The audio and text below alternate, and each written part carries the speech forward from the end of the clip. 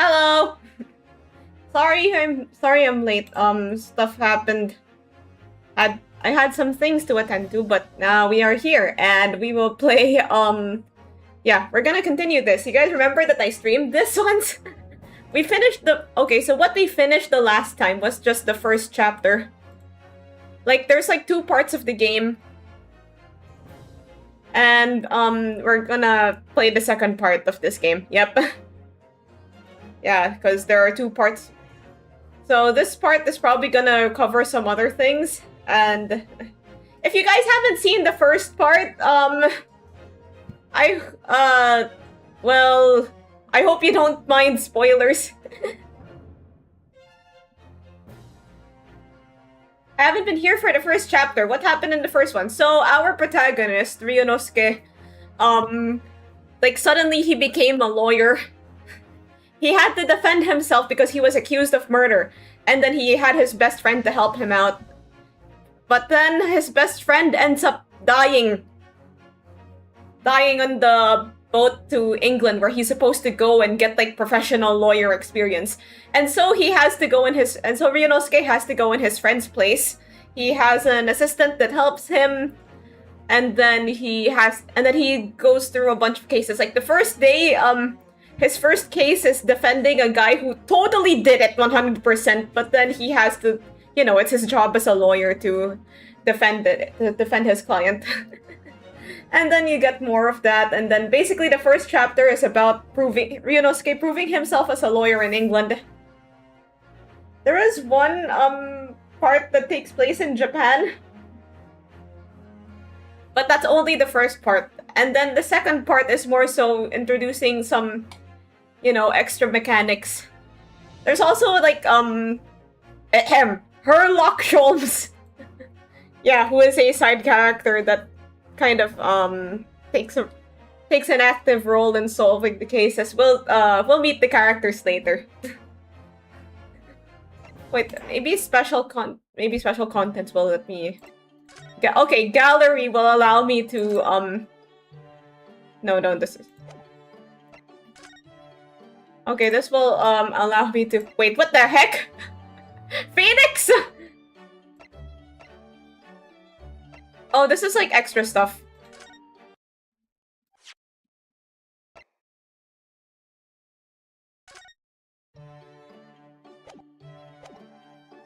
Where's the...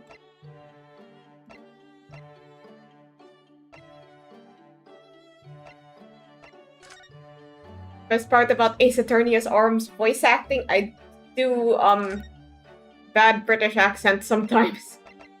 Yeah, this is Ryunosuke. We are following him. He has the school outfit. Personally, I am more partial to the, like, the big O and colon. That I am most partial to that. You see some sketches of him. Okay, so like if you see here, he kind of looks a lot more like a certain other someone. And a lot more, like, these are a bit more derived from, you know, existing protagonist designs. Here's Susato. She's like this.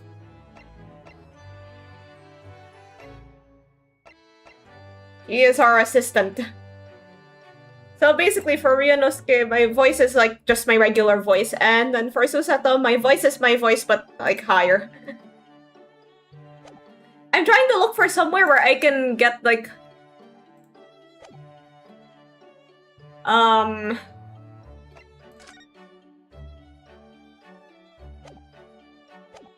I can show like CGs and stuff, but I don't know where to find that. Anyway, so now that I've... now that I've yapped your ears off,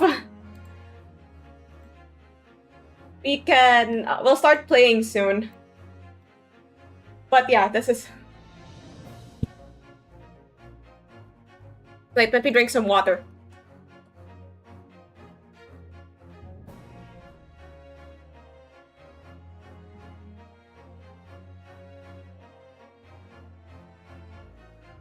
Okay, so there were five stories in the first part, and then now in the second part, there are I think 4 more. Here, let's look at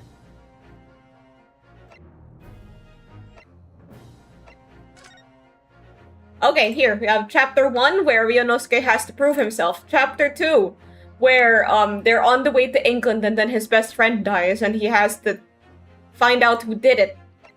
And then here they finally arrived in England and they have to defend the guy who was totally guilty. Here they meet Sosuke Natsume. Yes, the real Sosuke Natsume. And they have to defend him from something that he's been accused of doing, which is of course murder. And then here they have to defend their friend who was like this pickpocket girl that they met. This is one of the tougher cases. I think this took me like 2 streams to complete. But we completed it eventually. A good way to play this game is to... Okay, I'm not sure if it's a good way. Here, I haven't cleared any of them, so... You have, 1, 2, 3, 4... Final. Yeah, yeah, ichiri-san. Yeah, arigato. I actually have like the uwu mouth toggle. Uwu. I don't use it much, but I don't even know why I added it. I just thought I wanted to try practicing blend shapes, I think.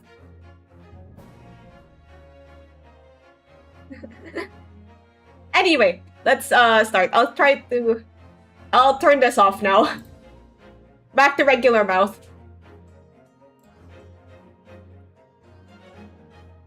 Wait, I want to try something.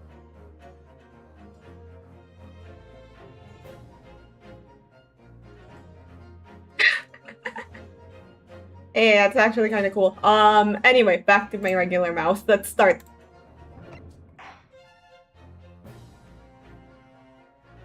Start playing from the saved game data. Yes, as you can see, 1 AM. Spent an awful lot of time.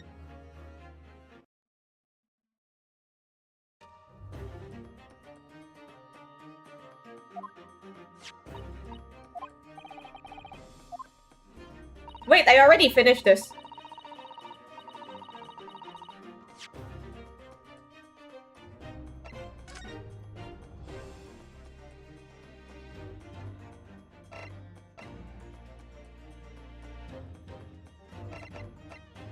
I think I had like a later save.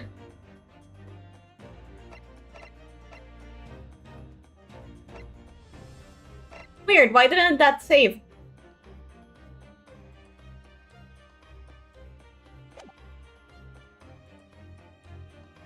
Yeah, let's just...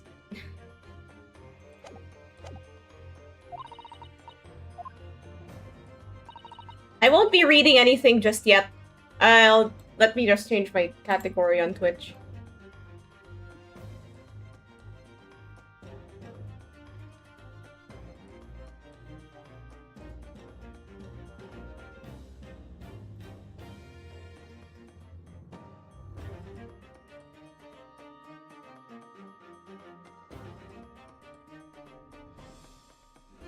Okay, let's continue.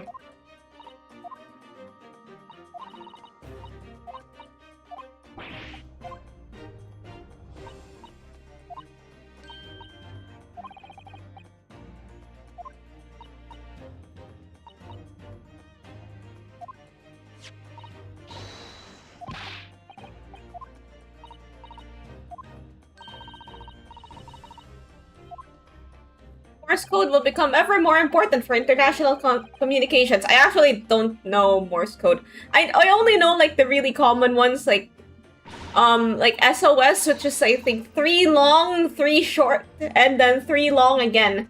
That's something important that you need to know. So I'm not really sure when that's gonna be useful, but it might come in handy one day. They're saying something about Kazuma, who is the best friend I talked about earlier.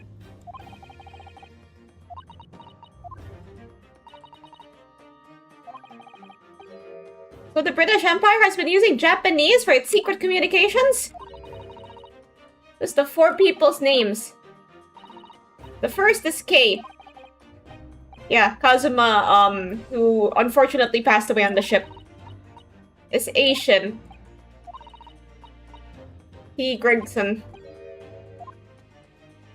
Oh yeah, our detective buddy that likes fish, that has like infinite fish and chips.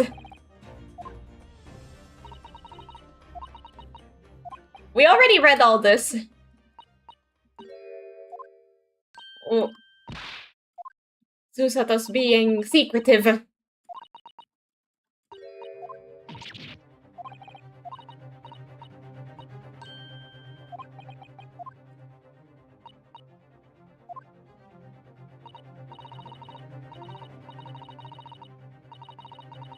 That is all for...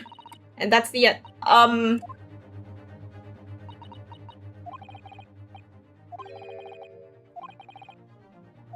Yeah, this is related to our previous case.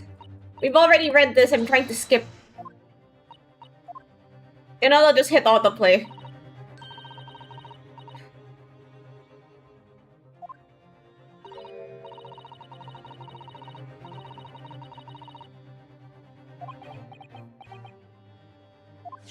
So while we're having everything load still, so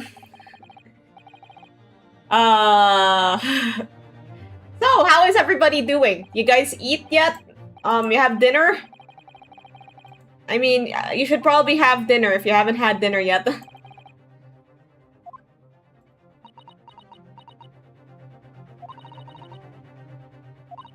Did Sun Tzu ever write a quote or people just make... Sun Tzu wrote a whole book! Like, you know, Art of War! Art of War is a whole book by Sun Tzu. So they're probably getting those quotes from somewhere. Oh dear, the ship is going to set sail soon. I have not read Art of War, but, you know, those quotes are probably in there somewhere. I have a mochito right now. It's too early in my time zone for food. Oh, I see. Actually, I kind of want some food. I did just have, dinner, but I'm kind of hungry still. Susato is leaving.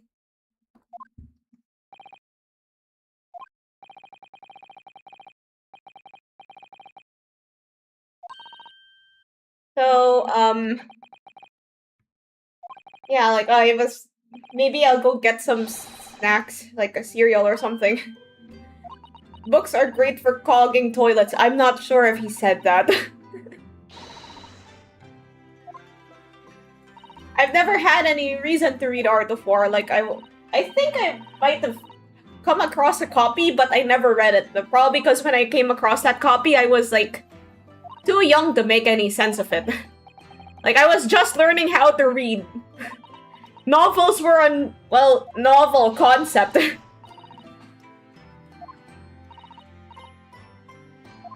I actually found, like, a really nice book with all the Sherlock Holmes stories in a bookstore. Like, the cover was very fancy, but, you know, with fancy covers come expensive prices. Or, I think Sun Tzu also said that.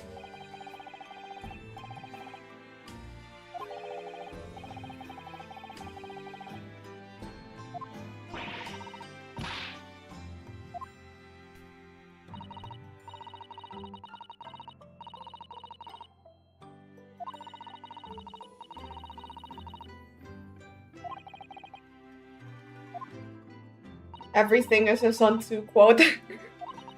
If you make something up, then you could probably come up with something halfway convincing. Wait. Yeah, basically this is where we stopped at the end of the... This is where we stopped at the last stream. Yeah, we played the CG already, and we are gonna skip it. What is it, Mr. Sholmes? I have a Sherlock Holmes stories collection with almost 900 pages. I see. It's a single book, by the way. God damn it, Mr. Sholmes!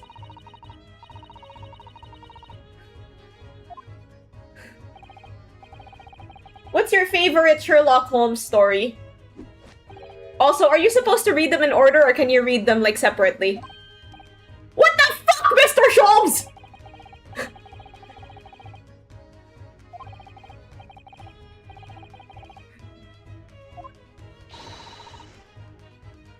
My brother in Christ! He's always doing some shit!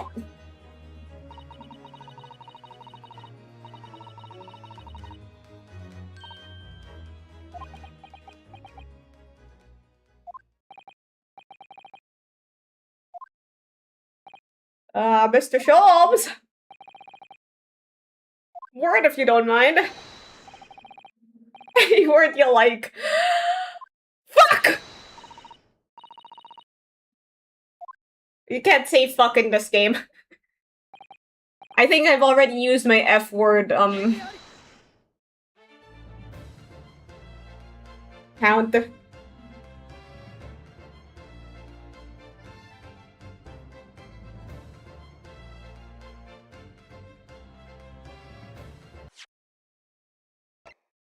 Yeah, these are just the credits. We have to get to the second story.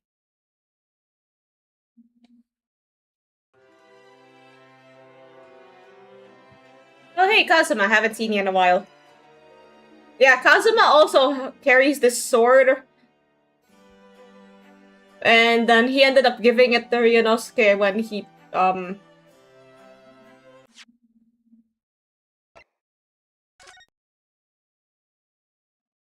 when he, life ended.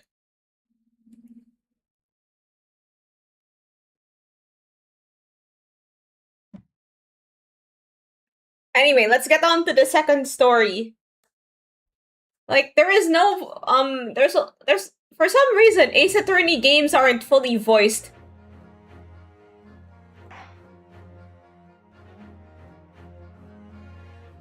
Wait, so I'm supposed to start the new one, so I'm supposed to start, like... Wait a minute, I'm supposed to start, like, a new game separately? Okay, okay, I see how it is. Okay, let's play. We wasted so much time there.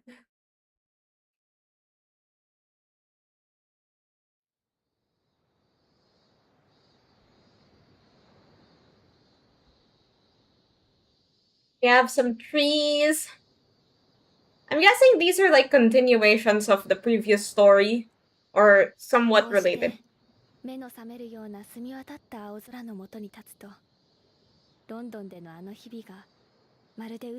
Wait, I'm sorry, I'm covering you. I'm covering the chat.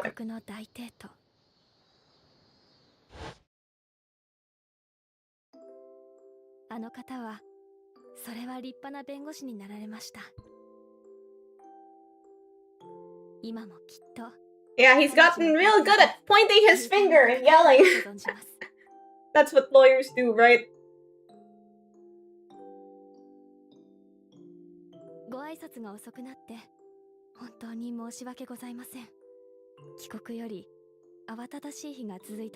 Wait, that... Like, last we heard, her father was ill.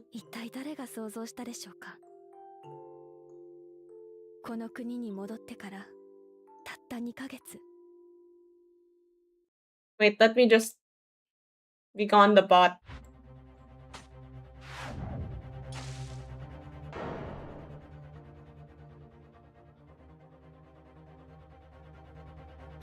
Yeah, that's like the callback to the first case.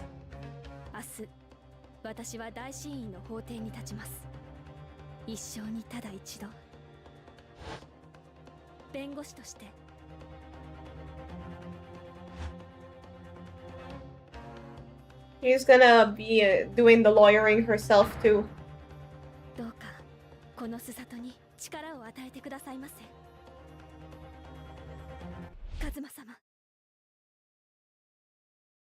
Okay, I thought that was her... I thought that was her dad, but that was actually, yeah, Kazuma's grave.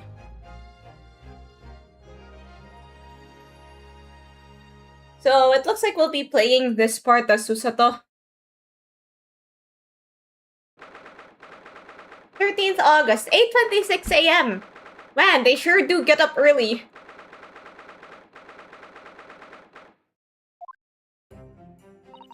This looks like Genshin.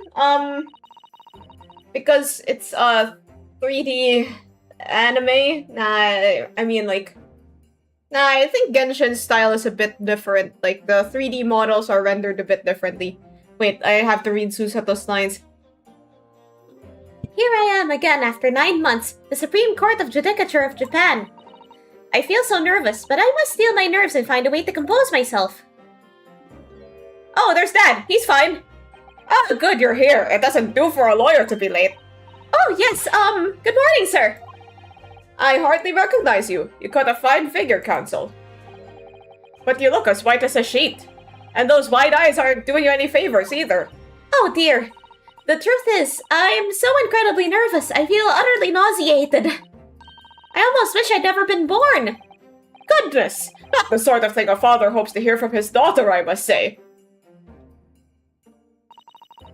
Yujin Mikotoba, professor of medicine at the Imperial Yume University, a man who earlier in his life traveled to Great Britain to study the latest advances in forensic medical science. And of course, my brilliant father. Excuse me?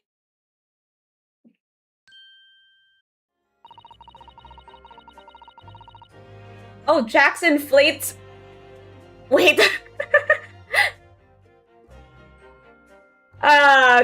Some certain groups of people are going to have a field day with this information. Would I be correct in thinking that you're to be my lawyer in court today? Oh, yes. Yes, that's right, miss. Wait, what voice should I give this girl? Well, I want to thank you for agreeing to represent me.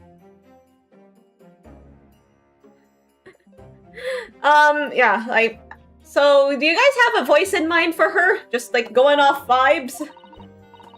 I swear on my life, it's a complete fabrication, this whole thing! Raymond Bami, born the same year as I, and my greatest friend. Though unusual for a woman in our time, she works at the University Research Laboratory, helping my father. Bane voice? I don't know if it fits her, and sadly, she's the defendant in today's trial, accused of committing a truly awful murder. You're feeling alright? Since we started talking, you seem, well, to have become a little flushed. Oh my, well, it's just that, you look so gallant and dashing. Sorry? And when I fall under your intense gaze, it makes me feel rather bashful. Goodness, I don't think she knows. She hasn't realized who I am. It would seem our little plan for this trial is going to work. Oh, what do you mean, Professor Mikotoba?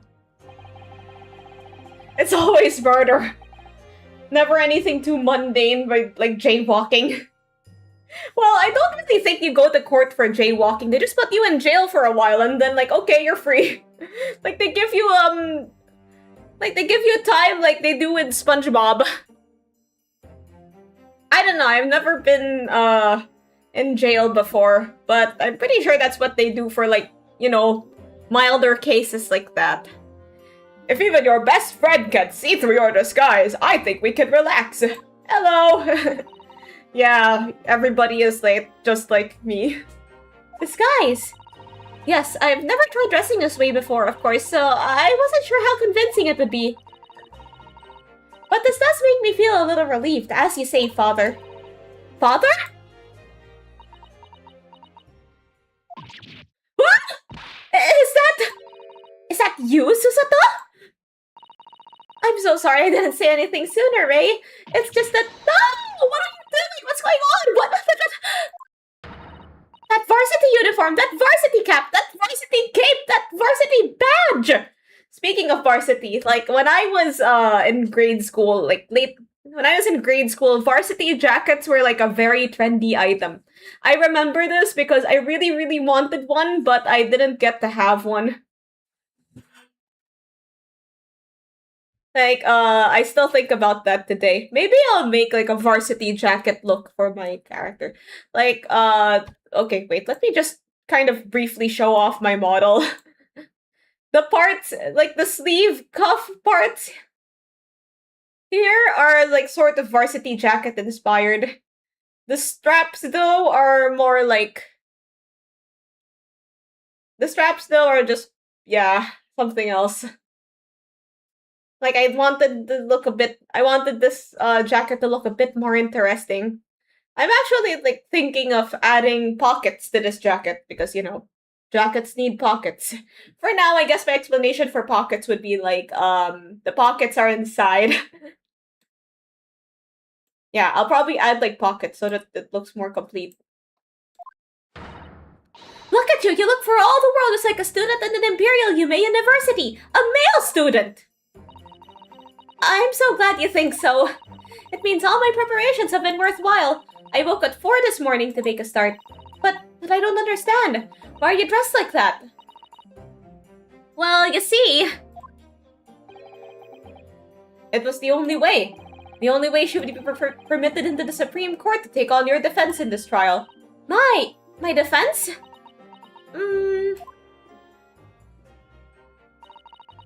Never before in my life have I felt so frustrated at having been born into this body. Your model style reminds me of Frutiger Arrow. Yeah, it was a pretty big inspiration for when I made this design. Like, I guess I just sort of fell into it because yeah, I think I already told the backstory of my design before. I used to have, like, a lot more, like, a design that was a lot more formal. It was very, like, I had a dress. You could see, like, yeah, I had a dress. I'll probably make it into a different outfit in the future. But, yeah, here I was, I wanted, like, a more futuristic look. Frutiger Arrow was perfect because I wanted, like, a more... something that was a bit, like... How do I say? Like, futuristic, but in a sort of retro way. So it just kind of fell into that place. Okay, let's continue. Courts in Japan are barred to women. We're not even allowed to set foot inside the courtroom, despite the fact that the laws of the land apply to all people, male and female alike. But women are forbidden. Just for today, I'll be leaving my true self at the courtroom door, so that I can act as your lawyer. Oh, Susato, you'd go to such lengths for me? Of course, you're my greatest friend. I just worry that I shan't be the lawyer you deserve. Get out of the courtroom, Aurum. Hey, we're in modern day. I'm allowed in the courtroom now. If I want to eat fish and chips in the courtroom, then so be it. Oh no, I have complete faith in you. If I want to, like, take a nap on the judge's desk, then I can. Okay, probably can't do that. That's probably, like, another felony. It's so strange, though. I mean, you're such an accomplished judicial assistant already. And yet, just because you're a woman, what a wretched reason! I mean, why shouldn't you be allowed in court? You're so gallant and dashing. Ray? Please don't look at me like that with those flushed cheeks and doting eyes. Oh, I'm so sorry. It's just... You really do look so dashing. Yes, you mentioned that once or twice. Well, you should be pleased. It means you look convincing as a man. I am pleased, I think. It certainly helped to bolster my confidence today. Ray? You're managing to put on a brave face in all this, but I can see through it. I've noticed how your shoulders are slumped and how you're trembling ever so slightly. Susato? You do believe me, don't you? I didn't do it! I couldn't have! I mean, murder! Of course! You have nothing to worry about. Your conscience is perfectly clean. Isn't that right? Yes? Yes, it is. Perfectly clean! I have absolutely no doubt in my mind about your innocence, which is why I'll stand by you until the bitter end in this trial. Whatever happens, I'll always be on your side. Because that's what it means to be a defense lawyer. That means so much to me, Susato.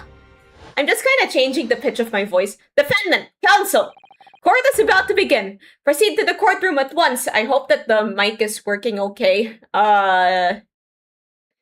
Wait, I think I'm talking a bit loudly. Okay, I'll just...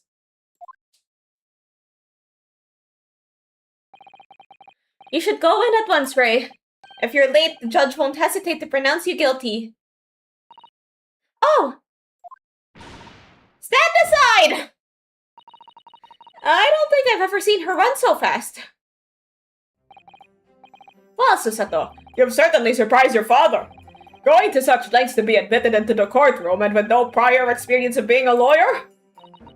There was simply no other way. That's all there is to it.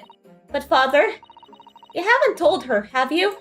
I mean, I'm right in assuming that Ray doesn't know how it came to this? Yes, quite right. I've kept that information from her. It would only worry her if she found out that no other lawyer would agree to take her case. I didn't want to burden her with that. And is it true? The reason why every other lawyer is refusing to take a case? Is it really because of who the victim was? We should be making a move now, too. As you know, law isn't my field, but I'll do what I can to support my student. Thank you, Father. I played Resident Evil 4. It ain't bad. Oh, cool. I should buy that game. I'm Susato Mikotoba, a judicial assistant. 8 months ago, I accompanied a student of law on a study trip to Great Britain. But 2 months ago, due to unforeseen circumstances, I found myself back in Japan. How many times have I wished that he were here? I wonder.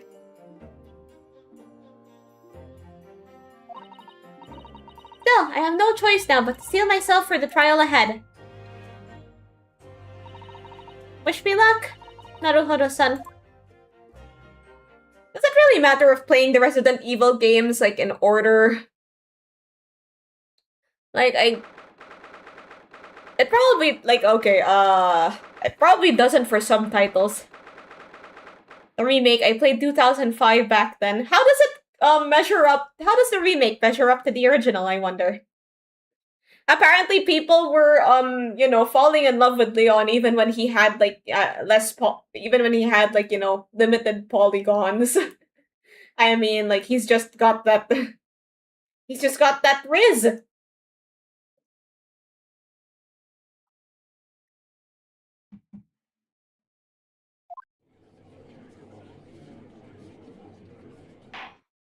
Bonk. The court is now in session to hear the trial of Raymond Bobby. Wait, his hair grew out?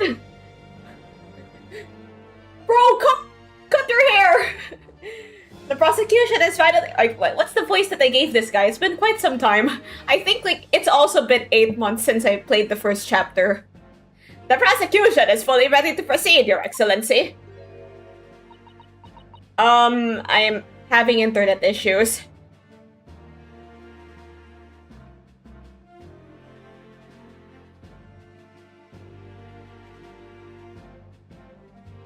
Okay, I'm back, guys.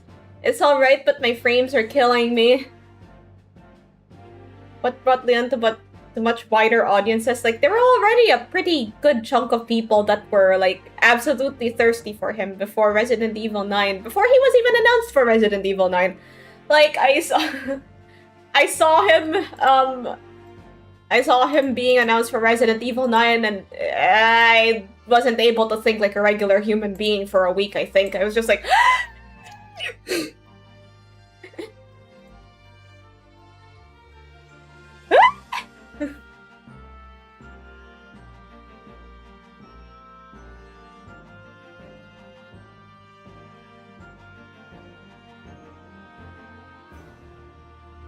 But then I also, like, but then I also saw him, like, you know, stuff from Resident Evil 2 and 4, and yeah. Let's just say that it's very clear why he has so many fans. You should see the mods people installed for Leon on both Resident Evil games. Okay, wait, let me look it up. We're gonna take a short intermission. Mods.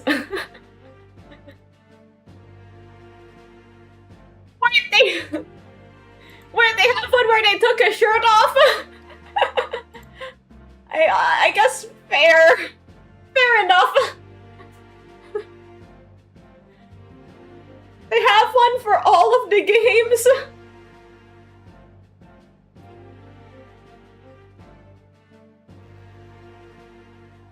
gave him like a tattoo and a crop top and okay, before anything happens, let's continue. Defense! Council, are you ready? Yes, Your Excellency. We are ready. Ready! Wait, do I need to lower my voice for Susato because she's pretending to be a man here? Ah, yes, Council. According to your registration details, your name is, Ryutaro Naruhodo. Is that correct? Sorry? Oh, yes, I had to come up with a suitable male name for you for this little venture. So I'm afraid to say I simply put down the first name that's sprung to mind. Well, Council. Yes, that's right. That's me. Yes, I am Ryutaro, he who has vowed to uphold the pride of the great Naruhodo clan. Ah! It seems Ryutaro may need to consider how better to uphold his manly act first and not overdo it. And those wild, wide eyes aren't doing you any favors either. Just relax and listen. Naruhodo? A fresh face in this courtroom, if I'm not mistaken. But the name Naruhodo, would that perchance be...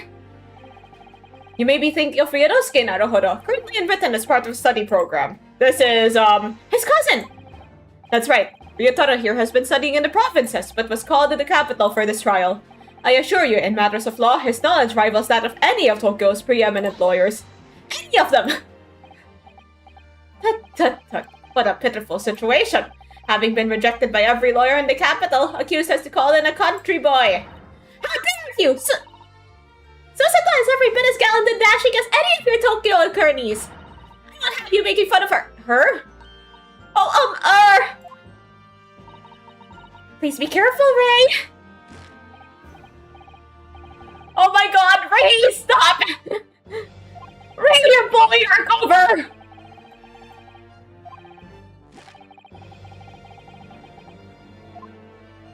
We just look very feminine, that's all. Now that I'm standing in his shoes, I'm starting to understand what Naruhodo-san goes through. Like it or not, eyes are want to flit. Her eyes are moving like my avatar. The case to be heard on this day is a matter of great significance to our national interests. In fact, it would be reasonable to assume that the outcome of this trial may well affect the very future of our empire. RE4 Remake brought me back streaming for my life against the Chainsaw Man. Oh, Denji is there? RE games treating as a big thirst trap plus zombies. Yeah, like, most of what I know about Resident Evil is, like, how hot the male characters are, and even some of the female characters. Like, you know, Ada Wong. She is unrivaled.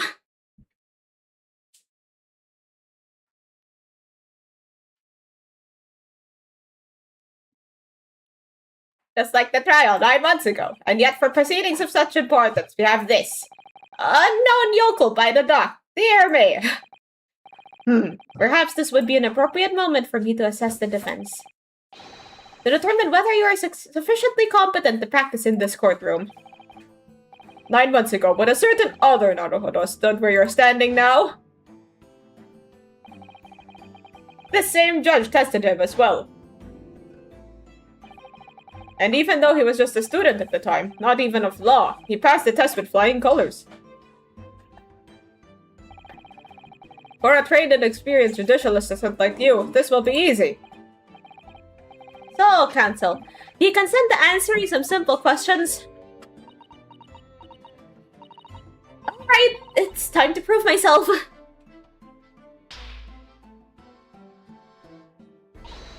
Yes, Your Excellency, but please do make them simple. Very well, to start with. You will state the name of the victim.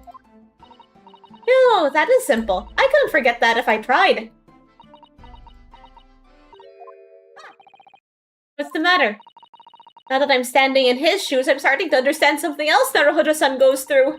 Like it or not, minds are what to blank. Susato really copied Ryunosuke's bad habits. Leon, you need to continue the Redfields bloodline. I'm just wondering who's married to Leon. Me! It's me!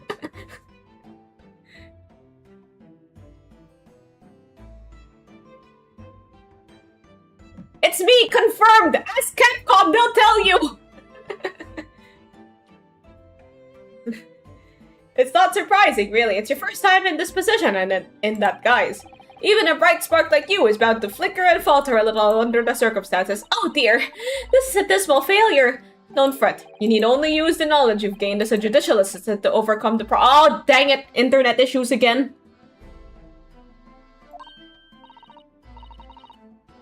Where's the court record?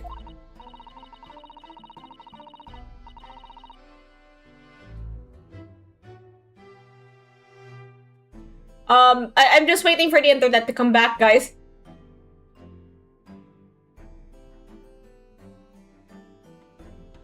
Please, internet, no! This is an important case! Oh no, his head really does, reach the quote-unquote ceiling.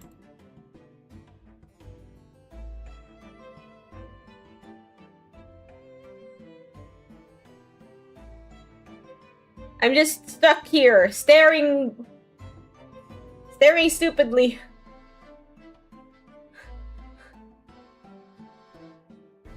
So much for Silverash's only wife.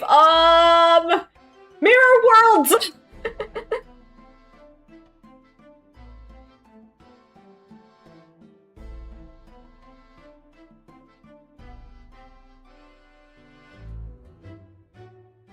Wait, I'm just gonna wait for it to come back. I don't know if you hear me.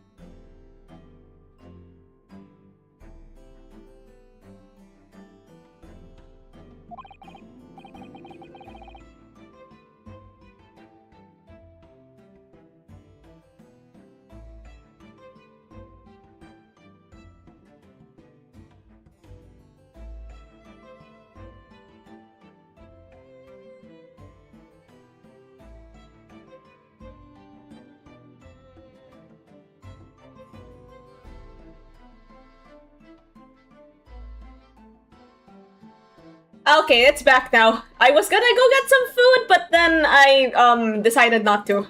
Maybe I'll get food later. Don't take too long over it. His Excellency is watching you closely. Alright, check the court record with E. That's where the information I need will be. Okay, I'm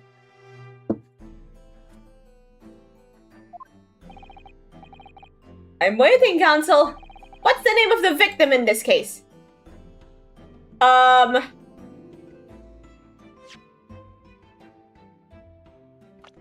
Here, we get to see the people.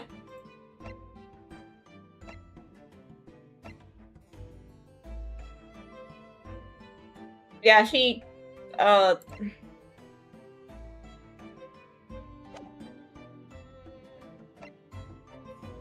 Swan lady from the first chapter. What? Not again!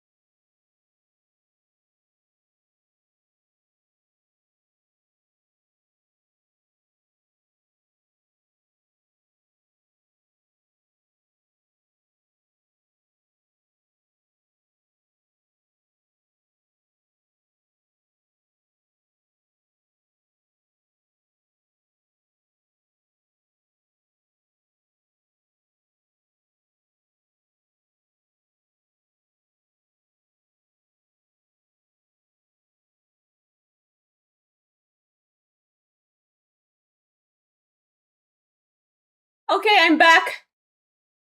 Okay, I'm back. Let's continue. The name of the victim who lost her life in this case is Miss Giselle Brett. Giselle Brett.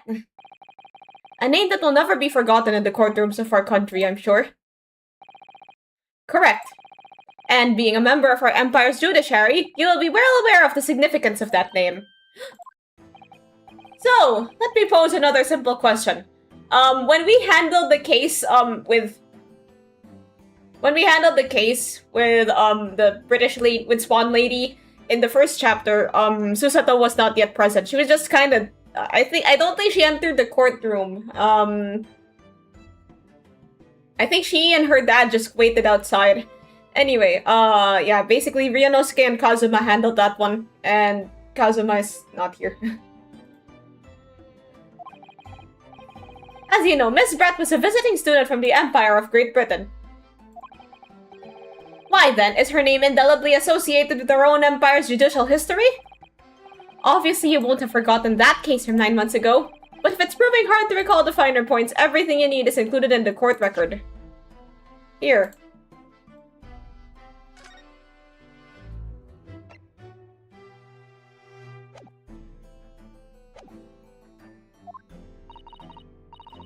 Obviously, I still remember. Well, she probably heard about it.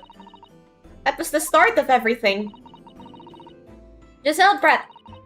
Behind the woman student persona was the face of a victim, Queen Victoria, a killer.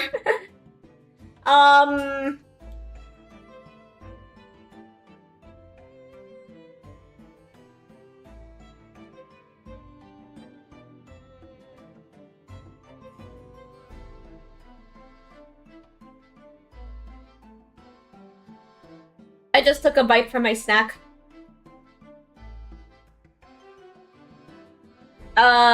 Killer. Because she was the suspect. 9 months ago, a visiting professor of medicine at the Imperial Yume University was killed.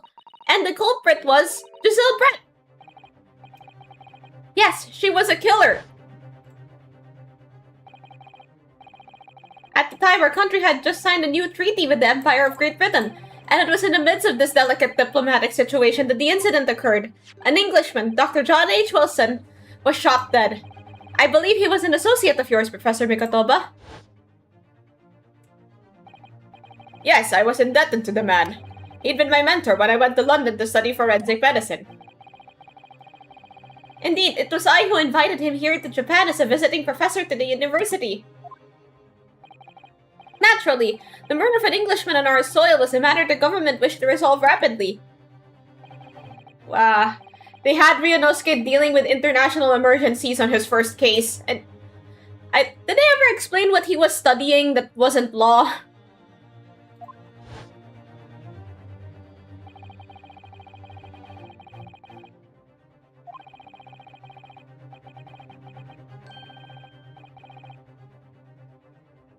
He was studying English.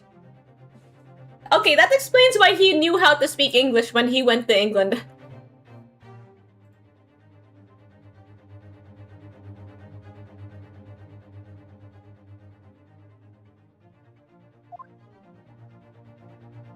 He removed to Shanghai, China instead. Why Shanghai?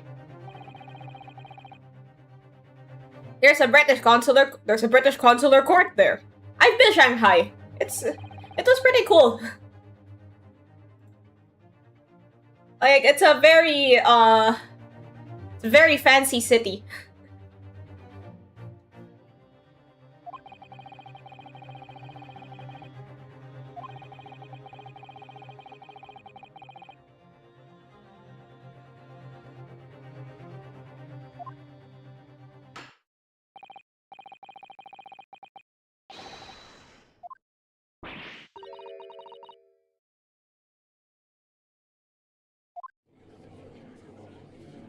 She died the day before leaving, and they're suspecting this girl.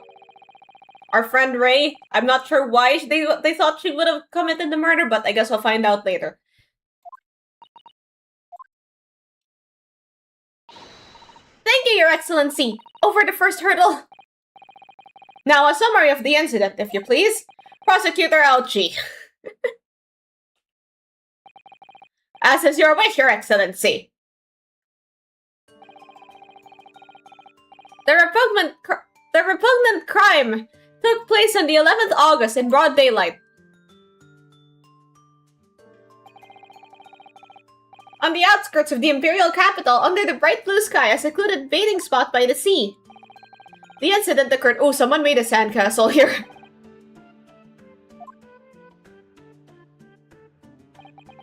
The cause of death was a single stab wound to the posterior abdomen that pierced the victim's lung, an injury which proved fatal. There were two persons alone together in the beach hut at the time of the victim's death. Miss Brett, in her bathing attire, and the accused, Bemba Me. Accordingly, there could be no doubt of the accused's guilt, especially when you consider she had a powerful motive. What motive?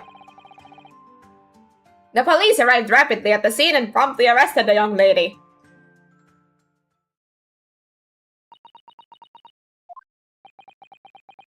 Well, that extraordinary description of events leaves you somewhat lost for words, I must say. That's certainly true. The prosecution summary was full of words that raise an awful lot of questions. As a lawyer, I really ought to pick up the prosecution counsel on what he said about... I want to know about the motive first. You're clearly exaggerating. Powerful motive is a blatant overstatement. That is the Yoko boy using long words he doesn't fully understand. I beg your pardon? No matter. Let us put this to the accused, shall we?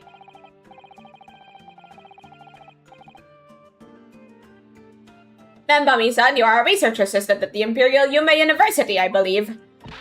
Yes, I am! I'm working with Professor Mikotoba in his laboratory at the moment. I can confirm that. The defendant is an excellent assistant with a strong sense of responsibility. Fascinating to hear. Now, another question. Prior to your work with Professor Mikotoba, whose research were you assisting then?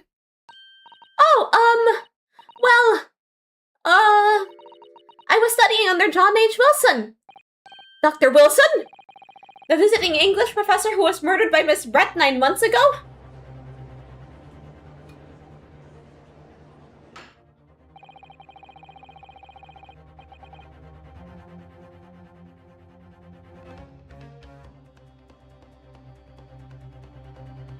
The accused had a deep-seated respect for her former mentor, Dr. Wilson. Is that not true? Yes, Dr. Wilson was a wonderful man. Interesting. Then tell the court what deep-seated feelings he had towards the Englishwoman who killed him. Well, obviously I was filled with hatred for what she'd done. A powerful hatred. Oh no, Ray, be careful of what you're saying. Ray, please. Make this easy.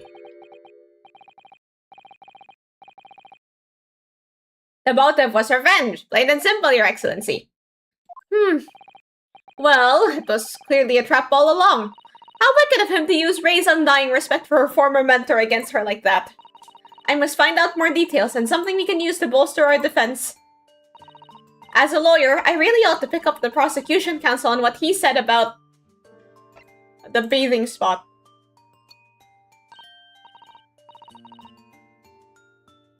If I may, Professor Alchi. What do you want, you fresh-faced young Yoko student? I wonder, could you explain, please? You mentioned a bathing spot. Ah, my apologies. Clearly my modernity has confused a poor country bumpkin's simple mind. Bathing spots are the very latest trend in health practices from the West. We are told that bathing in the water of the ocean is curative, therapeutic, and excellent for the skin's— No, that's not what I meant! I was referring to the fact that Miss Brett had, to all intents and purposes, been found guilty of murder. Why would a known criminal have been relaxing by the sea? ...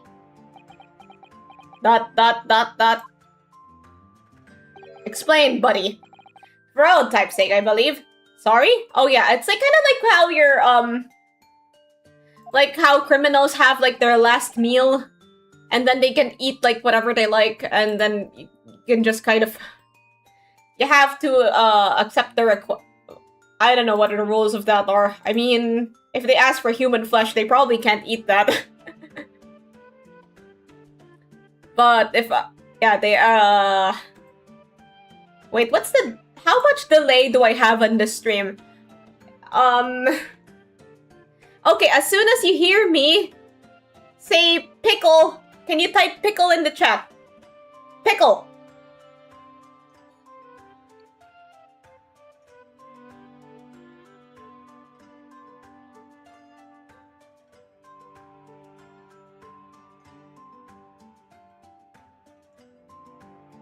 Pickle. Okay, a few seconds delay. I think it's like 5 seconds delay. I'm not sure how to get it to catch up, but yeah. That's a good start. I already put my stream on low latency, but then that's just kind of like what... Okay, you're a bit later, but that's fine.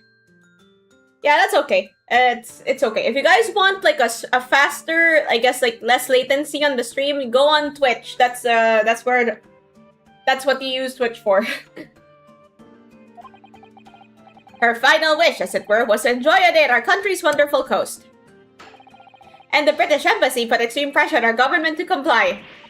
But on what grounds would we agree to such a request? Because, as usual, our government is unable to stand up to foreign powers. In matters of diplomacy, it seems we don't even have the courage to decline the whims of a known criminal. Don't look at me, Professor. It was the government who granted permission, not I. In any case, it was decided that with a dedicated detective on duty, nothing could go wrong. Wait, what is Ray doing there then? But in fact, the murder took place. I said don't look at me. It was the young student girl who did it, not I. No one has proved that yet. I wouldn't provoke the man if you don't need to. Alright, we have one more question to ask.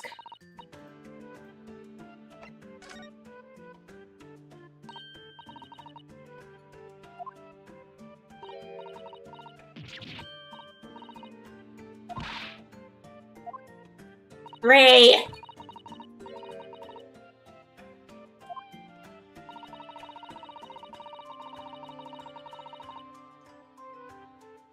Please tell the court why exactly you were present at the bathing spot with the victim in the first place, and why you were alone with her.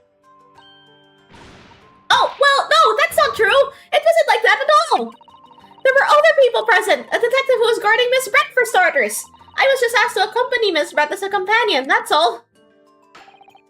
But let us be clear.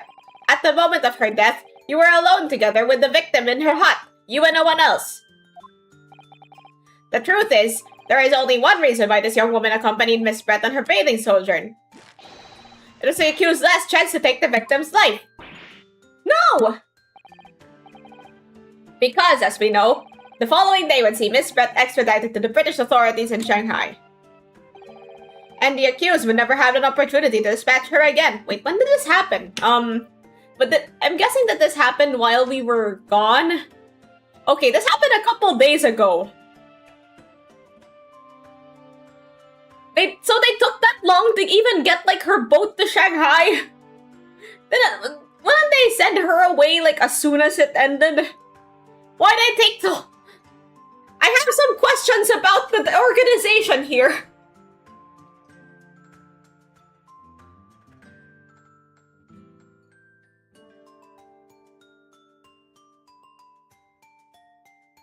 This is the first case of the new chapter. But this takes place after the events of the first chapter. Like the first part. Like these are two separate games, and then this is like the second game. So I'll just be referring to these as like parts. So this happened, yeah. It looks like this crime took place like a few days ago. And then, the last day... Like, we left... Okay, so in this timeline, let's establish the timeline. So the first case happened 9 months ago. The crew arrived at England a month after that, so like 8 months... So, like, it's been 8 months since like, the events of the first game. And then after this one, and then Susato has been back to Japan for 2 months now. So, yeah, they took 9 months to send this lady to Shanghai. I have some questions. Number 1, why did it take so long? Number 2, why? Number 2, you couldn't... Yeah, basically... Okay, that... I don't know if that's, like, relevant to the case, though.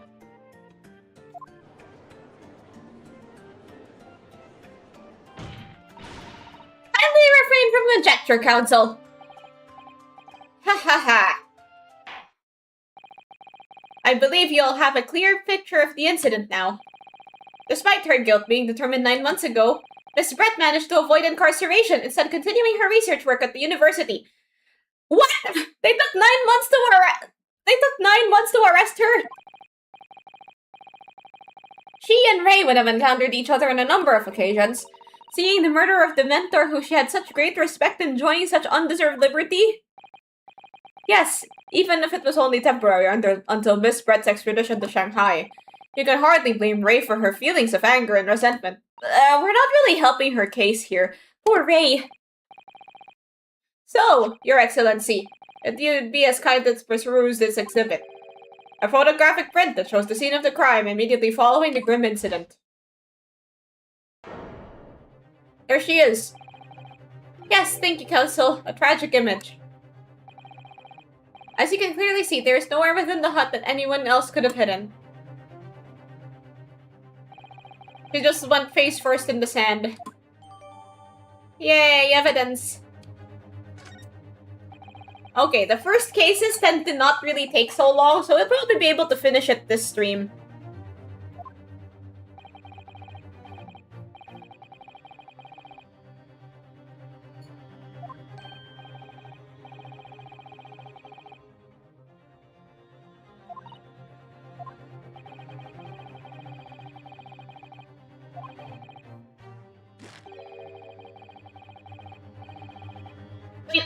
How do you have witnesses? There's like... Oh, didn't you say that there were only 2 of them?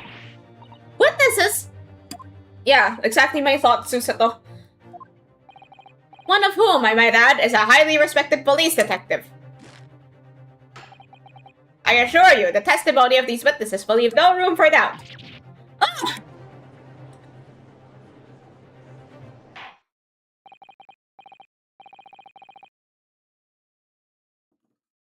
Very well done, Counsel. Bring forth your witnesses. I, Taketsushi Aochi, have been waiting for this moment. Sorry? Oh yes, I haven't forgotten. That trial 9 months ago, here in this very courthouse, when that irreverent little student boy utterly humiliated me. You're doing that yourself. Ah! Ryunosuke Naruhodo! What, yes? This insult to the Aochi family name will never be forgotten. You have become conceited with age, Counsel. But the old have to stand aside and make way for the new. It's the way of the world. May you never forget that. Dude, you might cut something. Like that. I'm not actually sure how he managed to reach that far. Strike the head of a samurai whose top knot has been cut, and a bell of cultural enlightenment tolls. Yes, on that fateful day, my former self died. The start of your own mini Meiji revolution. Are you modernizing as well, Counsel? Silence! Since I swore revenge back then, there has been a minor miracle atop my head. Observe the Aochi growth. You see? You see the seed of hope sprouting forth from the barren expanse of my crown? I think that tiny growth is trying to tell me something. I'm afraid I can't really see. Where is the hope exactly? I said silence! Ray, please! Today I face another Yoko student of the Naruhodo clan. Well, I will vanquish you. And my victory be fertilizer of the seed of hope atop my head. You have been warned. With that, the prosecution calls the witnesses to the stand. It looks like the stakes are high on both sides in this trial. Imagine if that sword swinging happened in Britain. But hear the end of it. Ryunosuke probably... I think Ryunosuke didn't really learn to take his sword to take the sword out of the sheath, like, in a quick and efficient manner. Bro lost aura. Do that to Van Zix, you're gonna die the next day. I miss Van Zix already.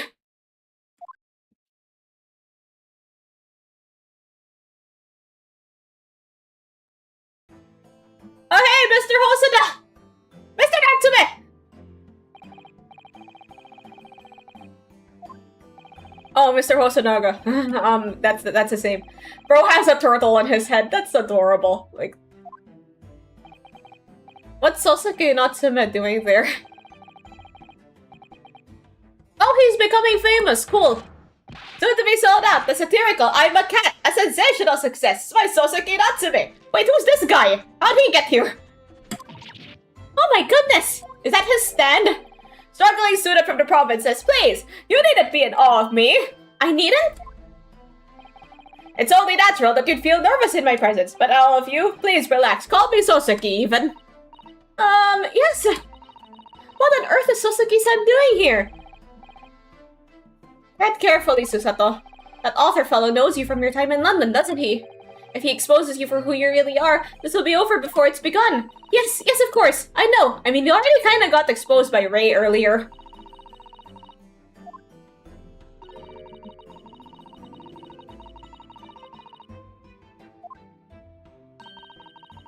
As for Inspector Hosonaga, that amazing outfit is hard to believe. Why is Bro still holding, like, the... Why does he still have, like, his towel? Turtle! Well, your glasses for one, although they don't seem to be helping you see. Thank goodness he hasn't recognized me either. Ah, I suppose it's this disguise, is it? I thought that appearing here in the clothes I was wearing at the time would make for a more faithful testimony. It is my guiding principle to carry out all testimonies flawlessly. I still wonder why bathing suits were that tacky in the past. It's, like, I guess, like, people back then didn't really want to show too much skin. So they thought, like, yeah, this is what the bathing suits are gonna look like. Ah, well, you see, I had been asked that day to give a lecture. On the morning of the incident, at the Imperial Yume University's Grand Lecture Hall, no less. At Yume University? After the lecture, I had a very pleasant conversation with a researcher from the medical science department. The professor over there, in fact. With Professor Mikatoma? Yes, that's right. It was arranged by one of the newspapers. They wanted some story or other about two former students who studied in Great Britain. Until the invention of the bikini. How blasphemous it was. Like, I think the invention of the bikini predates the invention of the One Piece. No, not the One Piece that will make you Pirate King. The One Piece swimsuit. Like, yeah, One Piece swimsuits did exist, but then, they had, like, shorts. Who the heck is that guy? Like, this dude over here, why he just pops up? Is there any explanation for him?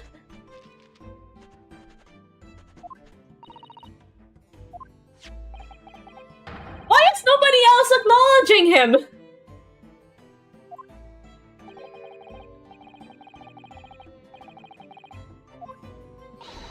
Thank you very much! He practically threw that paper at me. His stand is paparazzi. A newspaper containing an article about discussion between my father and Sasuke-san. The debate became quite spirited. Anyway, following my interview with the professor, the lady in question appeared and made a very unexpected announcement. The photographer would have been arrested if it was real. Yeah, like, only people permitted to enter the courtroom can be there. I should like to go with everyone to see our country's coast. Those were her words. As I explained before, Miss Brett was never taken into custody. She continued to work in my laboratory under strict surveillance, of course. But, like, why, though? And the response was, permit Miss Brett to go as long as a detective accompanies her. That detective, I am at liberty to divulge, was me, Chief Inspector Satoru Hosonaga. Terrified, the entire party departed cordially for the seaside, it seems. It was extremely challenging to clear all the other members of the public from the vicinity of the beach. Well, at least he's not coughing blood anymore. Okay, he is still coughing blood. Oh my, Inspector! Well, you do have something on your face right now. Ah, how unsightly. I do apologize. I don't think I really gave these guys, like, special voices. Putting her in prison was going to make relations between Japan and Britain shaky. But then, she committed a crime and they agreed to send her to Shanghai. Or was this before they agreed to send her to Shanghai? Wait, I'm gonna need to... No, fortunately, I had work to finish off. But unfortunately, of course, it meant that, as my assistant, Ray was invited to take my place. Of course, being a renowned author, I didn't like to decline the invitation. Ah, but if only I had, I'd never have seen that awful sight. She never got sent. Relentlessly racked by remorse and regret. Man, this guy's so extra. She never got sent. Very well, I must now ask you to present your formal testimony to the court. Oh, so the agreement to bring her to Shanghai was only recent? Wait, but then, now I have new questions, like, why did it take so long to deal with this case? Wish I had a stand to accompany me when I do IRL JoJo poses. That would be so funny. You will give an account of all that you witnessed in an impromptu excursion to the coast. Of course, Your Excellency. Relentlessly racked by remorse and regret, I am. Witness testimony! On the day of the incident, I was ordered on a special surveillance assignment in this disguise. I just managed to catch that crab when I suddenly heard a caterpillar from behind me. I ran into the beach hut at once, where I found the pair in question. Yes! That young girl was astride the Englishwoman, dagger in hand, as she stabbed wildly. I saw blood on the blade. It proved to me that she'd stabbed the victim multiple times. Ah, this isn't looking good. Indeed, it does appear from this testimony that both witnesses here present saw it. The very moment of this heinous crime. What? Wait, so like... Now, if you recall, I promised evidence as well. What phrase did I use again? Yes, that was it. Damning evidence.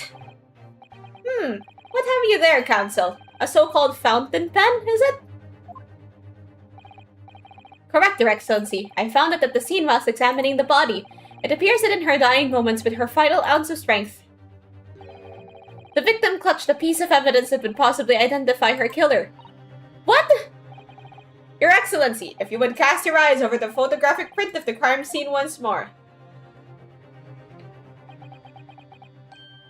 Ah, goodness me! Yes, the victim is clearly grasping something quite deliberately there in her hand. We're still waiting on Steel Ball Run episode 2 to this day. Yeah, that's yeah, like, I think they said that it would be releasing later in the year, or did they ever say anything? Let me look that up. Okay, enough detours. Did they ever say anything?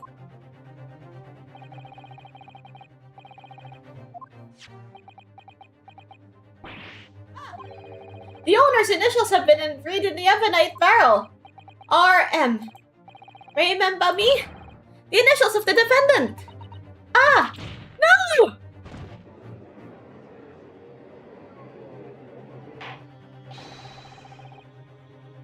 This fountain pen will be admitted immediately as critical evidence. The killer was Diego Brando. Diego Brando.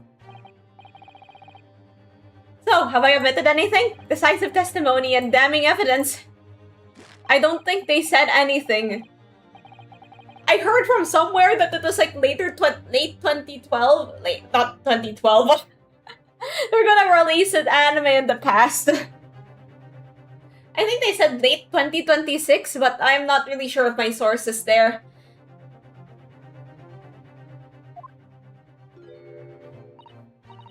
I don't understand. The prosecutor Elchie of 9 months ago had none of this man's poise. Yeah, he had, like, rupture, I think. counsel for the defense, you may begin your cross-examination now. Oh. Naruhodo-san! She got stun locked. Naruhodo. That means... Oh, yes, me! Is there another Naruhodo in my courtroom? Actually, there isn't even a single Naruhodo in your courtroom. Cousin Ryotaro, pull yourself together, please. Alright, I've seen this countless times as a judicial assistant. Find inconsistencies in the witness testimonies to prove that they're lying somehow. That's all there is to it. That's how a real lawyer would handle a cross-examination. So let's see what I can do. Alright, it's time to cross-examine this case. The day of the incident, I was ordered on a special surveillance assignment in this disguise. Wait, let me look at the... Wait, I can't look at anything yet.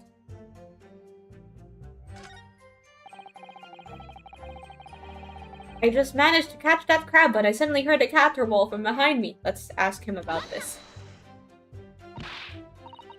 You're describing the victim's scream, presumably, Sasaki-san. In more literary terms, you might say it was a scream that could have pierced the heavens. Yeah! Ah, or the like. Did that show? Yeah! Okay, that did actually show. Of course, that's just a metaphor. We renowned authors are wont to describing things so. Sasaki-san wasn't at all like this in England. Anyway, I spun around at the noise and the beach hut immediately fell under my gaze. Yes, the beach hut.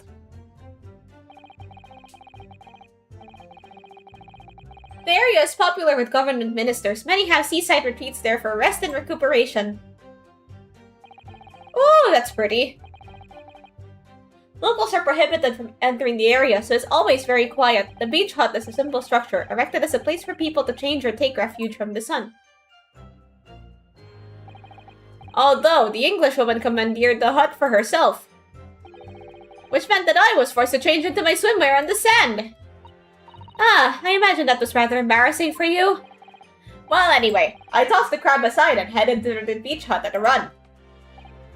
Or, in more literary terms, I decrabbed and beetled off hut-wise.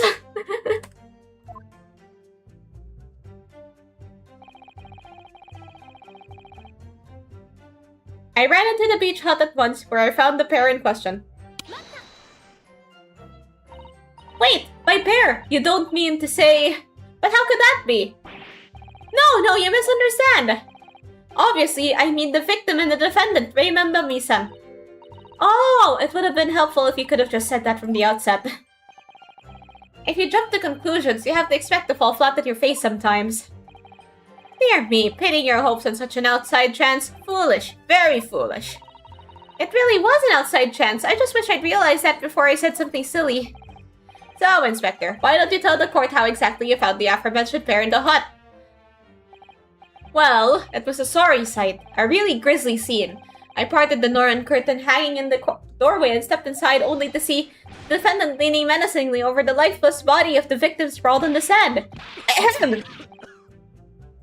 That turtle is gonna get, like, CTE at this point. My glasses very nearly cracked at the ominous sight that met my eyes. How thoroughly appalling. Doesn't appear to be lying here. Well, Sasaki-san, can you confirm what Inspector Hosonaga is saying, I wonder?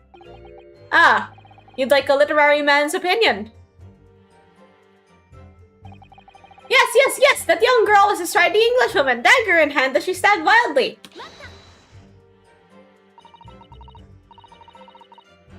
Stabbed wildly? You actually saw her do it? Oh, indeed. The terrible spectre, the terrapin inspector, the bloody torrent, the author's torment. Hey! Every sight and every sound is still carved in my melancholy memory. That was my impression, at least. As a future literary sensation. Counsel, what on earth was that shrill, effeminate scream? No! No! What are you insinuating? I'm as manly a Japanese man as you! I just have a very high voice. Haven't hit puberty yet. I wonder if I might interject here, Soseki said. Something you said is troubling me. That was my impression. Were your words just now, I believe. So, do you mean to say you're not confident that you really did see what you've described? Should have also given her fake facial hair. I feel like that would be worse, actually. Like, it managed to... Like, the disguise managed to fool Ray. So, I don't think it's a matter of the... I know every time the screen flashes, it's the photographer doing it. Taking pictures at a mile a minute.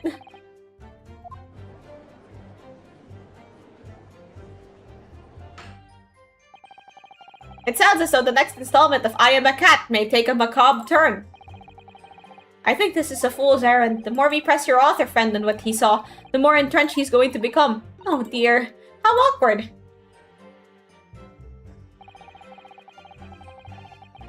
I saw blood in the blade. It proved to me that she'd stabbed the victim multiple times.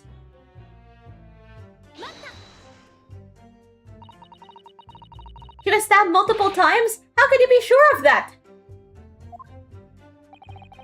I'd rather read the novel I Am a Pen. Actually, I Am a Cat by Soseki Natsume is a classic. It's like a Japanese classic. I haven't read it myself, but I hear that, you know, it's quite good. You know, and it's got cats. If you like cats, then...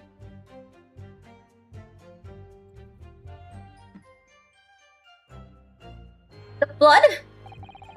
When I entered the hut, I saw the defendant holding the blade raised up in the air.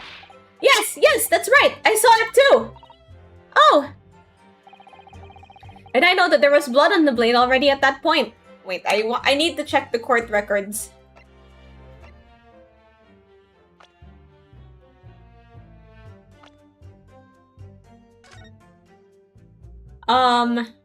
Single deep stab wound from behind, piercing along and resulting.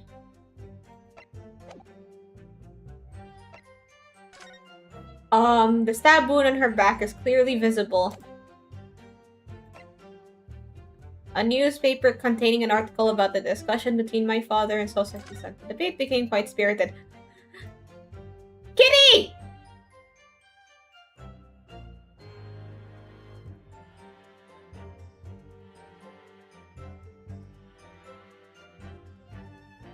Okay, kitty appreciation time.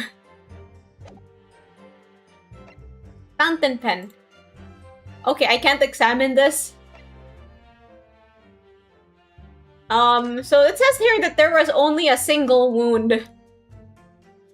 So I feel like that might be a contradiction somehow. Because, he said that Ray was stabbing wildly. But there was only one wound. If she was stabbing wildly, there would have been multiple wounds, at least within the distance of each other. I mean, she could have just stabbed the same place, but then wouldn't they have detected other places where she would have stabbed? Like, you know, for every stab to land in the same place, I feel like that's a bit far-fetched. Let's, how do I go back?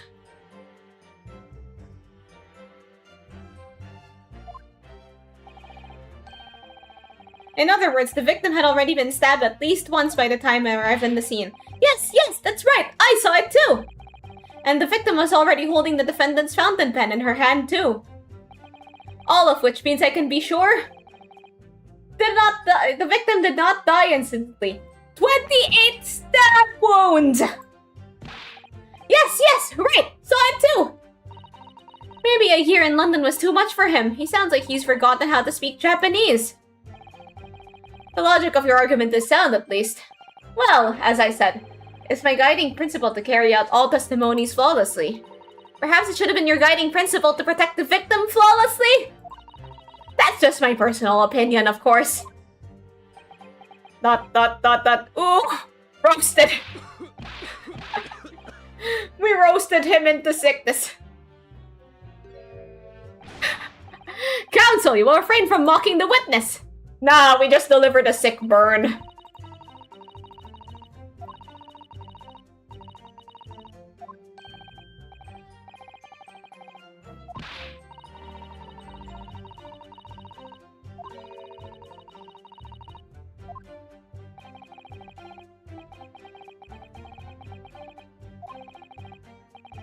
A misunderstanding, a mistaken observation, a delusion even. Ah, a delusion! What's important is what we determine the truth, and there's only one sure way. Let's find out the delusions of these jury members. I mean, witnesses. We don't have a jury here. Like, the English courtroom scenes have a jury.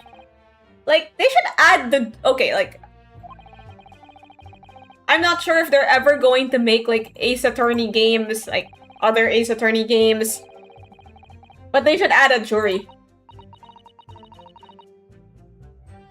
Seeing Mikotoba think reminds you of Susato doing the exact same thing. Exact same thing. Yeah, like, but she's in a different position now. Yeah, like, she's always very thorough when we're playing as Ryunosuke.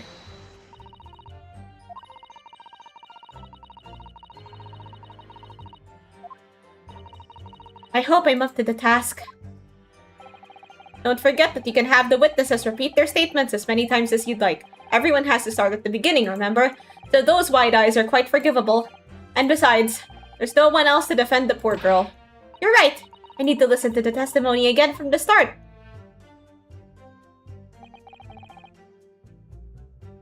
Okay.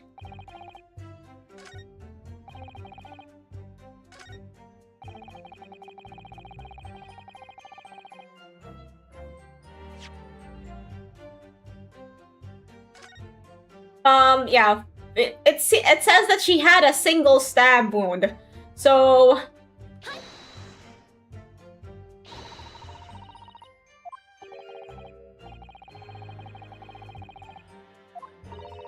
How? Well, definitively. What the... What? Seriously?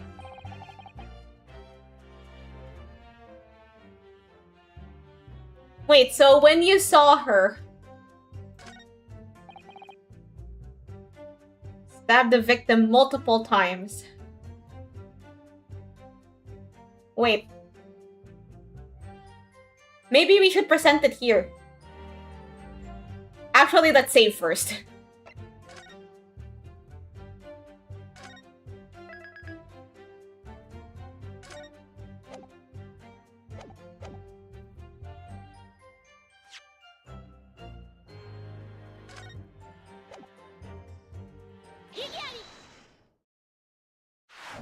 Ah, that was where we had to present that. With that accusatory cry that just welled up from deep inside me, I think I finally understand. Every time Kazuma-sama and Naruhodo-san have stood here at this bench, the stakes have been very, very high indeed. But what's the meaning of that menacing pose, counsel? I'd like the witness to clarify something for me. Who? What? Where? When? How? Not you, Sasuke-san. This query is directed at Inspector Hosonaga. At me? In your statement just now, you said that the victim was stabbed multiple times. Yes, that's right. As I said when entered the hut, the defendant was already standing over the victim, bloody knife in hand, like a murderous demon. And yet, that cannot be. What? Oh, the turtle is surprised too. Get to the point, please, counsel. She still has her same book. In the post-mortem report, it clearly states that the victim was stabbed one time only. In other words, Inspector Hosanaga's testimony is clearly flawed. Huh? And Sasaki-san? Me? You claim to have seen Membami-san in the throes of stabbing the victim. Yes, I did. Wildly! But both you and Inspector Clare confirmed the same point, that there was already blood in the knife when you saw the defendant holding. Yes, and... it's quite simple. We know the murder weapon was used to stab the victim only once. Therefore, there's no way there could have been blood in the knife if that single stabbing hadn't already occurred. True! Then what exactly is your contention, counsel? Are you ever going to tell us? Yes, Your Excellency. There's only one logical conclusion. What Sasaki-san saw was not the moment the defendant stabbed the victim at all, but the moment that the defendant, in fact, withdrew the blade from the victim's body. That That can't be! Excellent work, Susato. You exploded at them with that objection, and then proceeded to pull them apart systematically. What the heck? Huh. Well, this takes me back. Yes, I seem to have remembered your cousin staged a scene much like this in a trial 9 months ago. A half-witted child with a half-baked objection attempting to steal the show. What do you mean? We won that case! Except that so-called half-witted child managed to outwit the prosecution, who had only half a head of hair. Slander! My head is quite adequately dressed! You're not even trying! In any case, all this talk of stabbing and withdrawing and multiple wounds makes not a jot of difference. What? Why not? Engage your brain, young man. When the accused first plunged the deadly weapon into the victim, that was the fatal blow. And that was at that moment, just as she would draw the blade ready for her next strike, that the witnesses saw. The knife was already tainted with blood because the accused had already stabbed the victim. All you have successfully shown with your little display is that the mustached author is prone to moments of extravagance. Yeah, we really took over Ryonosuke's bad habits. I am in agreement with the prosecution. If the defendant was seen wielding the blade at all, then that is sufficient grounds for her actions to be viewed in suspicion. But if she was withdrawing the blade, then we are back where we started. Sorry? Consider this, young Yoko boy. If the student girl is innocent as you claim, then why would she have pulled the blade from the victim? And with the demon's cold-blooded composure, too. You don't know that. You weren't even there. Why did Ray pull out the knife? Ah, yes. Going for the jugular. Huh? What does father mean by that? Let the court hear your answer then, counsel. The truth is, I don't really know. But I have to come up with a plausible reason here, or we don't have a case. The reason why the defendant pulled the knife blade out of the victim's body was surely so she could stab her again, save her life, hide the knife. Well, actually, maybe Ray. Okay, Ray works as a medical assistant. She's studying medicine, so she would probably He would probably want to try to, save her. But then, yeah, you have to take the knife out at some stage. So she was probably trying to, yeah. She would probably know how to do that correctly. So let's say save her life. According to the post-mortem report, the victim's death was not instant. That's correct.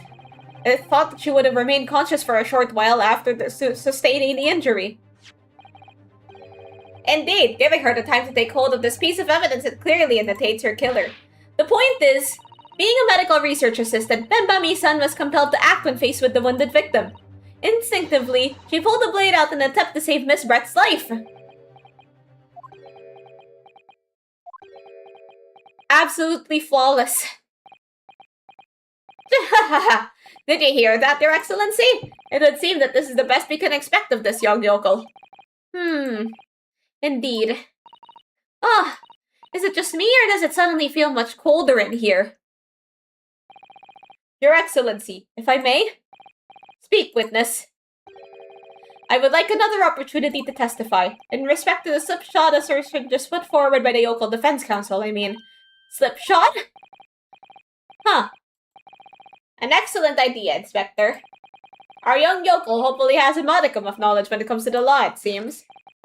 But in matters of medicine, he appears to possess not one iota of common sense. Oh, I was about to get to this, because, when you're stabbed, okay, if you for some reason find yourself in a position in which you are stabbed, the last thing that you should do is pull the knife out immediately. Because I think doing so too fast would cause blood to gush out, and then you would end up not having enough blood. Or so I've heard.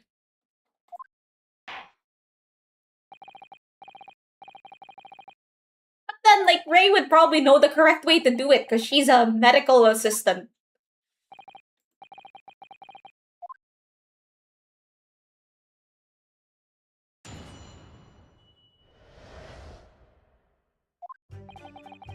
Pulling a blade from a wound without thinking could cause heavy bleeding. Yeah, that's what I said! That's basic knowledge that any medical research assistant with an ounce of sense ought to know. In other words, there's no good reason why the defendant would have tried to pull the knife from the victim. Let's not forget that the young student did have a motive for killing the victim.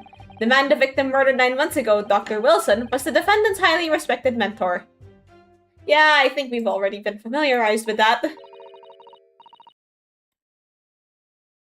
Is what you said just true, Inspector? Could pulling a knife from a wound really cause the wound to bleed heavily? Yes. Think of the weapon itself as a stopper, the wound that prevents excessive blood loss. Until a doctor is ready to provide proper treatment, that stopper shouldn't be removed. Oh, I see. Ha! This is why Yoko should stay on the farm. Even a quack from some obscure mountain village would have such basic knowledge. Anyone who's ever given someone a little poke with a knife and pull it out again knows it. Wait, so are you implying that you've done that, sir? Oh, well, I've never stabbed anyone, you see. Or pulled the blade out of a wound, so... Of course you haven't. I didn't bring you up to behave like a bandit. Father, is it true what they're telling me? Yes, it's basic remedial knowledge for medics. Ray would have been well aware of it. If she were to claim the ignorance of such fundamentals, that would prove fatal in many ways. But then, why would Ray have done it? Could she have pulled out that knife in full knowledge that it would be fatal for Miss Brett? I don't know. Maybe she panicked. Ray never once mentioned anything about the knife to me. It seems almost impossible to believe, but... Could my friend actually have... Susato! Yes? Pull yourself together! We mustn't lose sight of why we're here. Ah! Counsel, it's time for your cross-examination. Oh, yes, Your Excellency. However, I must warn you that if your cross-examination fails to identify any issue with the established facts, I will be moving to my adjudication immediately afterwards. I understand. Believing in your clients and fighting for their cause until the bitter end. I knew it would be hard, but I had no idea it would be this hard. The end of physical game copies is coming soon, as Sony announced that disc production for all new PlayStation games will end in 2028. They haven't been producing discs for a while. Like, I get all my games online, and it's really rare to find, like, disc for PC. Like, PCs don't even have disc slots anymore. Alright, let's see what Mr. Detective has to say.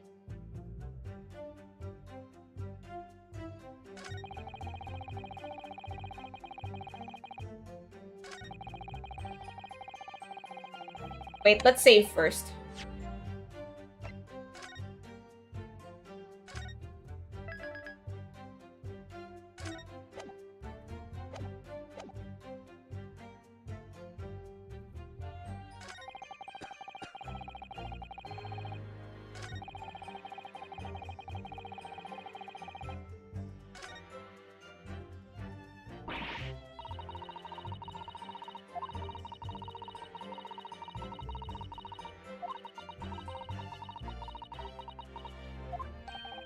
Susato, it's at times like these when it's especially important to remember the fundamentals. The fundamentals? Evidence is what counts in the courtroom, isn't it? Of course! But I've been through the court record dozens of times already! I think perhaps you're forgetting something, though.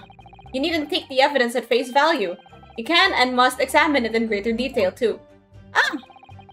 I realize it's your first time playing the role of lawyer in the courtroom, so if you need reminding of the rudiments, you need only ask. I'll do my very best to help. Examine the evidence in the court record? It's an idea, certainly. What should I do?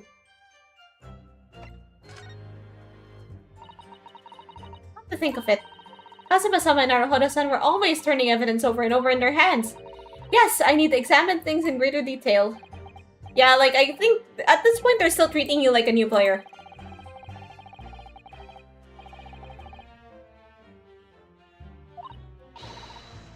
Physical release copies will be a promo thing in the future. Some companies are already doing that for some Steam games. Yeah, like, I think, like, some of them will have, like, a disc. It's a shame that physical media is falling behind. Of course, you could get your games online, but still, if the company decides to pull the game, you won't get your game back or a refund.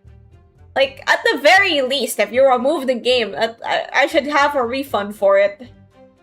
I know that that's like a big problem when it comes to, you know, digital media, but then at the same time, like, yeah, they don't have, yeah,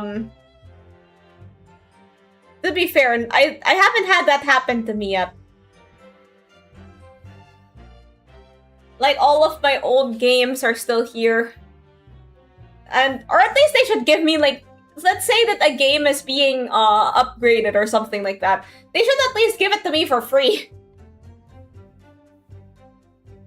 Like, it's... Wouldn't that be, like, bad business practice, though? Like, once a customer buys something, then it's theirs. Then you can't just take it away. Like, I think that's, like, actually illegal. So, you know, not getting in trouble with the law might be will definitely be a big motive for companies to not do that. But then there are some companies that have done that, albeit not with games. Okay, maybe it has been done with games, but like with TV shows, I think.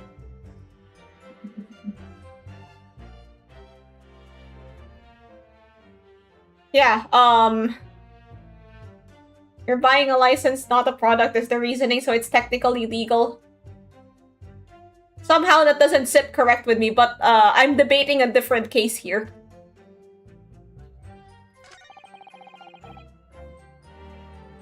I feel like there is I feel like that's sort of flawed. Like, if you look at the Steam storefront, I'm not just buying like some code to say Yakuza. I'm buying, like, you know, like it says you're buying Yakuza. You're not buying like the rights to play Yakuza. Speaking of games, like, because we have the Steam sale right now, I've been really interested in the Mafia series of games. So, where should I start with that series, if any of you have played?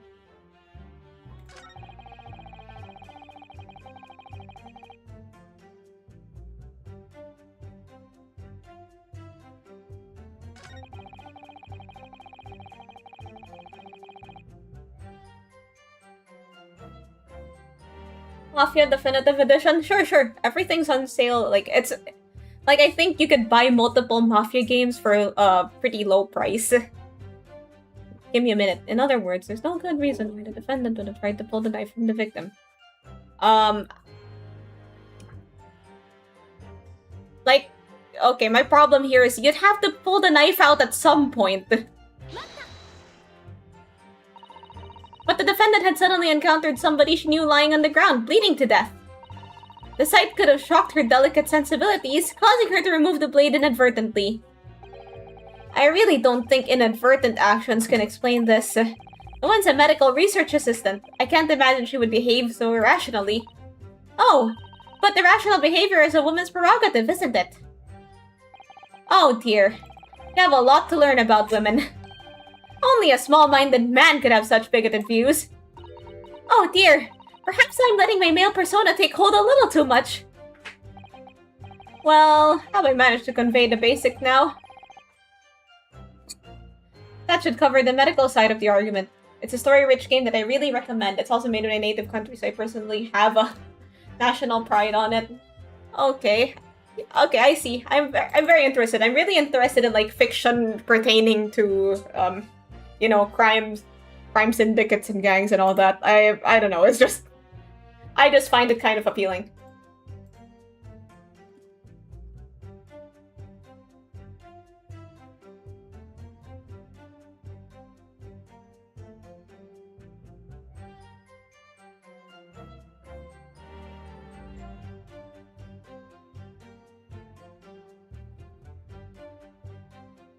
Susato got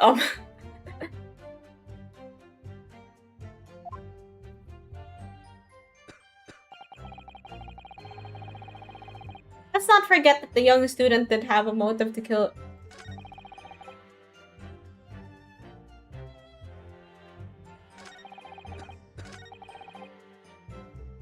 Wait.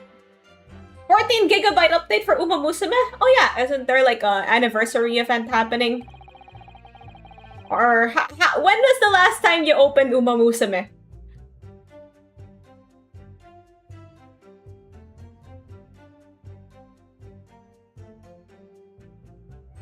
Wait, I want to see the court record, but I'm not ready to present anything.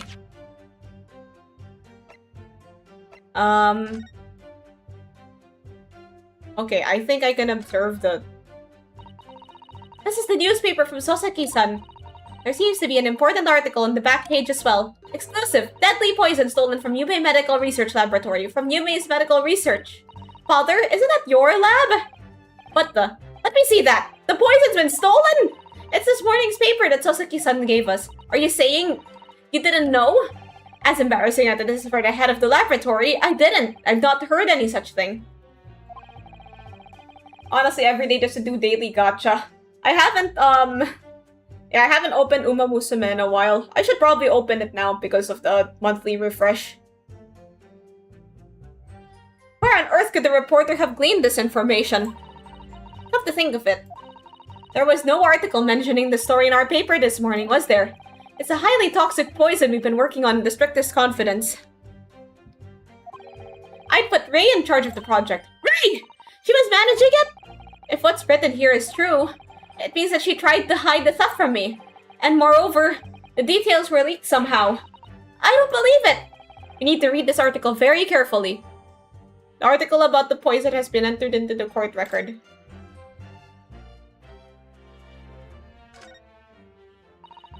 Rockus England returnees tell all. This is the interview with you and Soseki-san, is it, father?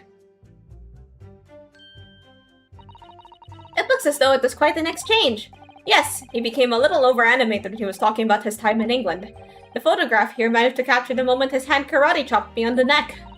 I do hope you weren't hurt. Maybe there's like a different article that we can observe. Okay, that's it. Can we open it?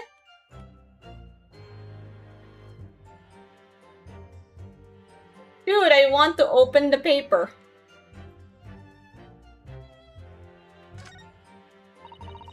Nothing appears obviously out of the ordinary here, does it? I too strive to be over-animated when I converse with strangers. Basically, like, there are only a few settings when I'm like that. Like, with friends and on here.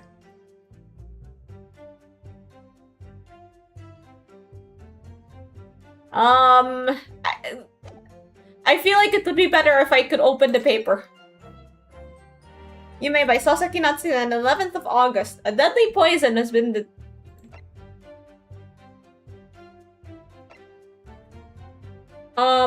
breathing and ending with acute contraction of the pupils. Okay, Ray is,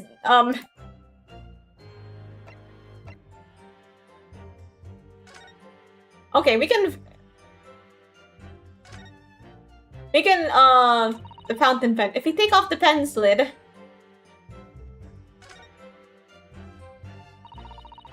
Now let's unscrew the barrel, shall we? I'm late. It's okay. There's no later. It's okay. Wait, this must be the little reservoir that holds the ink. Yes, you fill it by drawing ink from a bottle up through the nib. Is something wrong, father? Just that there doesn't actually appear to be any ink in there, that's all. Oh yes, you're right. It's pretty much empty. Well, it could be on the verge of running out, I suppose. The details of the fountain pen have been updated in the court record. We still need to... Okay, her name. The RM initials are very clearly engraved there. And the fact that Miss Brett was clinging to this pen in her dying moments is very clearly a message too. To identify her killer, you mean? I don't think there can be any doubt that this is a key piece of evidence in this case. Is there anything else we can observe about this pen?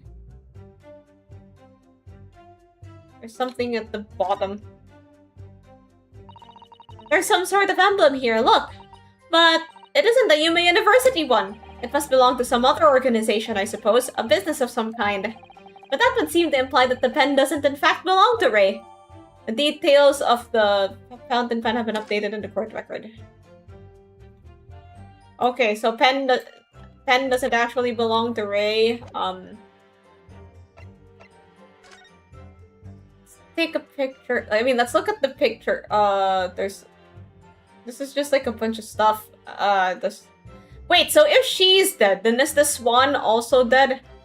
There's like a wine glass next to her. Like, is the swan on her head still alive? Can the swan testify? I know that they have, like, testimony from a parrot in another game. But not this one.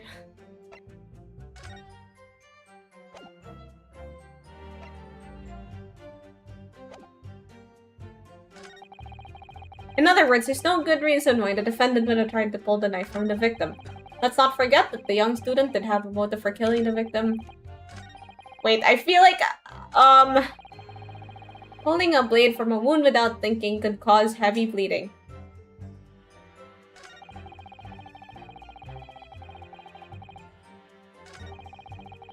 I'm trying to think about where...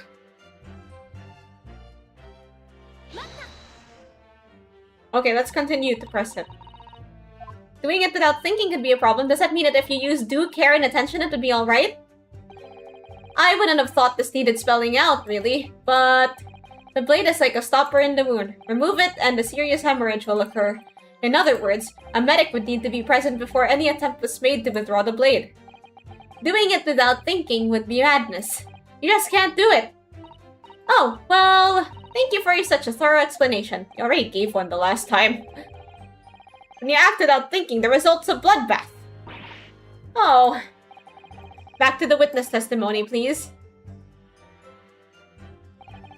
Okay, but like, at the same time, like, Ray would probably be in the position to know this.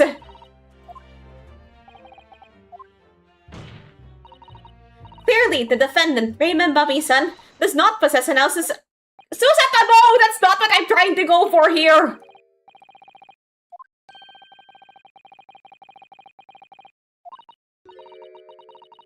Susata, I'm trying to say that she...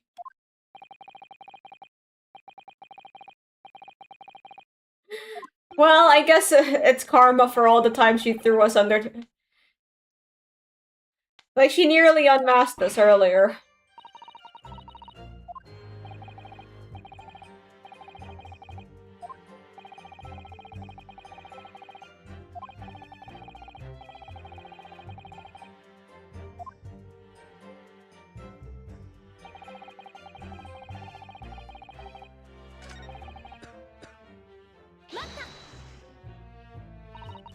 Whatever the motive, it just isn't in Memami-san's nature to do something so awful. Had both motive and opportunity, that's very hard to argue against. But you don't know the defendant. And you, counsel, do not appear to know the law. Well, shut the... Unfortunately, you cannot just flip off the opponents and... Netflix is making a Persona live action, like for realsies. I don't know, I feel like Persona would be kind of difficult to adapt. Like, maybe you'll have people... Would the Personas be like people in costumes or CGI? Oh, it's in production.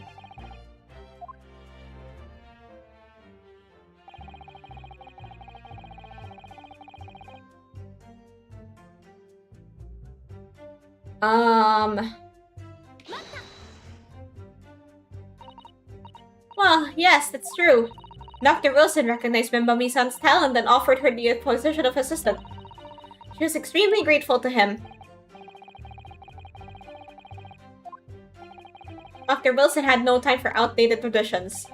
He met with opposition, of course, but he believed firmly in Membami-san's abilities. Clearly, the defendant was in the man's debt, which only serves to prove my point.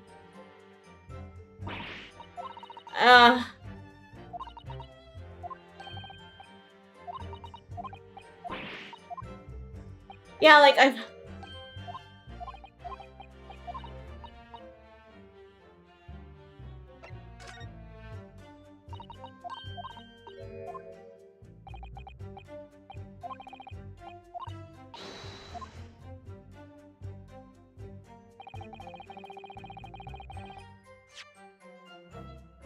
Okay, but this is basically all that we have. Their persona would be like Ryuk from live action Death Note, so like CGI.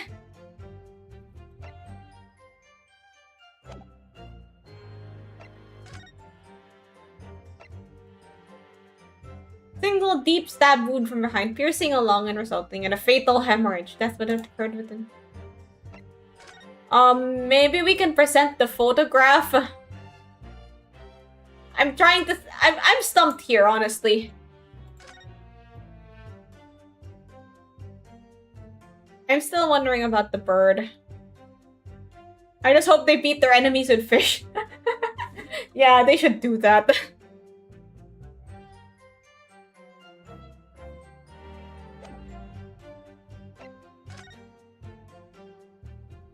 We've already, reviewed everything that there is to review about this newspaper.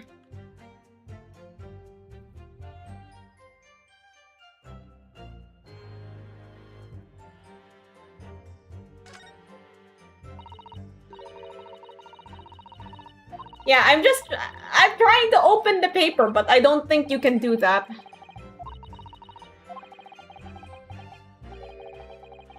How a reporter found out about it.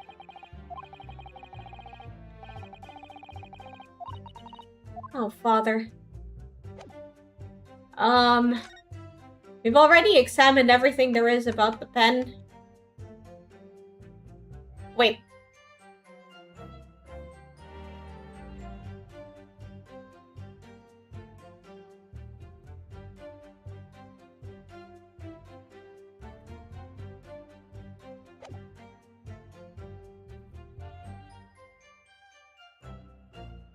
Basically,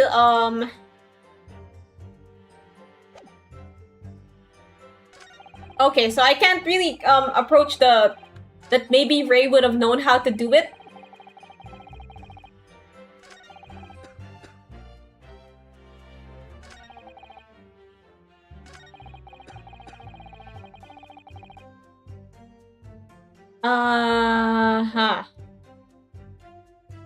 Wait, I'm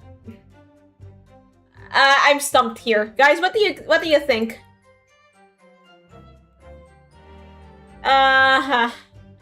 So about that new Steam sale, huh?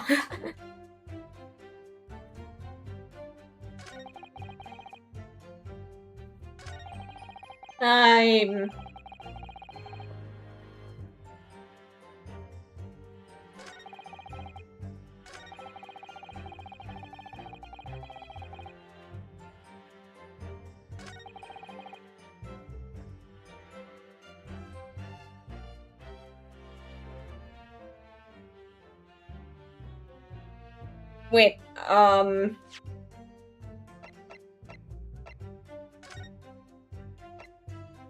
even the smallest amount entering the body would prove fatal in minutes.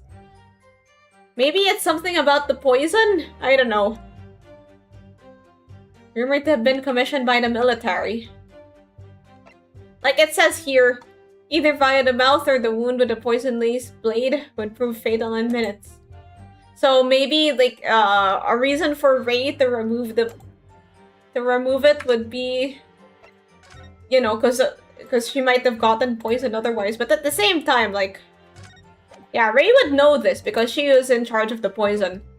I don't know what else to do, so let's just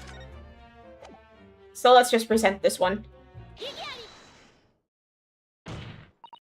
No, there is one possibility. One very good reason why the defendant might have decided to withdraw the knife from the victim's wound. What? The yokel not only has a poor grasp of the law, but is also a poor loser. Tell us then, what possibility do you think you've identified?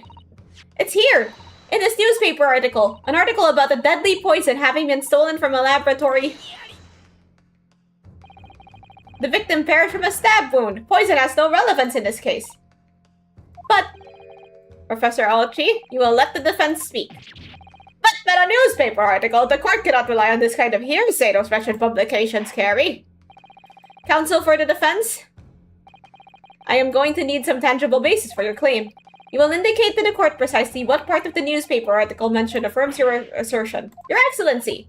Yes, of course! Thank you! Ray would never have done something to further endanger Miss Brett's life without just cause. The reason why the defendant pulled the knife from the victim's body is explained in the article where it says...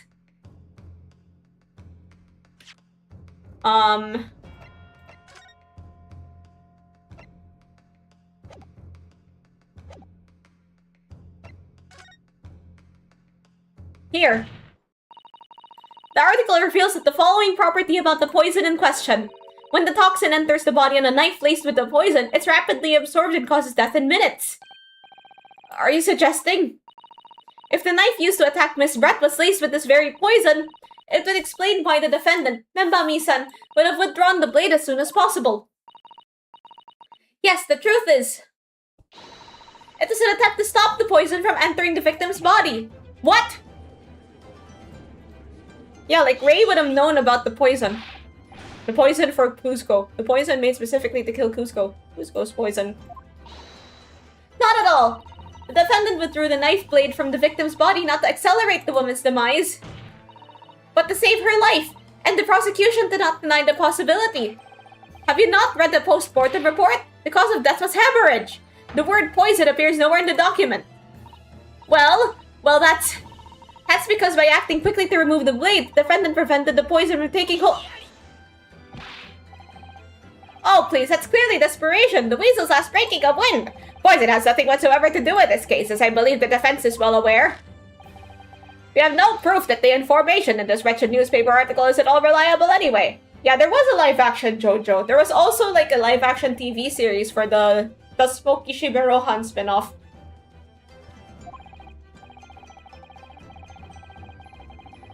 Like, Rohan is such a... like, you can really tell that Rohan is one of Araki's favorites because not only did he get, like, a spin-off series of novels, he got, like, a spin-off anime and a spin-off live-action. She must have had a strong reason for her suspicions then, or the argument makes no sense. Exactly, well put, Inspector. On what grounds did she do it, yokel? Why did Ray suspect the stolen poison was involved? If you want grounds, I'll give you grounds. This is what they say when you enter a coffee shop. You can't possibly. From your expression, Counsel, it would appear those are not empty words. But naturally, as you stand in this courtroom as a lawyer, you must be aware that words alone, empty or not, are of no value in our modern justice system. The court demands evidence. Yes, Your Excellency. I'm well aware of that.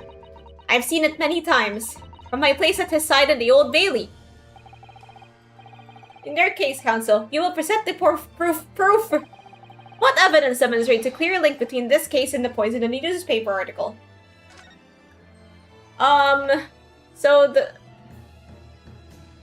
Okay, so it says here that pupil constriction was... and then in the...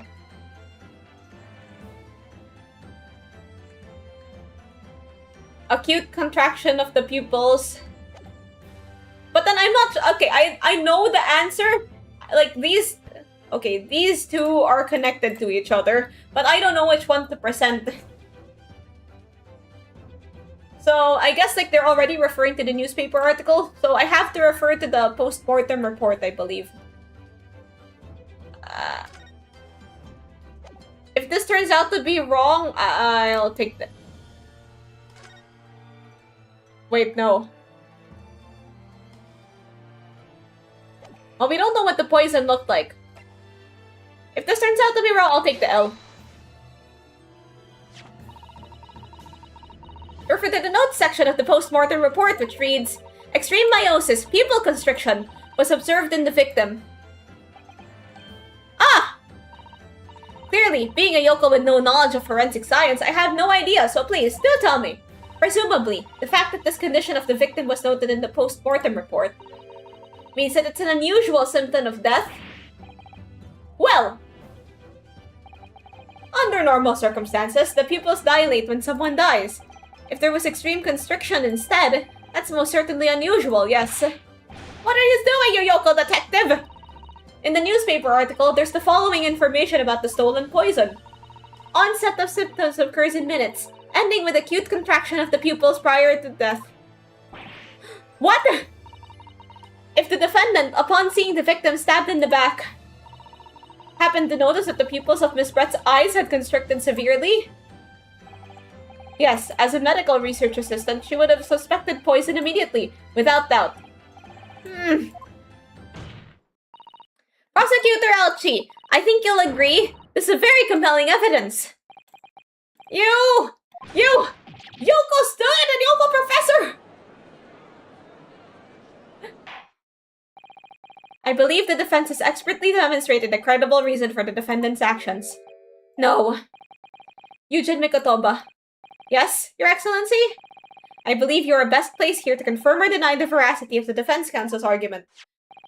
I do see, like,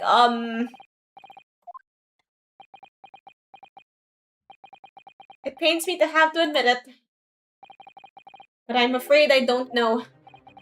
You don't know? The toxin was kept under lock and key in my laboratory, certainly, but I was unaware of any theft. Do you mean to tell the court that the reports of the theft are unfounded? No, Your Excellency. Without returning to the laboratory to investigate myself, I couldn't say. Listen to the bumbling academic. Unaware of the theft of secret state research from his own workplace until he reads of it in a newspaper. I take full responsibility for the incompetence of my supervision. Father! A pitiful situation for a university professor. You should have more control over your students rather than allowing them off on killing sprees. That's totally unfounded. What's happening?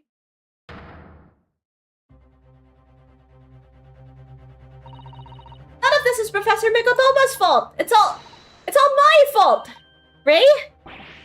Nembami-san, you stand accused here. Outbursts like this will not be tolerated. But it was me. I was the one who noticed that the poison we were developing had been stolen that day. What? So you knew? I'd been placed in charge of overseeing the project. It was the day that the professor and Sasaki-san were interviewed together for the newspaper. That's when I noticed that some of the poison was missing. Just a tiny amount it was.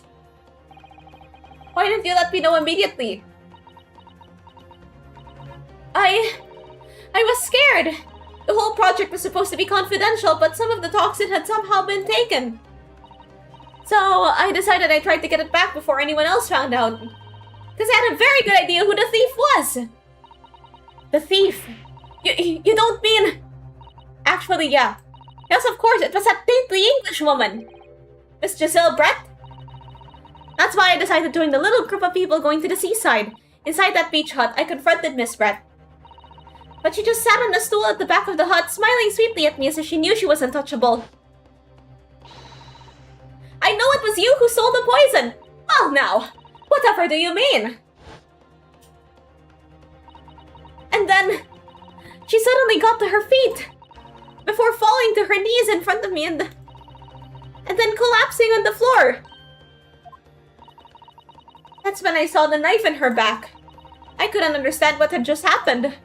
And then, a moment later, I was seized with fear. The pupils of her eyes they'd shrunk to tiny pinpoints. I don't believe it. In other words, you realize that the victim was suffering the effects of the stolen poison. My mind started racing. I hadn't seen anything past Miss Brett's lips while I'd been with her. Which left only one possible way for this to have entered her body. On the blade of the knife in her back. And that train of thought was what spurred you to withdraw the blade. Yes, if the amount that entered her bloodstream was small enough, she might still have a chance. That's what I'd hoped. Really, I'm so sorry for staying silent all this time. Wait, then who killed her? Your attempt to hide the truth of what happened is not something that can be overlooked. However, I have duly noted the courage with which you confessed at the end. Thank you. Thank you, Your Excellency. It's barely perceptible, but I do think the balance has shifted a little here. in this courtroom now. Oh yeah, like we used to have like a visual representation of that.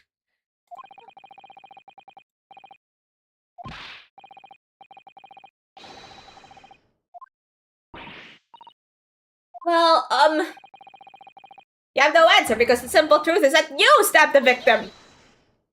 But you have no conclusive evidence to prove that assertion, do you? Oh, I have evidence, and that is very much conclusive. What's the prosecution counsel up to? It was brief, but he hesitated for a moment there. I'm almost sure of it. You'll produce the aforementioned evidence at once, Prosecutor Alchi. Perhaps some praises too, young Yoko student. What? I had imagined there would be no need for me to submit this evidence. But you brought this on yourself. What the? Could a more damning shot exist? The cruelty in the air in that beach is almost palpable. This evidence, more than any other, reveals the true extent of the accused murderous nature. For it shows the precise moment Membami-san plunged her dagger into the victim's back. No, that's not true! No! I don't believe it!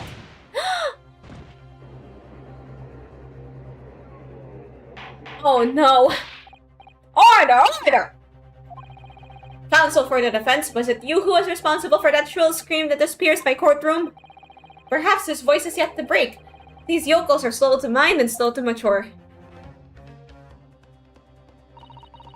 I'll show you who's slow to mature! Careful now. Susato is starting to show her face here. It's often said a picture is worth 1,000 words, and here we have ample proof. The court will accept this extremely cogent photographic print as evidence. This incriminating photograph has been entered into the court record. I can't believe he's had a photograph like that of his sleeve his entire time, and those are pretty big sleeves. Who took that photograph? Ray. Maybe it's the guy that's not with Natsume all the time.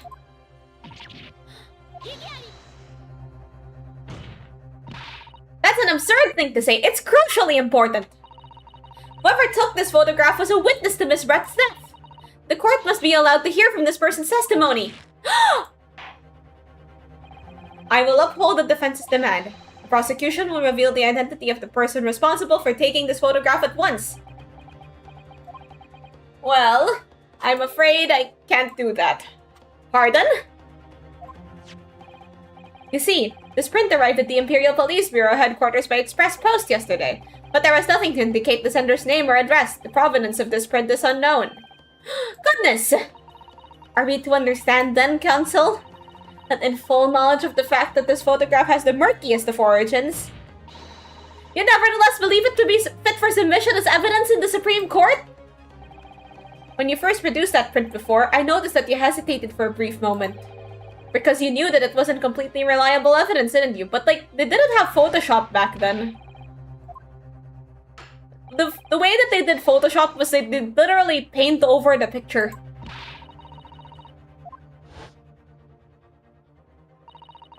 Clearly this isn't the moment that the knife was plunged into the victim's back, but the moment it was withdrawn? Don't waste this court's time with your ramblings. Indeed, without knowledge of who produced this print, we have no means of verifying the claim.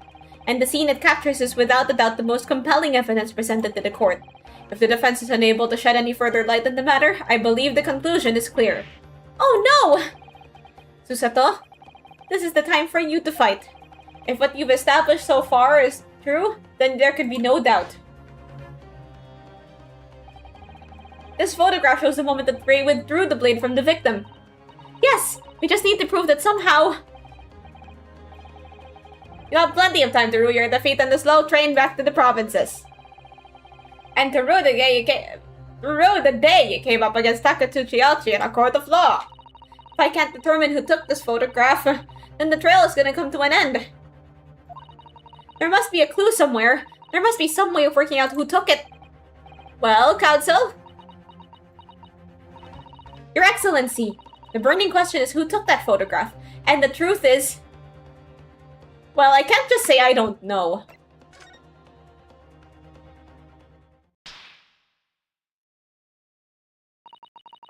This isn't about whether I can or can't come up with the answer now.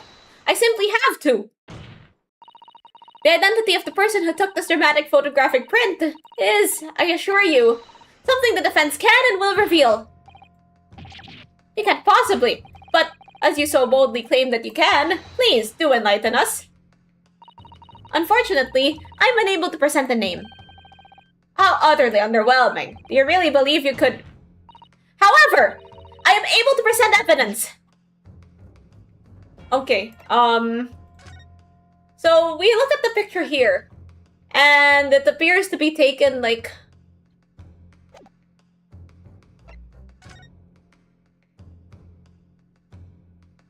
Like, all the walls here are closed off. She was facing here in the last one.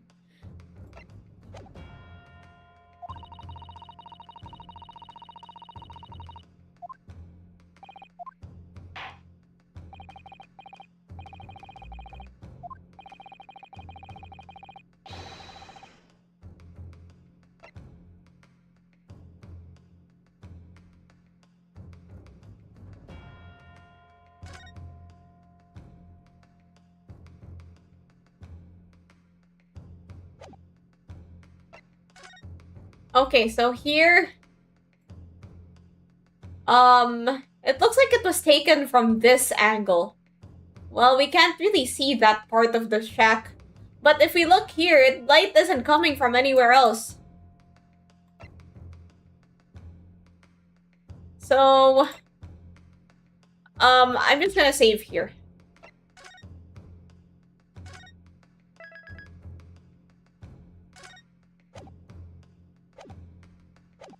Yeah, like here, light... But then here, it shows that, like, there's like a hole there. And I can't really think of anything else, so...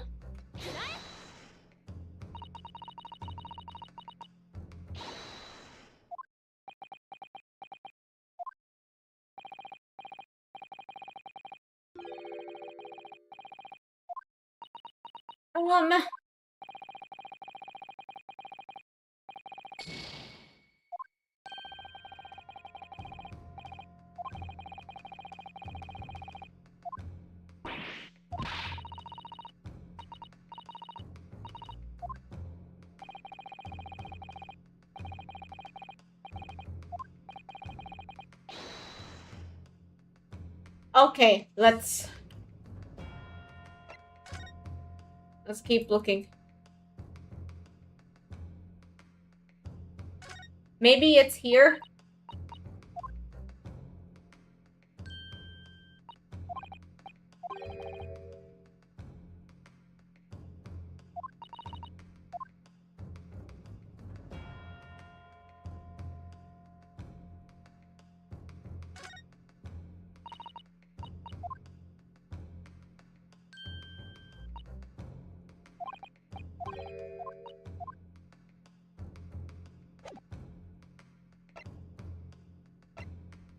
Wait, if you see here, there's a mark.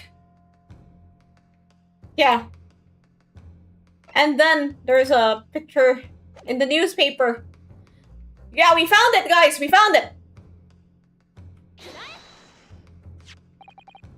What is that? The newspaper again? Rocco's England attorneys tell all. It's not the headline that's relevant here, Your Excellency. It's the photograph. If you look at it closely, you'll notice that there are some white lines to the right-hand side. Ah, yes, indeed. They had already caught my eye, as it happens. Ah, what of it? A shadow of some kind, presumably, from the branches of a tree or the like? There are no trees growing inside my laboratory at the university. Well, nice eyes... Well, yeah, good sleuthing, Diagra. Now, if you look closely at this photograph... Like, yeah, it would be very rare if they all cracked at the same frequency. I don't know. Yes, exactly the same pattern of lines is present in this photograph, too. Well, that tells us nothing. No, it tells us a lot.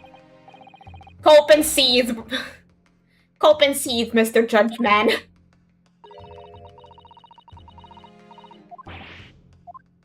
Also the exact same trees. Are you...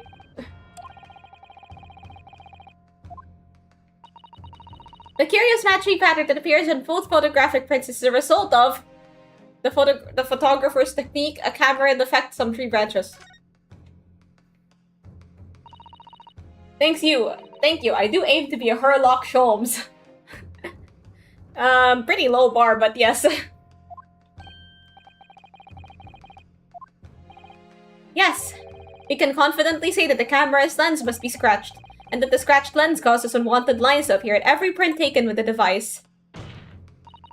In short, the two photographs under consideration here were taken with the same camera. I mean, it would make sense that whoever took the picture would work for a newspaper. All the same, with the same broken camera lens. Be so for real right now.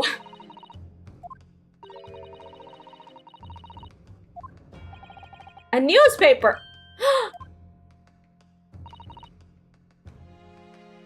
Just not anyone can use the name Sherlock Holmes. At the time that the game was being localized, I think like Sherlock Holmes was in public domain yet.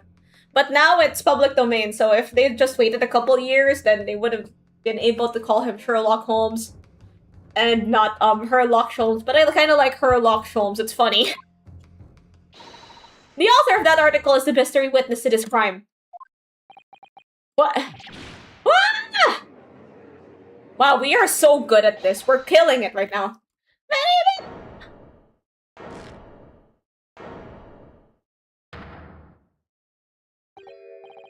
I see why you were called a Raucous England returnee.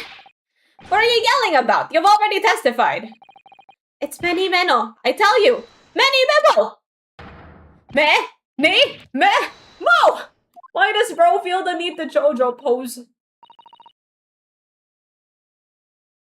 Isn't Steamboat Willie variant of Mickey in public domain now? Yes, it is. Soseki-san, what is that? Did you say Many Memo?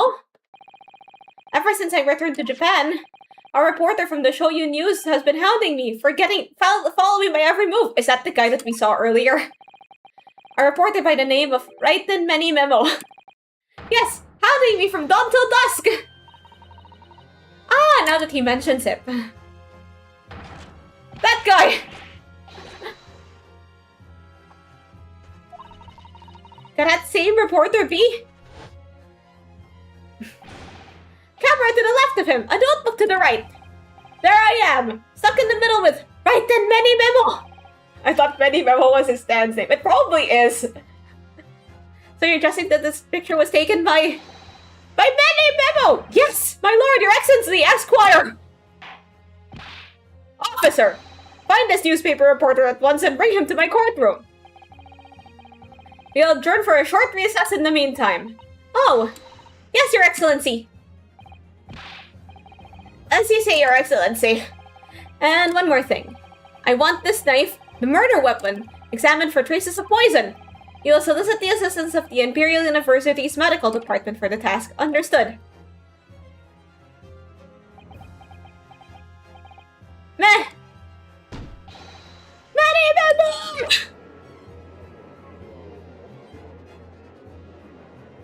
Alright, so the court is taking a short break.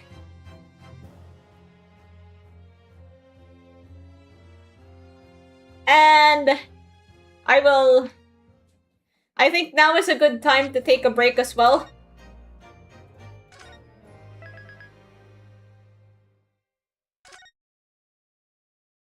So I will get some water and I will return.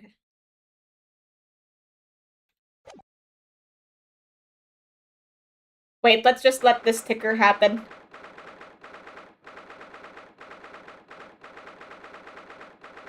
Man, this is slow and loud.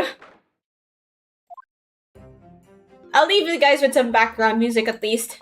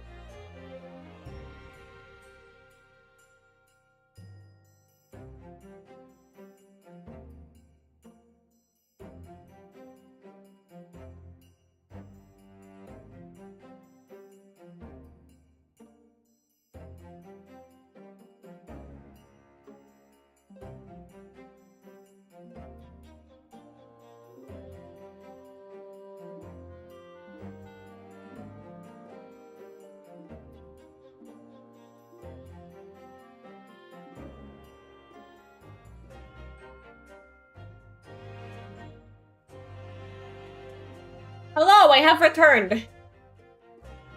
So let's continue this case. I got some water. I got some stuff.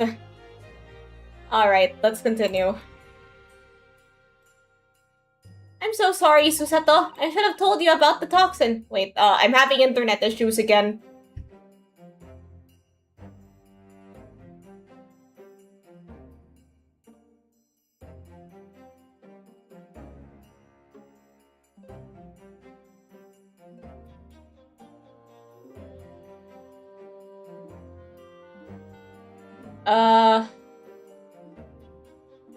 Hello?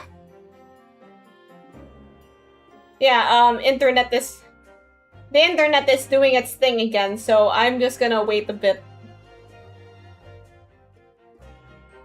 Maybe this might take a part 2? I don't know. I should have told you about the toxin. Ray! You have a strong sense of responsibility, I know. That's why you decided to shoulder the burden alone. No, that's not it at all! I was scared of my failure coming to light, that's all. So I hoped to retrieve the substance from the Englishwoman before anyone found out. I've been having internet issues for weeks now. Before the trial started, do you remember what you said, Susato? That you had no doubt in your mind about my innocence? That you'd stand by me to the last? I remember. And yet, I didn't deserve your trust in me. I hid important details from you, Susato. I completely betrayed your faith in me. Hit me, Susato! I deserve it! No, in fact, throw me to the floor! No, that's too good for me as well. Drag me through the city streets! I'm no better, you know. Oh! Even though in my heart I knew you'd pulled the knife blade from Miss Brett's back, there was just a brief moment when, in my mind, I doubted you. Susato!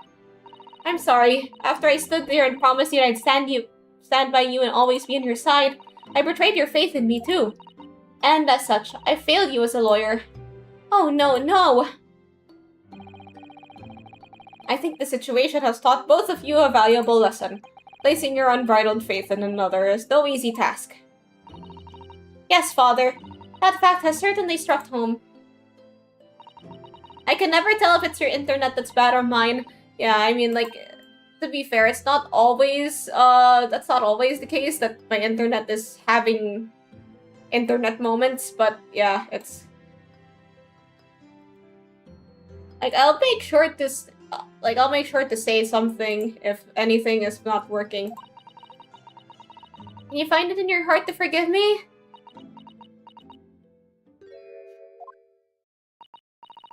Oh, Susato. You know you'll always be a gallant, dashing lawyer in my eyes now. Oh, Ray.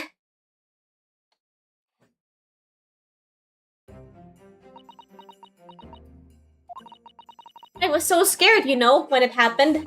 I didn't know what was going on. The English woman was sitting at the back of the hut, listening to what I was saying. I know it was you who stole the poison. Well, now, whatever do you mean? And then a moment later, she suddenly got to her feet. Her collapsing on the floor in front of me, with a knife in her back. It all happened right before my eyes. And you were the only people in the hut at the time? That's right, just Miss Brett and myself. There was no one else. So I just don't understand how she could possibly have been stabbed like that. A great mystery indeed. I still can't believe it happened. That's why I just couldn't bring myself to speak up. It'll be alright. However, happened, and whatever really went on by the sea that day, I promise you that I'm going to prove everything you said you saw is true. Spoken like a true Mikotoba. Now, I think we should discuss what's coming up in the trial, don't you? We don't have much time. We must make sure we have our facts in order. Yes, I expect the poison is going to come under close scrutiny in the upcoming proceedings. The police should hopefully have identified it on the blade by now. The trouble is, it's a completely new laboratory-synthesized blend of alkaloids. The police won't have any way of testing for it. Oh, I see. Yes, without this chemical reagent, it's impossible to detect the toxin. Chemical reagent? I sent a colleague of mine off some earlier to deliver to police headquarters. I think perhaps you should have some as well, though, just in case. The chemical reagent has been entered into the court record. What's the matter, Susato? You're suddenly very quiet. It's this newspaper article. Exclusive. Deadly poison stolen from Yume Medical Research Laboratory. I'm wondering how the information got out, given that it was a government secret. It was all the English woman's doing. What? It was when the professor and Soseki-san were being interviewed at the laboratory. That so-called English lady spawned in, and without any compunction said to Professor Mikotoba, "Oh, Professor, surely your guest would love to hear about your work on that substance there." I haven't had to do the fake accent in a while. It put me in a very awkward position, to be frank.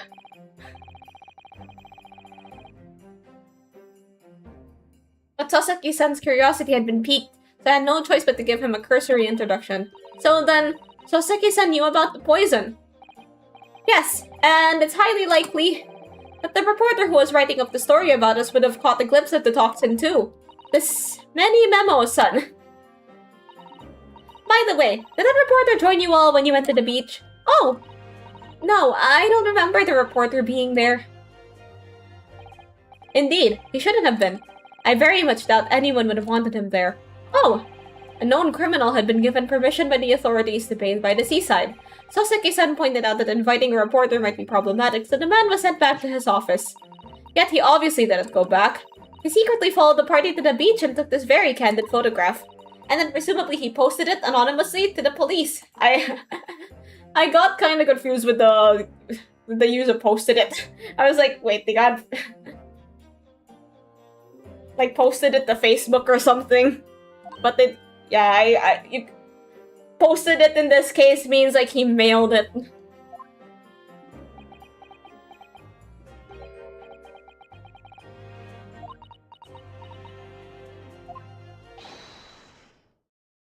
So, we've just heard that the new witness is now ready to testify. The trial is about to resume. Please, proceed to the courtroom at once.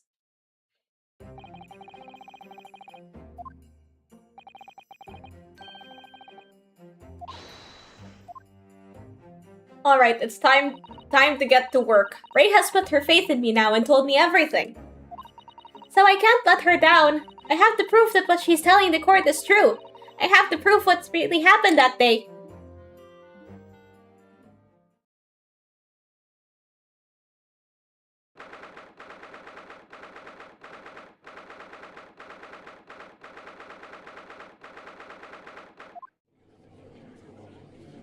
Right, we're back. Where are our witnesses? I hereby call this court to order as we reconvene to continue the trial of Ray Membami.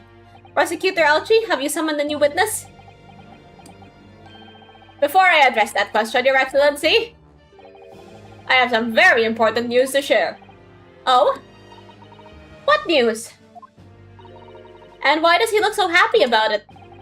During the recess, with the collaboration of Professor Bikotoba's laboratory at Yubei University, the police re-examined the knife that was used to end Miss Giselle Brett's life. Excellent. I admire your rapid handling of the matter. Oh, too kind, Your Excellency. Too kind. I was merely carrying out your instructions, of course. I had the reagent delivered to police headquarters by rickshaw, so it would be there in good time. Judging by the man's swagger, I fear we might need to brace ourselves for the inevitable. And, Counsel, what were the results?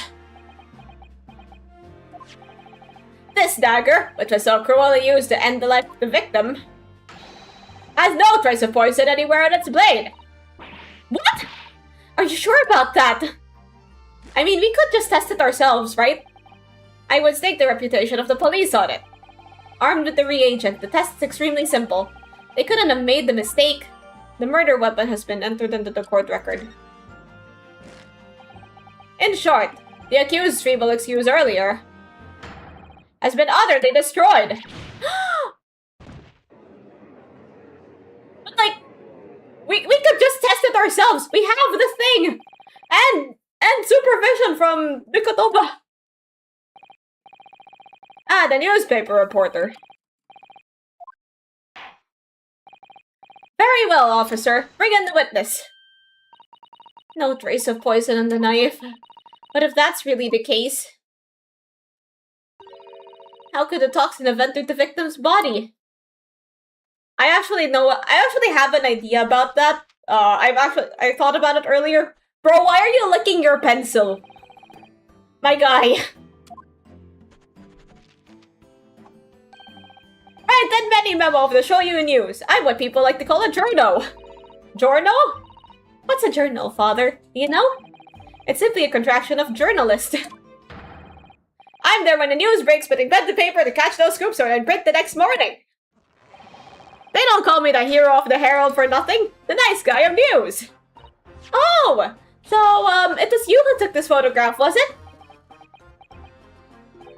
Well, well. What have we here? I'm sorry? Oh, brace yourselves, people! Many memo says it's a scoop in the offing. Female student of the foul play defended by curiously handsome young lawyer in Supreme Court. The readers will lap this up. We'll set it above the fold at 72 point in a 5-flag format for the morning edition. One journalist.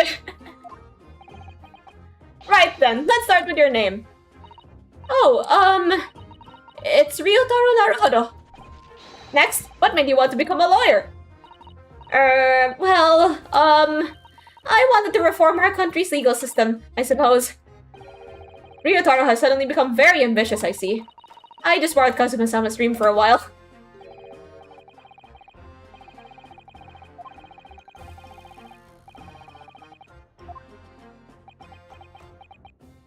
Why is Bro licking his pencil?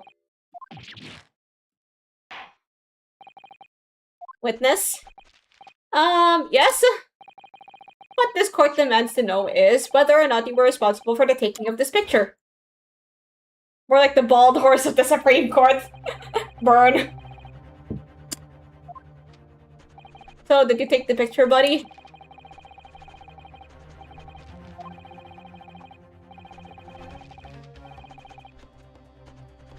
Wait, that logo on his armband!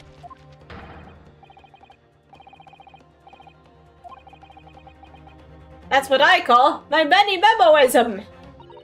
Many-memoism? Ah, yes, I remember your face. We met that day when you were interviewing myself and Soseki-san. Yes, right. That was me, Manny Memo again. But you were supposed to be going back to the Shoyu News offices after our meeting. But the scoop is, I didn't. Because that Englishwoman's words have piqued my journalistic interest. Is that ink on his wrist? Yeah. I mean, if you're living in this time period, it's probably easy to get, like, pen ink everywhere. Like, when I used to draw with pencil, or whenever I start drawing with pencil again, there's always, like, pencil stains in that exact same area. Okay, maybe not that exact same area. But, like, somewhere close there. So he was probably, like, really busy writing scoops. But he uses a pencil. We won't talk about continuity errors now.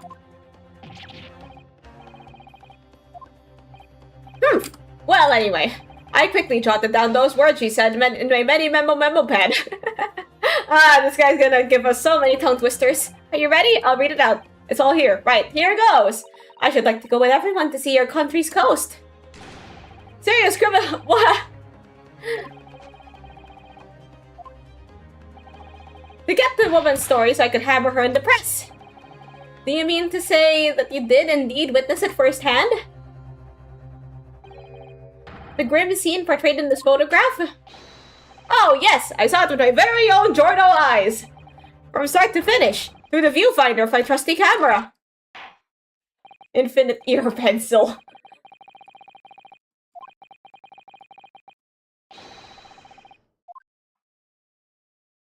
Alright, witness testimony! The camera never lies. The beach hut was made of shoddy old reed screens, so there were plenty of gaps I could see through. The Englishwoman was sitting on a stool when the student girl came in and started arguing with her. Seconds later, the girl pulled out a knife, throwing the Englishwoman to the floor as she stabbed her in the back. Is he related to Journal Giovanna? My smoldering journal spirit burst into flames. Quick as a flash, I whipped out my camera, ready to click.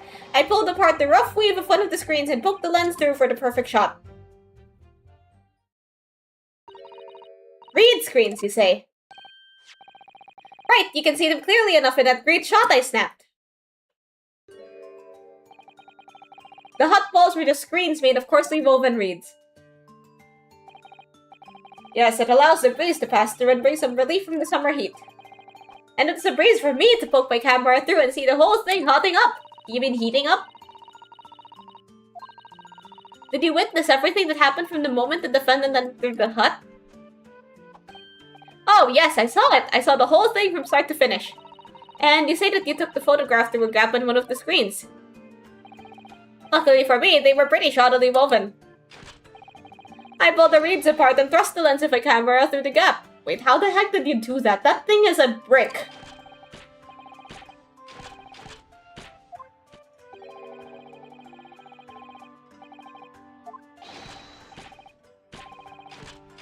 Run a risk one day, run a scoop the next. That's Manny Memoism in a nutshell. At last, it would appear we have a genuine witness to this wicked crime. The evidence and testimony are extremely compelling. I believe we may be close to a verdict. No! Wonderful news, Your Excellency. Wonderful. Nevertheless, it cannot be denied that this testimony begs one very large question. What question? Exclusive news, a startling photograph, all the makings of an exceptional story for the reporter. Why, then, was the story never published? That's right! It seems clear to me that there are circumstances at play here that are yet to be understood. Ah, poor pathetic excuses. Very well then, Counsel. Proceed with your cross-examination. Yes, Your Excellency! There's more to this reporter than meets the eye. He's keeping something about this case very close to his chest.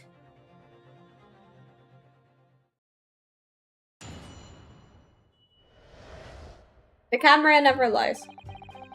The beach hut was made of shoddy old reed screens, so there were gaps I could see through. The Englishwoman was sitting on a stool when the student girl came in and started arguing with her. Seconds later, the girl pulled out a knife, throwing the Englishwoman to the floor as she stabbed her in the back. Wait, let's look at our evidence here.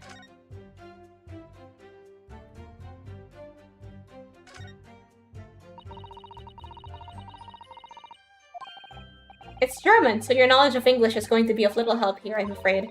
Couldn't you just have written medicine on it in Japanese? Then we'd all be able to read it. German is the international language of medicine, my dear. But yes, I can certainly see the merit in labeling the bottle in Japanese, though I'm not sure medicine would be entirely appropriate.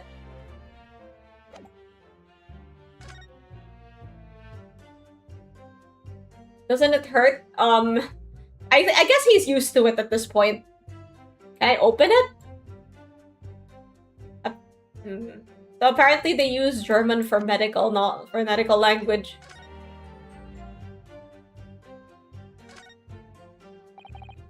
Ah, yes, this must be the victim's blood. Oh dear, blood is never a pretty sight, is it? I'm having to fight the urge to run it under a hot tap and get it clean. Was Heineken a medicine before? Well, no, Heineken is Dutch.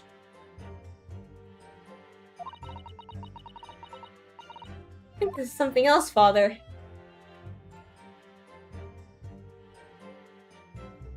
There's not much else to observe on this knife.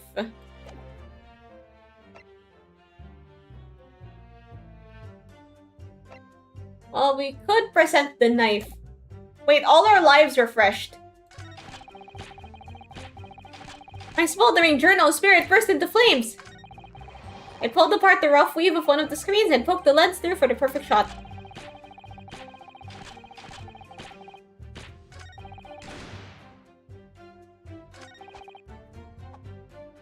Wait a minute, let's look at that picture that we got. Well, yes, there is a stool here. And I guess, like, this would be the hole that he took the picture from.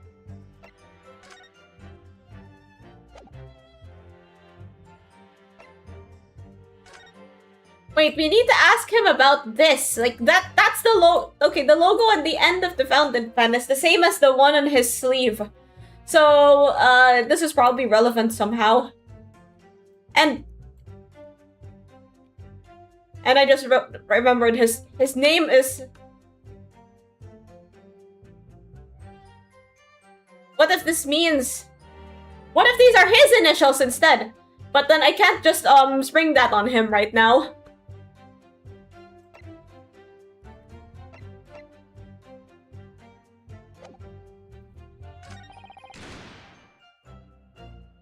Wait, let's ask him about this part.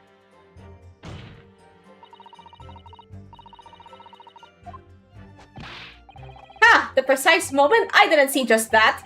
I saw the whole hellish scene play out, from start to finish. I have here a simple plan of the beach hut. Perhaps you could use it to explain to court exactly what you witnessed. ...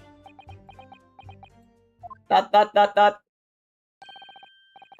you are! It's all here in my memo pad. When I first peered into the hut, I'm sure that the Englishwoman was on this stool at the back of the hut here. Yes, the accused's own testimony confirmed that. She just sat at the back of the hut, smiling sweetly, is what I have noted down.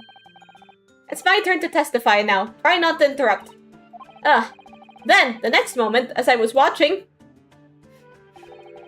the evil student girl entered the hut. After a while, the pair of them ended up in the middle of the hut, arguing furiously. The Englishwoman went for the student, but the girl dodged out of the way. And in a flash, plunged the knife into the adversary's back as the two passed each other.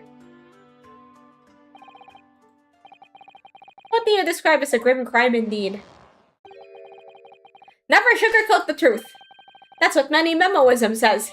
The beach hut plan has been entered into the court record. By the way, Many Memo-san, whilst you were watching that terrible scene unfold before your eyes through the gap in the screen, did it not occur to you to try to prevent the tragedy rather than capture it on film? Journals have to be observers. We can't get involved. That's our rise. I've never really figured out how to pronounce this one.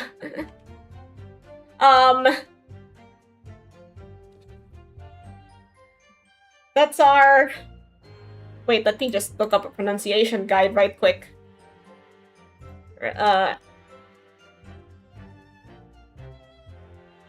Raison d'être, I think.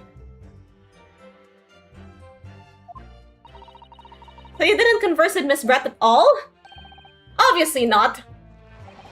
An observer always remains on the outside looking in. And that's something to be proud of, is it?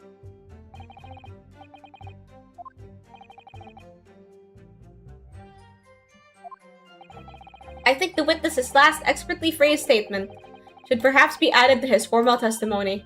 Father, what are you? I will grant the defense's request. Benny Memo-san, you will supplement your formal testimony with the aforementioned statement. Well, nihilism is the foundation of Benny Memoism, but I'll gladly prove that my words aren't meaningless.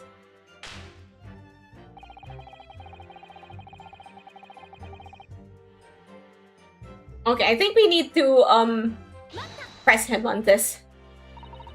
Really? You didn't see set foot inside the hut at all? Are you quite sure about that? I think you may have the wrong impression of me. We're talking about a murder scene here. My nerves were stretched to breaking point already. Oh, I see. You were scared? Maybe I did have the wrong impression of you. Yes.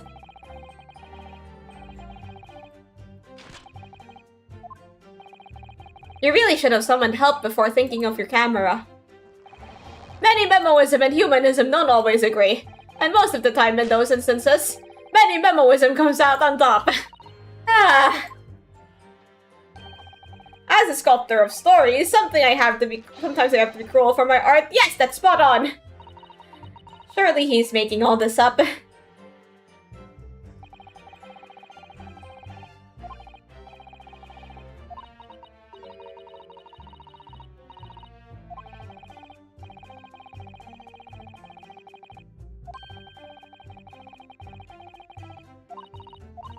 Yep, we're gonna try to press him on this. Press him like olive oil. Like, wait, we have to press him on everything?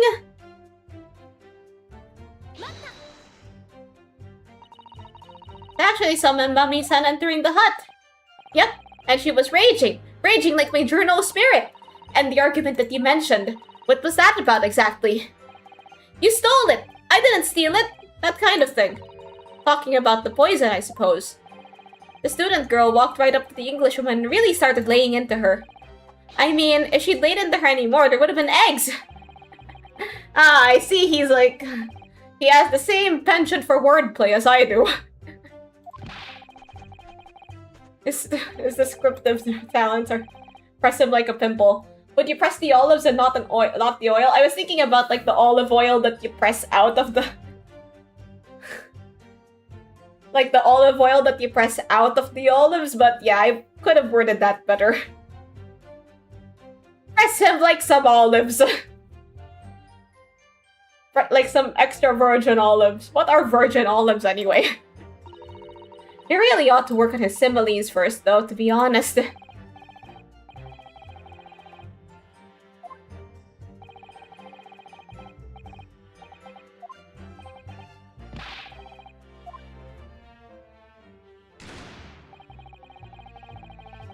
The girl pulled out the knife. We already questioned him about this. Yeah, we have to ask him about everything. But why then did you choose to post the photograph anonymously to the police? ... I'm afraid I don't understand a word that's coming out of your mouth. I'm asking why, as a journalist, you decided not to make a story out of the incident. ... Think of me as a sculptor who makes art out of the sordid private details of other people's lives, but I never discuss my own personal life on principle. I mean, that's basic many memoism. Bruh. It's not something to boast about.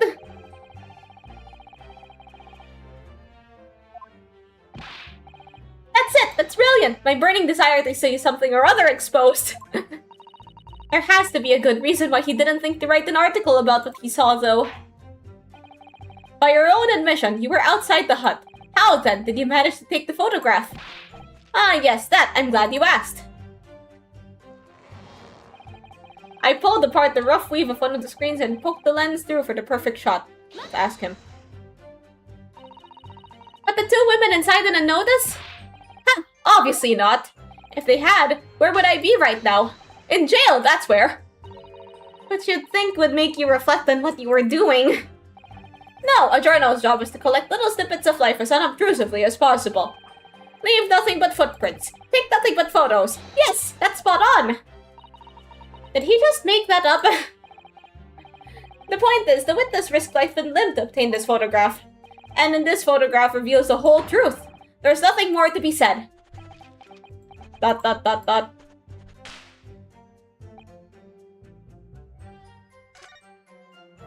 Virgin olive oil is just olive oil extracted without heat or chemicals. Ah, okay. So there are no virgin olives, it's just like the freshest way to extract olive oil.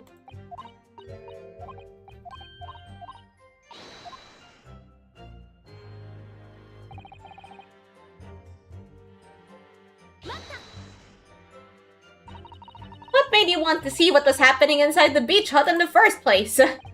Call it journal instinct. Can you think of a better reason? Oh, I don't know. Perhaps because as well as being a proven criminal, the person inside was a young woman? Ah, I see where you're going with this. Brace yourselves, people. He's painting the journal as a voyeur. It's hardly slander, sir. You had a camera and you were taking pictures without the woman's knowledge. Nope, you've got it all wrong, little student boy. Sorry? To my mind, all that was inside that hut was a scoop. Nothing more, nothing less.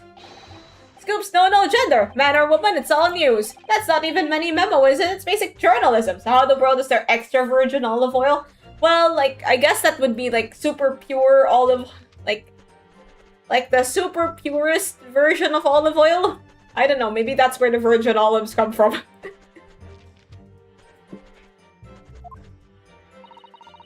If only the courtroom was as indiscriminate. Right, so it's all buttoned up. Can we move on? Good for me, it's 12:30 and I gotta wake up early. Okay. Take care. It's squeezed extra naturally. Yeah, like they don't even use, machines and stuff.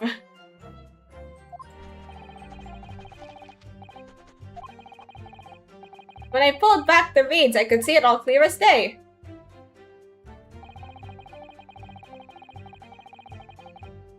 Okay, we've already pressed him on everything.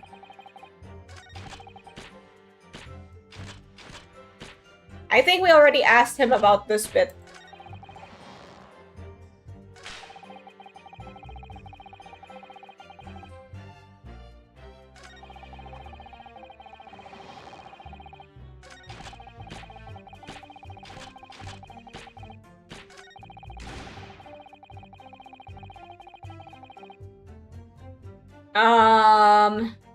Okay, I'm gonna have to look into the court record again. They added, like, the floor plans. There's not really much I can do with this.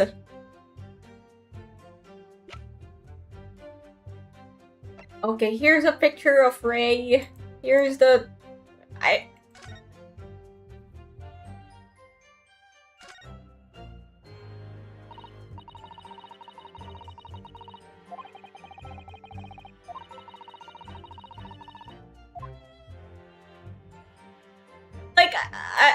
I feel like this might not be the time to present it. Okay, hey, see ya, take care.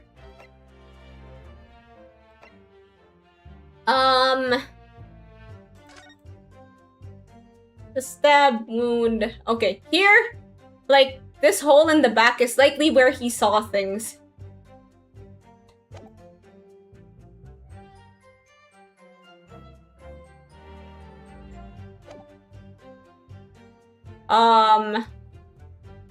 Maybe we can ask him about the knife. But first, let's save.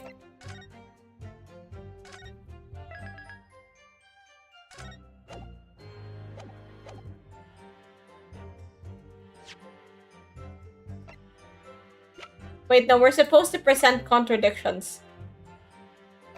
So, throwing the English woman to the floor as she stabbed her in the back.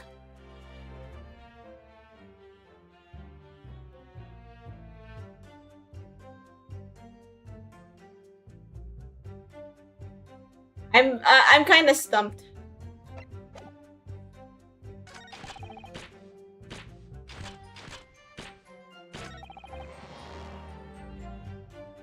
I pulled apart the rough weave of one of the screens and poked the lens through for the perfect shot. Okay. So, if there was an Australian Spider-Man, he just uses snakes to swing around.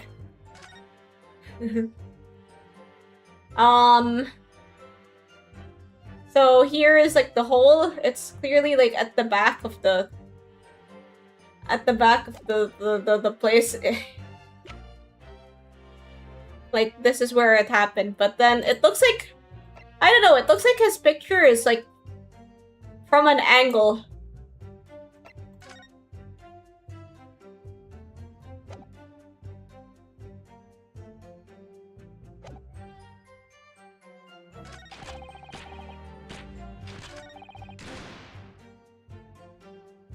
So, I'm kind of...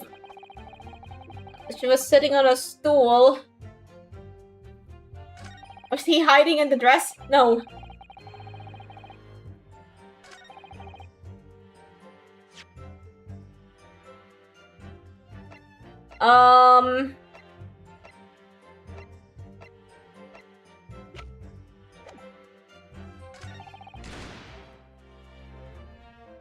Seconds later, the girl pulled out a knife. Oh, okay, let's... Since he mentioned the knife, let's just ask him about the knife. Oh, wait, you mean this one? Like, he did say that he was watching from outside. So, his hiding place, like, it could have been here. Here, see, like, this hole here. That was likely the one that was likely what he was talking about.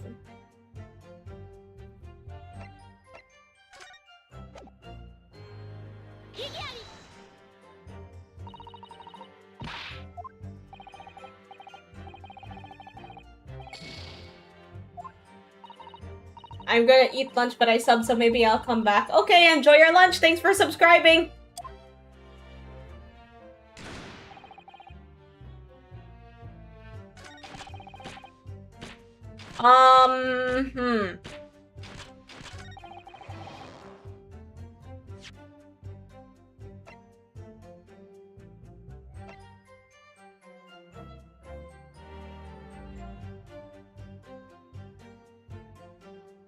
I pulled apart the rough weave of one of the screens and poked the lens through for the perfect shot.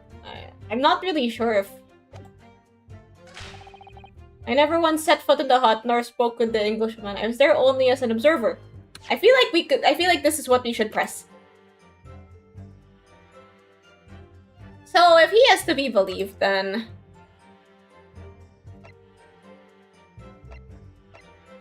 Although I'm not really sure what I should be asking in this situation. Yeah, I'm stumped.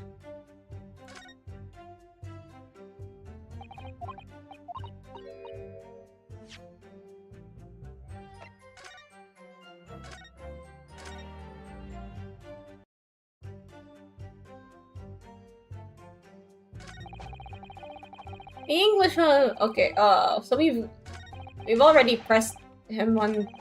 Have we already asked him about this? Okay, we already asked him about that one. We asked him about that, and that. And that.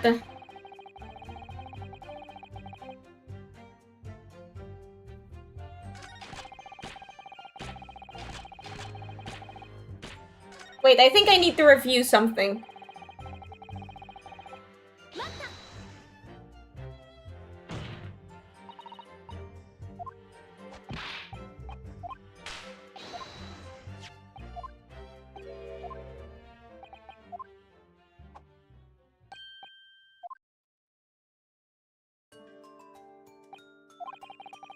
Okay. Wait, so like, what we need to know is from where he was looking.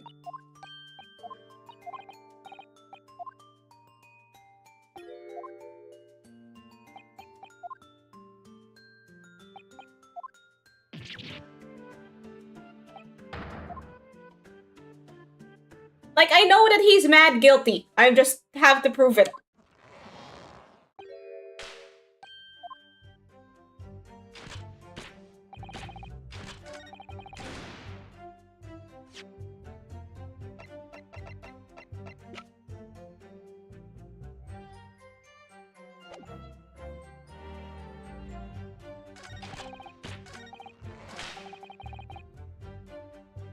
Uh-huh. I never once set foot in the hut. I feel like there's something that... Wait, what we need to know is where he was. Did I already ask him about this?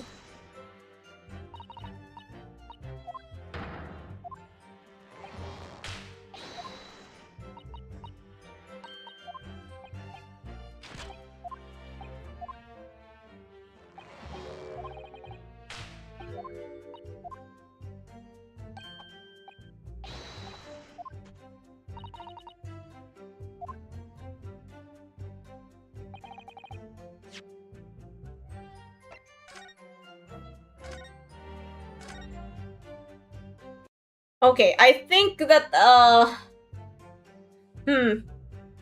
was the pen found inside the hut? Yeah, it was.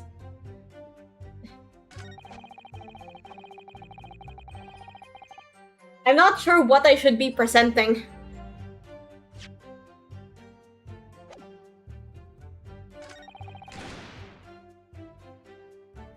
The girl pulled out the knife, throwing the Englishwoman to the floor as she stabbed her in the back. My smoldering internal spirit burst into flames.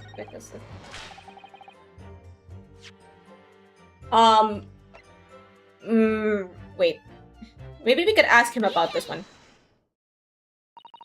Many Memo-san, until now, I've had a firm belief that newspapers are in the business of uncovering and publishing the truth. Yeah, I was thinking about, maybe this isn't the time to present that, but, I don't know what else I could possibly say. And the music stopped, so it looks like you're getting somewhere. That's more many-memoism. Sadly, though, it seems that the journalists who write for those papers don't always share the same passion for the truth. But what are you suggesting with those recriminatory words, Counsel? Memo-san, do you recognize this fountain pen? This pen was found at the scene of Miss Brett's death. In fact, the murdered victim was gripping it in her hand as she died. What are you? If you look at the barrel of the pen, you'll notice that its owner's initials are engraved there. R.M. Yes, thank you for bringing that up, Counsel. The initials of the accused, Raymond Bummy. Is it a coincidence, I wonder? That your initials are also R.M. No! Right then, Memo. R.M. That's horse dung. Can't you see? One of the central tenets of many-memoism is being a pencil user. And yet, as the court will clearly be able to see, on your right hand, there is a very obvious blue ink stain. It would appear that you must have rather carelessly left it somewhere recently. Your favorite fountain pen, that is. Horsey horse dog! Memo-san, is this not the case that before she died? You bet with Giselle Brett in that beach hut? Why should we listen to this absurd nonsense? It's nothing but another excuse. Exactly. Shoyu News will stand behind me all the way. I deny everything. There must be as many people with the initials RM as there are stars in the night sky. The defense has neither the time nor the inclination to count every star in the sky. And there's no need anyway, because this pen has more to tell. Yes, there is another clue. A clue that undeniably proves who its owner really is. Yes, expose his ass! Of course, Your Excellency. The clue on this fountain pen that clearly reveals its owner's identity is... Alright, let's... There's some sort of emblem here, look. But it isn't the Yume University one. A business of some kind. But that would seem to imply the pen doesn't in fact belong to Ray. As well as the initials, there's also an emblem on this fountain pen. An emblem that you will of course recognize. Memo-san. It's hilarious. He's... How opportune of us to catch him in this pose. Goodness me! It's the emblem of Shoyu News! In other words, the owner of this pen is an employee of the Shoyu News, whose initials are RM. Suddenly, the stars in the night sky don't seem so numerous, do they? Well, Memo-san, how do you respond? No!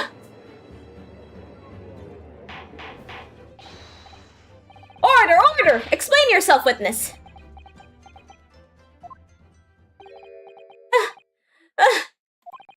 So, this is how the mighty Supreme Court works, is it? Using coercive tactics to have well-meaning citizens reveal harmless secrets. I've used nothing but honest tactics. Alright then, fine. I won't try to hide it anymore. Yes, not long before that grim tragedy unfolded, I, a Shoyu news reporter, on behalf of the public, conducted an interview with the Englishwoman. An interview? You never mentioned this before? When exactly was this? As I said, it was before that evil little student girl showed her face in the hut. It couldn't have lasted more than 2 or 3 minutes, that's all. It was just a brief exchange. But it came to nothing, and as we many memoists say, the people don't pay their duties for unworthy news.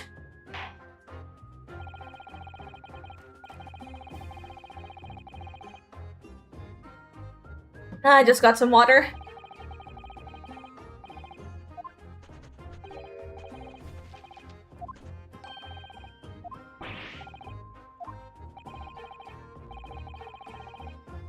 In all good conscience, I couldn't speak out alone about this. You need to call back the earlier witness, Soseki Natsume-san. Soseki-san? Oh yes, according to my notes here, that man has a secret of his own, and brace yourselves. Because it's not a harmless one, it's big. What? What?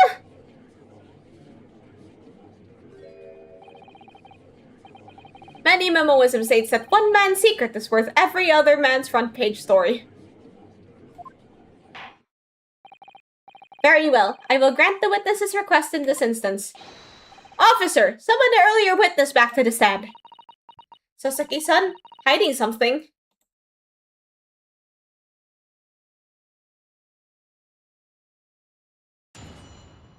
Witness testimony.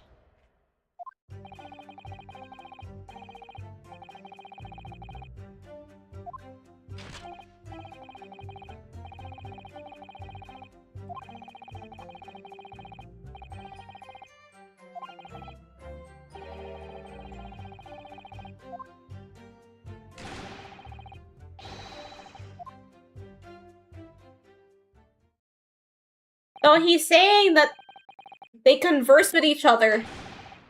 The victim regained consciousness? And when she did, you decided to ask her a question? That's, true. Yes. He did, and that's not all. The woman gave him a very definitive answer. An answer that incriminates the accused. Well, what did she say?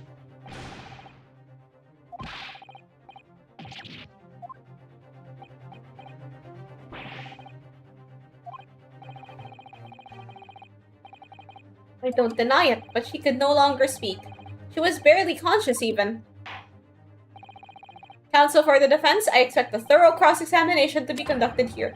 The court must and will know the truth. Absolutely, Your Excellency.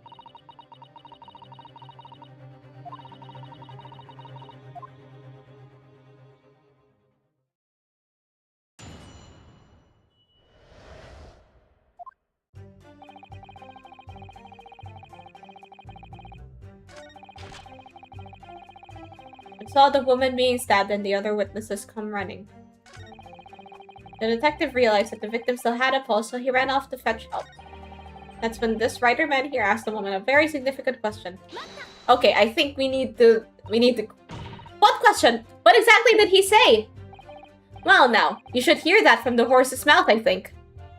Well, what is it, Mr. Natsume?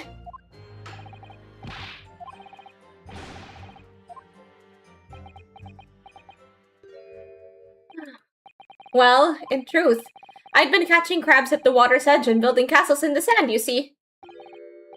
Well, the seaside is a place to be at leisure, I suppose, even for a grown man.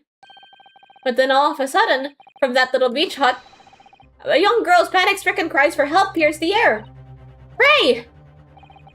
I ran up to the beach and see what was happening, to find the defendant leaning over the collapsed victim. As soon as Inspector Hosonaga saw Miss Brett on the ground, he sprinted off to get help. And then, just a moment later, I heard a faint moan, a moan from the dead Englishwoman. I nearly jumped out of my skin! But what did you ask her, Soseki-san? I asked her, who did this to you? Don't protract this any longer. How did the woman respond? She didn't. She said nothing in response. But... When in the stand, you will answer the questions asked of you unambiguously. Now, without evasion or reticence, I demand that you amend your testimony. I will! I asked her, who did this to you? But she never replied. She just lifted the trembling finger and pointed in the direction of the defendant. Miss Brett pointed a finger at the defendant. Soseki-san, is that really true? It's not easy to stand here and say this, but when we first entered the beach hut, the Englishwoman was sprawled on the floor before us with the student girl standing on the far side of her. And when asked, who did this to you? The Englishwoman summoned her last ounce of strength to point a trembling finger at the back of the hut. Which was, as can't be denied, in the direction of the student girl who stands accused today. No! Soseki-san, why on earth did you neglect to mention this in your original testimony? But... fiddlesticks, I say! This is not a British court of law. You will respond in Japanese. Yes, of course, the Englishwoman did point her finger towards the back of the hut, but I was trembling, and she was trembling. And everything was a blur. And thinking about it, I feel as though perhaps she was pointing in a slightly different direction. Actually, no! Not slightly, in a very different direction to where the student girl was standing. Somewhere at the back of the hut, where nobody was standing at all. You mean that your memory of events and the direction in which the victim was pointing at are both unclear? Yes, that's it! Unclear! I'm very, very unclear! Your Excellency, surely this proves the matter beyond all reasonable doubt. Yes, the woman may have barely been conscious, and yes, perhaps her finger wavered slightly, but there can be no doubt that this was an attempt by the victim to confirm the identity of her assailant. Because as the court can see, there was no one other than the accused in the direction the victim was pointing. It is now abundantly clear that no one besides the accused could have possibly committed this crime. I am inclined to agree, and in the absence of any credible argument to the contrary, I believe we can now conclude this trial. No! No! Hehe. The headline's writing itself. Dashing lawyers hope stash 92 point across the whole page. We'll do an extra edition. Serious blow, Susato. Unless we're able to identify the true culprit and substantiate our claim with evidence, the judge will give his ruling and the trial will be over. But that's impossible, Father. We don't even know how the crime was committed yet. Impossible through the task may seem, we have no choice. We must think back over everything we've learned thus far. Somewhere in all those details, I'm confident we'll find the clue we need. Ray gave us her account of how events unfolded in the defendant's antechamber before the trial resumed. She told us what happened at the precise moment Miss Brett was killed. The Englishwoman was sitting at the back of the hut, listening to what I was saying, and then a moment later, she suddenly got to her feet before collapsing on the floor in front of me, with a knife on her back. How could Miss Brett have been stabbed in the back in the beach hut that was empty but for herself and Ray? Somewhere amid all the information we've gathered so far, there must be an answer to that question. I take it then, that the defense has nothing further to add. So, the gallant Yoko student's luck finally runs out. I can't say that I'm surprised. In that case, I am ready to deliver my final verdict on this matter. This is a crucial turning point now. If I can't establish what really happened, it's over. Where was the real culprit hiding? And how did he or she stab the victim?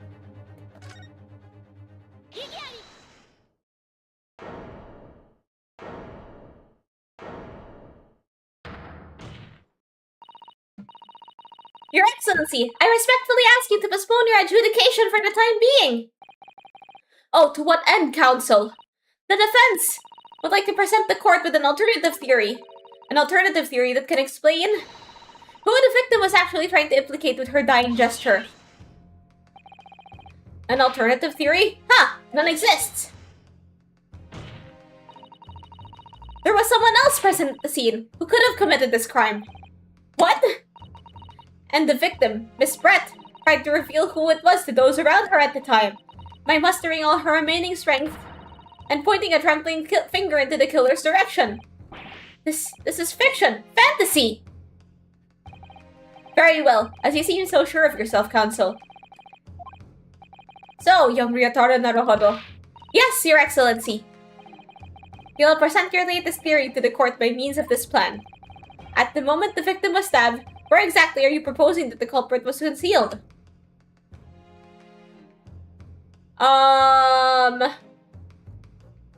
Okay, so in the original picture, let me explain my reasoning. So here, you can see, like, I keep on pointing out this hole, right? That's directly behind the stool. And you know, he'd have, whoever that would be, would have to be in the culprit's direction.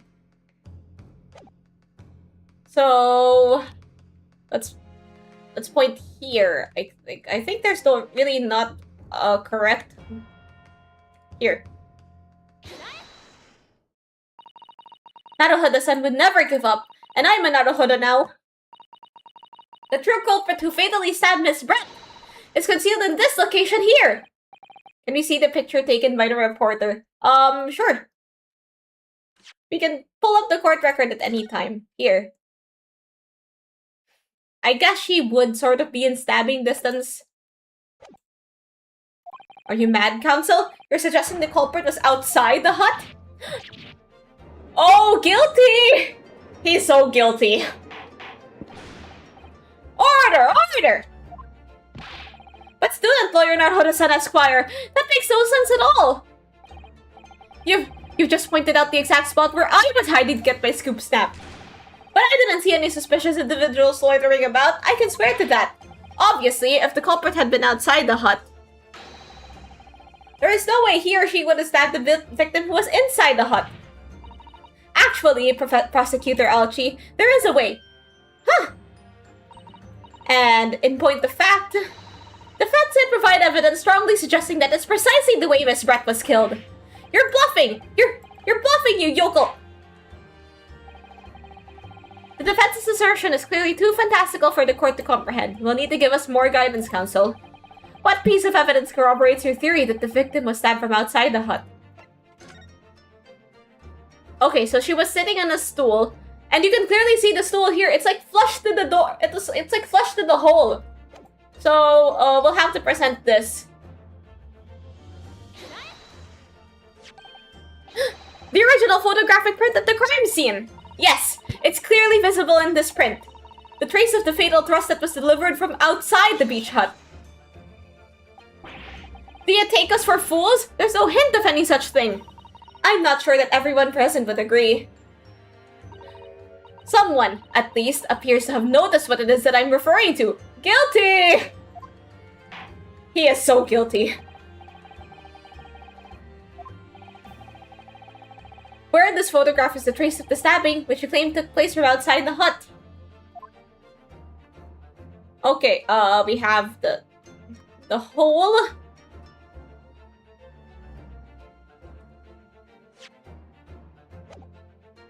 Okay, we're gonna have to point out the hole here.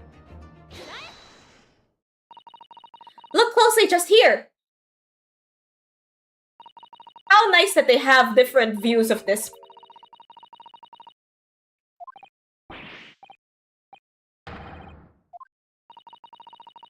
It's true that the hut in question had 4 walls as you'd expect, however. By parting the reeds, a knife blade could easily penetrate them. This is extraordinary! Yes! The true culprit actually stabbed the victim from outside the beach hut! And of everyone present at the scene, there is only one person who could have done that. Only one person who was directly outside the hut when Miss Brett was killed. Right then, Mini Memo-san! It could have only been you! No! Busted! This preposterous idea leaves me almost speechless. Just look at the photograph again. The victim lies almost oh yeah, if you look at the photograph taken by the guy here. Like, she's lying diagonally, right? And she'd kind of be in the perfect angle to have this picture taken of her. Like, she's not really lying, like, straight ahead.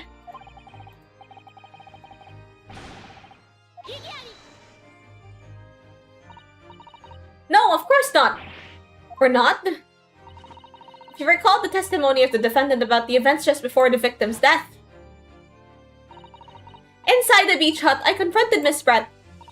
But she just sat on a stool at the back of the hut, smiling sweetly at me as if she knew she was untouchable. A stool! Have another look at the photograph. The slit in the read screen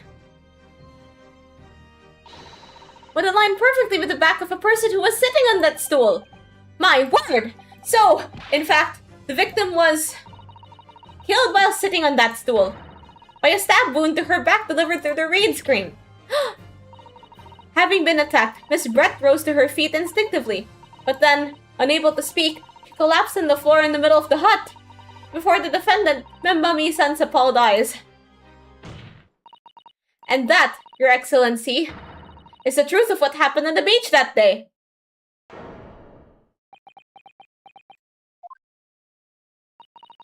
By your silence, Memo-san, I take it that you don't deny the charge? This is absurd! So is this the end? That will do. It would appear that we have a tacit admission of guilt from the witness. Accordingly, this court has successfully established the truth of this matter, which means that the defendant, Membami-san, is innocent of the crime. Oh, thank goodness. I finally made him cave. I must say, I've never been more proud. No, this can't be! The Aochi clan can't! What of my growth? My growth of hope?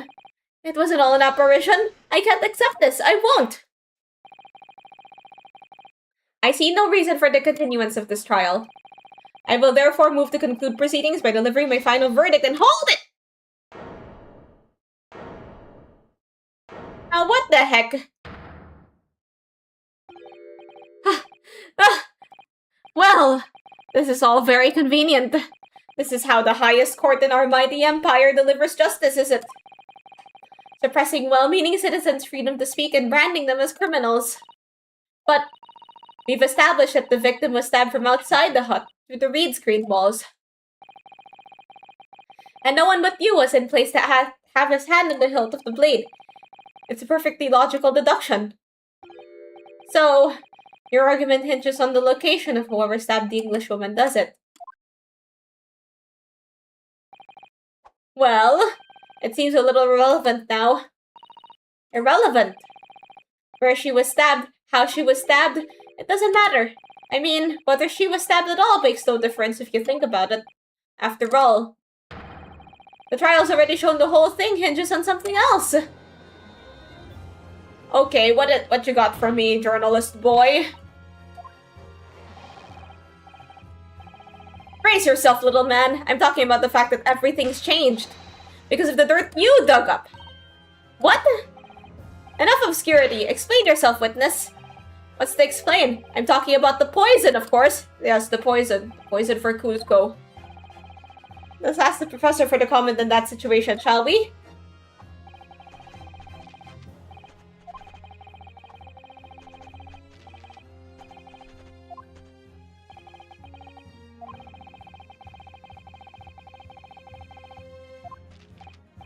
I see. So, presumably that means that the victim already had the poison in her body before she was stabbed.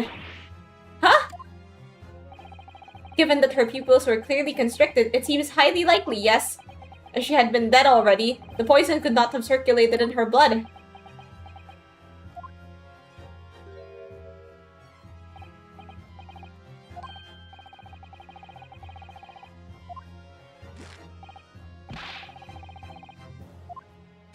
Wait, so then why are we here? Okay, but like, where did the poison come from? That can be explained by the poison being on the blade, as I already...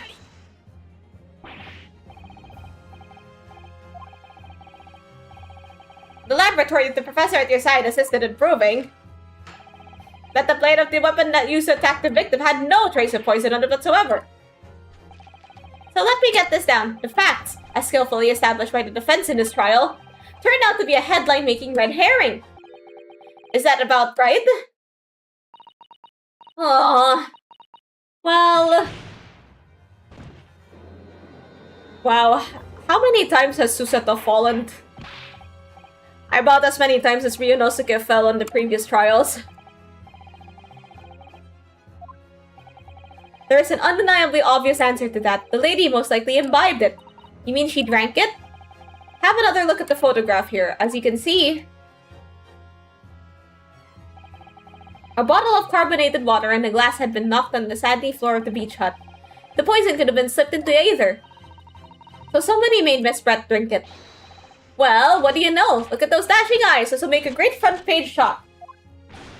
Hey! Why the bewitching stare? After all, I'm the last person you should be looking at. Actually, I think you are the... That's been established already. Hold it! Established? What are you talking about? Don't tell me you've forgotten. That's a little hard to believe, given that the person who established it was you. Me? What on earth does he mean? Oh, let me capture those wide eyes. This is prime fresh father, it is.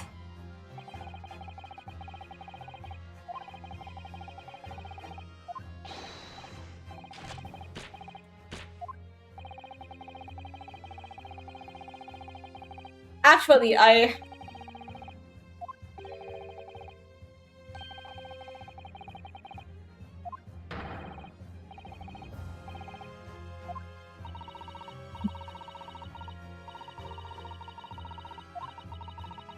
just where is this trial going to take us? Actually, I have like a sort of... I have a theory. Oh yes, I stabbed the Englishwoman. It's that very fact that proves I'm innocent, because why would I bother to stab the woman if I'd already poisoned her? I mean, like, just to make sure, I guess. Clappy, clappy, nice game. Hello! I gotta go back to the trilogy. Yeah, this is fun. I haven't played the original trilogy yet, but I intend to soon.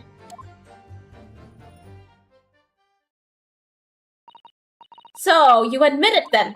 That everything happened as I described. That you are the one who stabbed Miss Brett in the back through the read screen.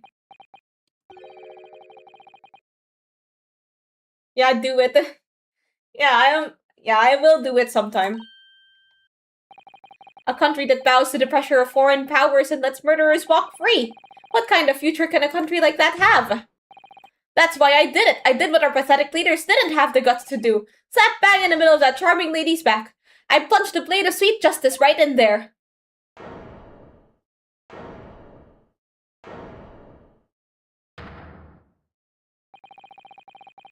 As someone who spends his life seeing that the truth is told, I feel really, really awful about giving false information in my testimony before. As it turns out, there was somebody else who had it in for the victim and got to her before me. That's right. You guessed it. That pretty little student girl. Now there's a woman after my own heart. You're implicating Ray again. She's the one who gave the poison to the Englishwoman and ended her pitiful existence. I don't think that he is 100% telling the truth, but we will... but you know, we're gonna expose this later.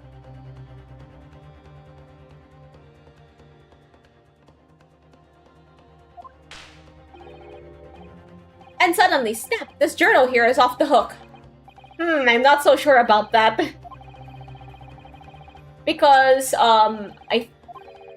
subsequently stabbing the victim in the back would have been entirely nonsensical. And therefore, this reporter had nothing to do with the poisoning. He has lied like 15 times, yeah, like why? Like, I think he's lying under oath as well.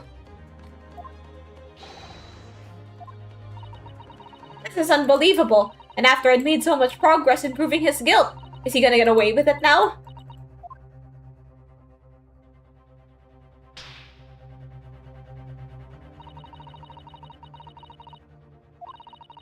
They never stopped looking for a way forward until the judge's final gavel. Very well then, counsel. Proceed with what I assume to be your final cross-examination. Yes, Your Excellency! Alright, cross-examination time. We have to cross-examinate this. Complete innocence. I stabbed the Englishwoman as it's very fact that proves I'm innocent. Why would I have bothered to stab the woman if I'd already poisoned her? Or the student girl and that pompous English murderer arguing. It got my goat.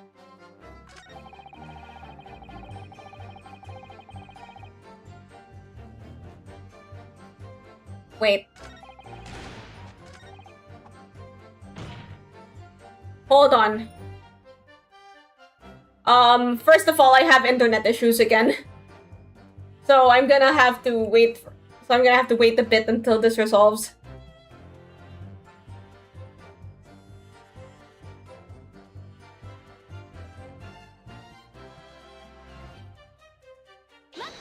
Anyway, let's just press the button.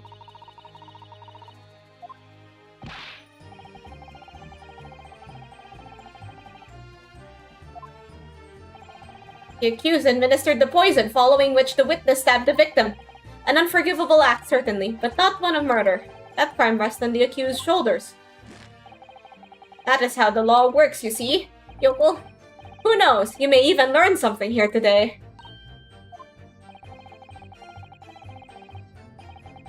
Quite a day for the victim. Do something that evil and you got that coming. That's how the law works. The law of reckoning. That's not the kind of law this court upholds.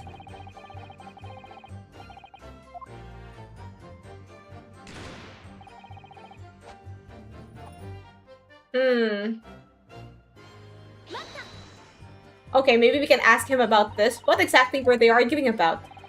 About what happened in that restaurant 9 months ago. That's what— Wait, Bill!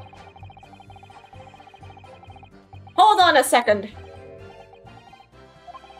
That's not what you said the last time!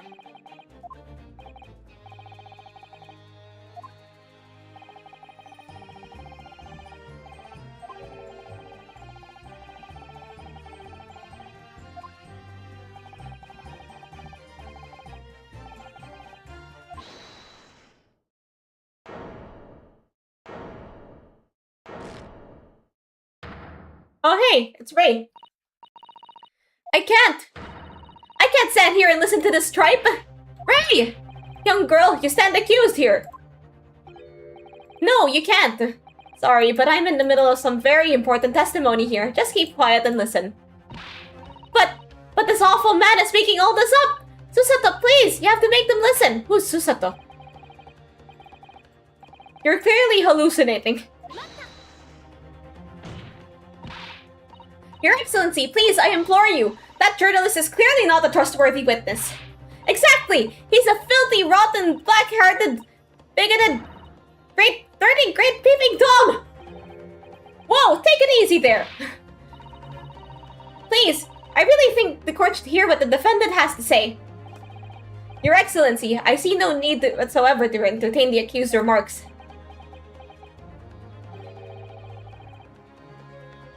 I will grant the request of the defense. But Your Excellency! This is likely to be the final cross-examination of these proceedings. As such, I believe it would be ill-advised to stifle the defendant's obvious concerns. So, whilst recognizing that this contravenes regular protocol, I hereby call upon the defendant to speak. Aw, dang it, my internet is...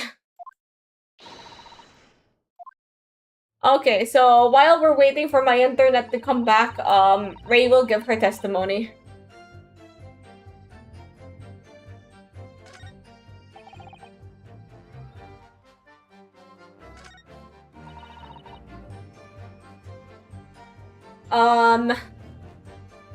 I'm waiting for... Okay. I really have to get this sorted out. Get the internet issue sorted out. It was nothing to do with Dr. Wilson. We were discussing the stolen poison. Okay, let's ask Ray about what she's saying. The stolen poison that killed the victim, you mean? I suspected her of being the one to steal it. I mean, just think about how she killed Dr. Wilson. That's true. Additionally, Miss Brett certainly had knowledge of the new poison. But surely it would be no easy task to steal a highly secret toxin being developed for the government. Indeed, all visitors to the laboratory are thoroughly searched when they leave. Even if a thief managed to avoid seeing by myself by the collie, getting the poison out would be very difficult. That's true. I pestered Professor Mikotoba until he agreed to show me the poison when I visited his laboratory. As I left, I was searched from top to tail.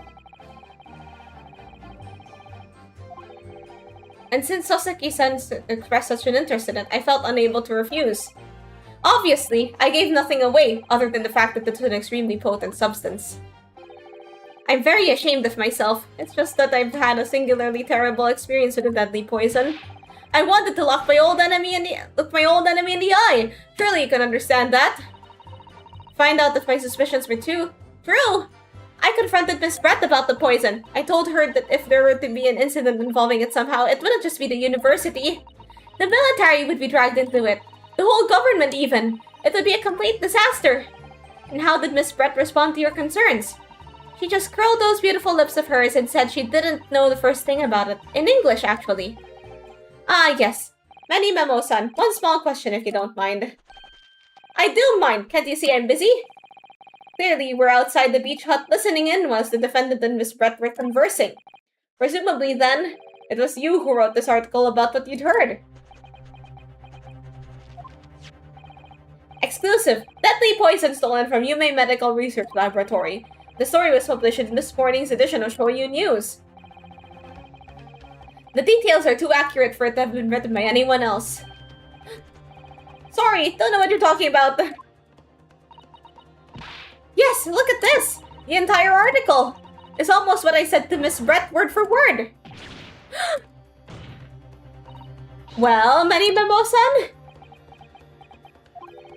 As a journo, and as a citizen of a free country, I don't have to reveal my sources. That's a founding principle of Many Memoism. Father's clearly right about this. That reporter did write that article, and he based it on what he overheard from outside the hut.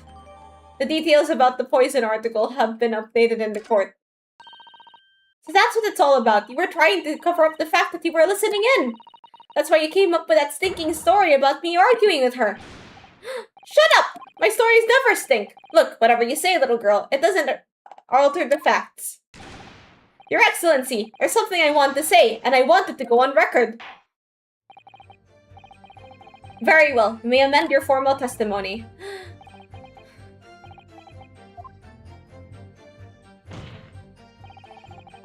The point is, if you'd poisoned someone, there'd be no reason to then go and stab the person as well.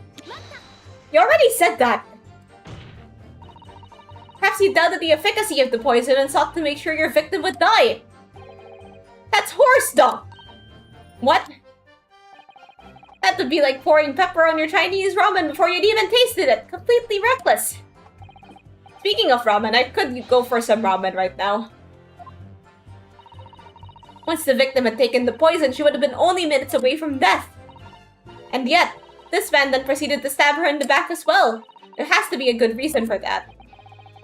It was the reporter who gave the poison to Miss Brett, then clearly, he must have done it prior to Ray entering the hut.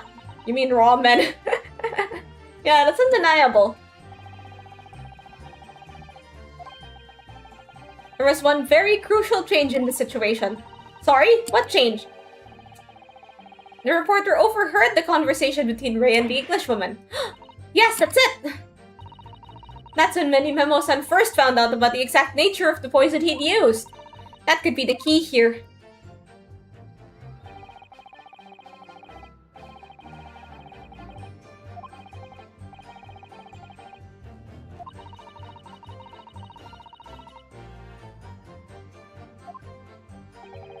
If he could think of a plausible explanation as to why he might have stabbed her even after the poisoning, I feel sure that everything would drop into place. That's what we should be looking for. Yes, I agree. And in order to do that, I must try to glean more information.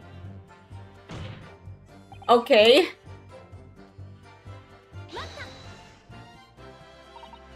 So, you do admit that you had murderous intentions towards Miss Brett, then?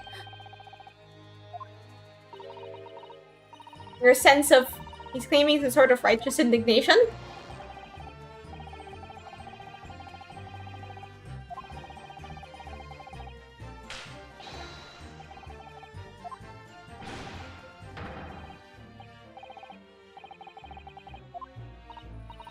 So in summary, murderous intentions then. Whatever you want to call it, the point is this. That Englishman was a blight, so I had to do what was right for society.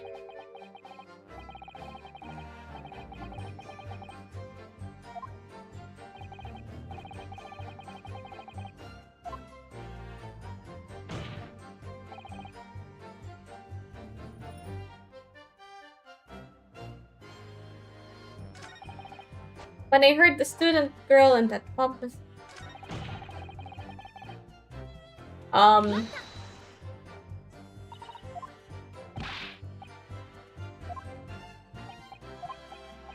Yeah, we already went over that one.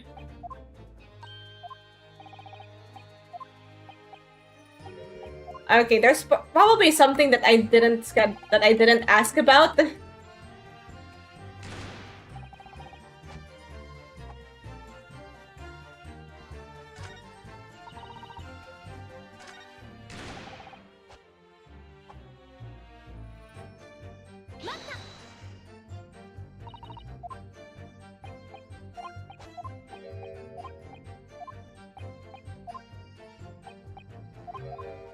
Okay, we already went through this. Sorry, my mind is getting a bit cloudy. But we are close to the end, so I will see this through.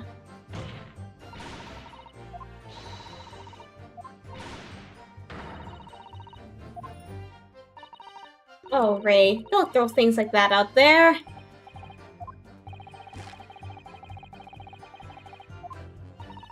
I can't allow the court to be influenced by this reporter's testimony. Ray is the only one who knows what really happened.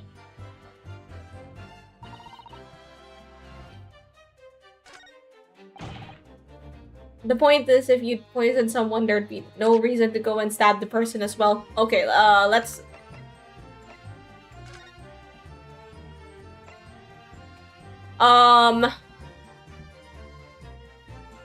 Okay, it says here. Okay. We got this. It says here that the poison can only enter either from, you know, the mouth or from a wound. So, you know, there would be a reason to stab the person. Let's present it.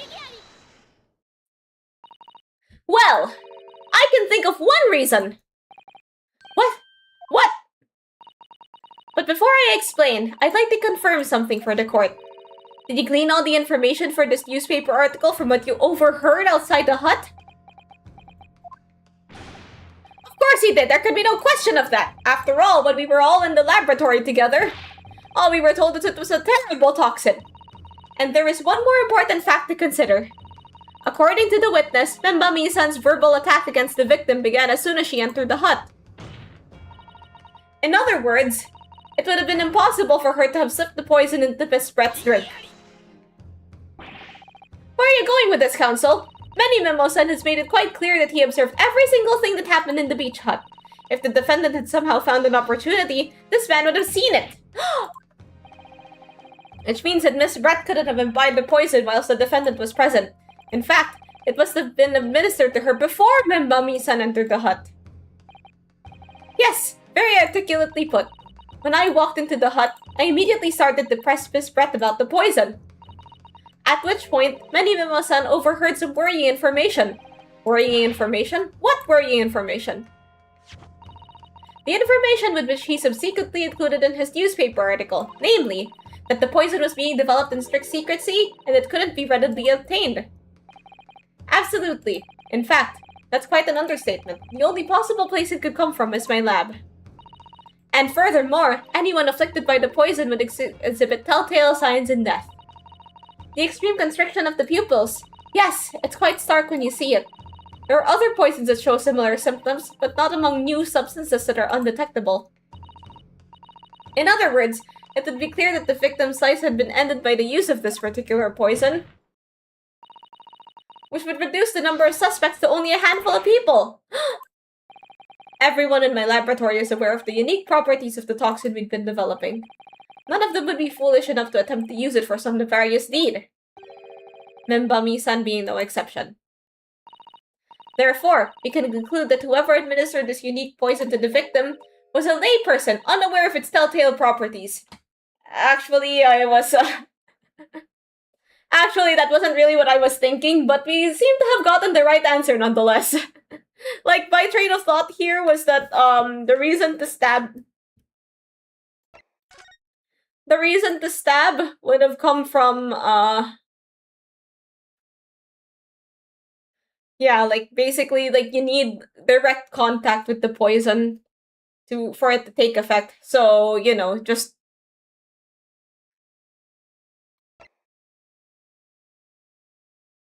But then I completely ignored this bit that, you know, it would be very, very apparent what had happened to the person that was affected. So, yeah, we... Task failed successfully.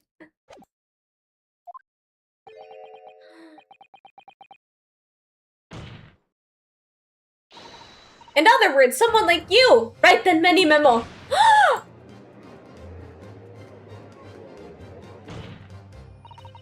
It was you who stole the poison from the laboratory that day, and it was you who administered it to the unwitting victim.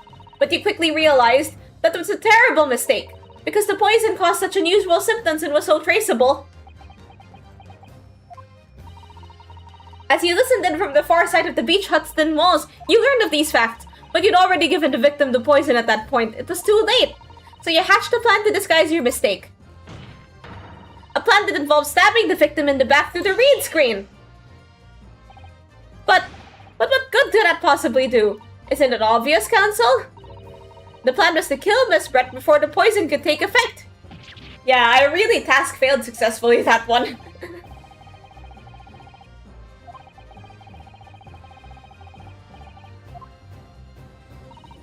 Exactly! Because without any revealing signs of the new secret poison's use, no one would ever suspected. This is extraordinary. Yes, the effects of the poison meant it would be too easily identified, so the killer had to mask its use, which he attempted to do by plunging a knife into the middle of the victim's back. Oh, he's stun-locked.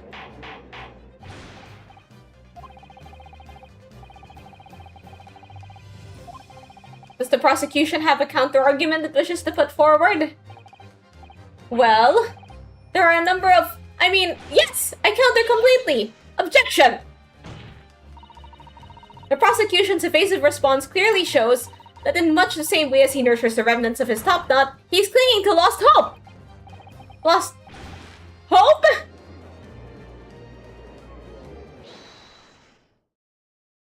Now!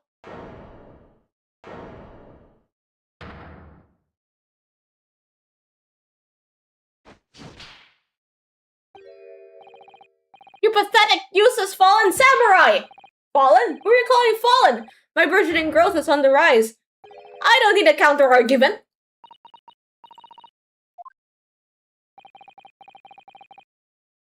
Should be blatantly obvious. I stole the poison, you say. Gave it to the victim, you say. Stabbed her, you say. Lots of fine theories. But I don't need a counter-argument because you don't have an argument yourself. Where's your evidence? Yes, you make it all sound so plausible, don't you? But without evidence, it means nothing. Whereas I base my news on facts. Facts? What do you mean? Why are we still letting him testify? We already know he's not trustworthy. It's all here in my many memos, every word, every slip of the tongue, all noted. That's what the Shoyu News is famous for. Didn't he say he stabbed her? Yeah, he did say that. But then I think what he's disputing is that he stole the poison.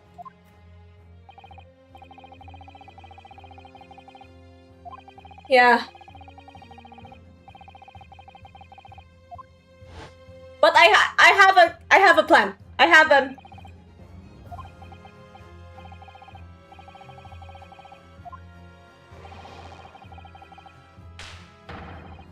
I think I have... the fact is I made it the fuck up. Yes, and I can prove it. No, don't panic, Ryotaro. We have a solution. This has been on my mind the whole trial.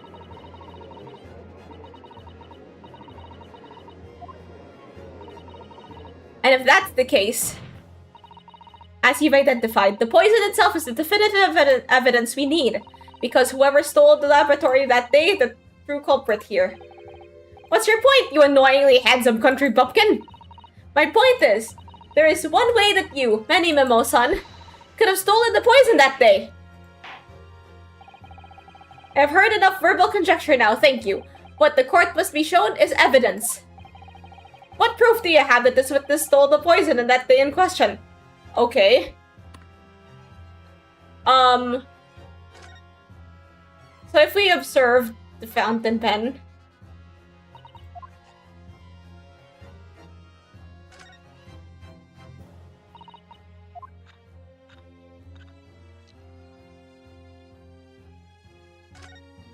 It's empty. You fill it... Okay, so this is how you fill a fountain pen. You fill it by drawing ink from a bottle up through a nib. So who's to say that he couldn't do that with other liquid substances? Like, for example, a certain cover... wait, let me... Wait. For example, a certain poison?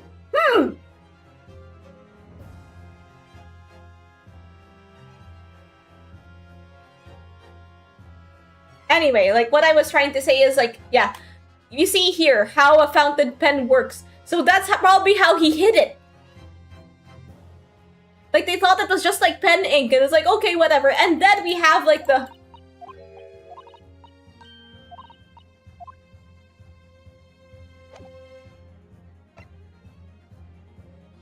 And then we have this, which we could use to test for it.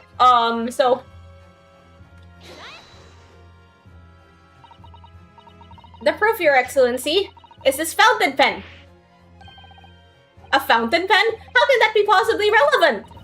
These magical pens somehow seem to have enough ink to write many thousands of kanji characters.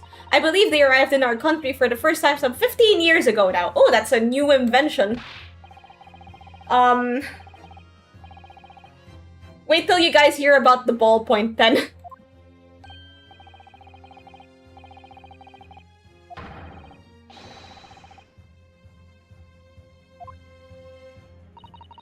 That's right! Fountain pens have a small reservoir in the barrel, into which ink is sucked up through the nib of the pen in order to write with later. What does all this talking of sucking up ink have? Ah! And just as it's possible to suck ink up into the reservoir, it's also possible to eject it through the nib again, of course. My word! Can this really be? Well, Many Memo-san. When you saw the deadly poison before your eyes in the laboratory that day, you used up your fountain pen, your very lifeblood, to steal some of it, didn't you? By siphoning the poison up through the nib and into the pen's reservoir. Busted! More absurdity! That never happened! True, we've heard that there were procedures in place to prevent thefts like this from the laboratory. But would anyone have thought to look inside a fountain pen of all places? No! I'm a little ashamed to say that for fear of offending our guests, such a detailed search would not have been conducted. Well, this is quite startling, I must say. I remind the court that this pen was found in the clutches of the victim when she died. In other words, it was dropped at the scene by Many Memo-san. So, the crucial question is, when exactly was the pen dropped? Are you suggesting... The natural conclusion is that you're in your haste to act whilst the victim was distracted for a moment. You dropped the pen after you emptied the poison from it into her glass.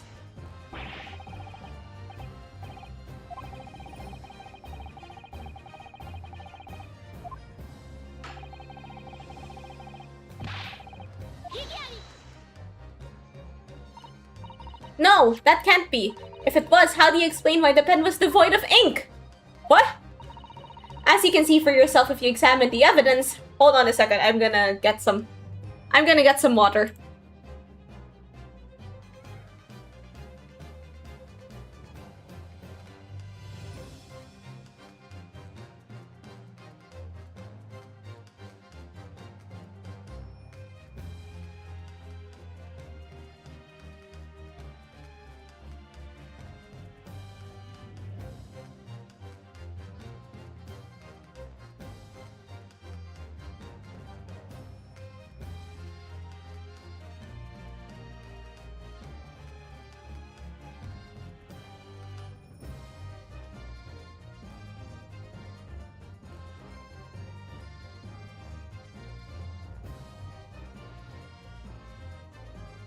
Alright, I'm back to administer some justice.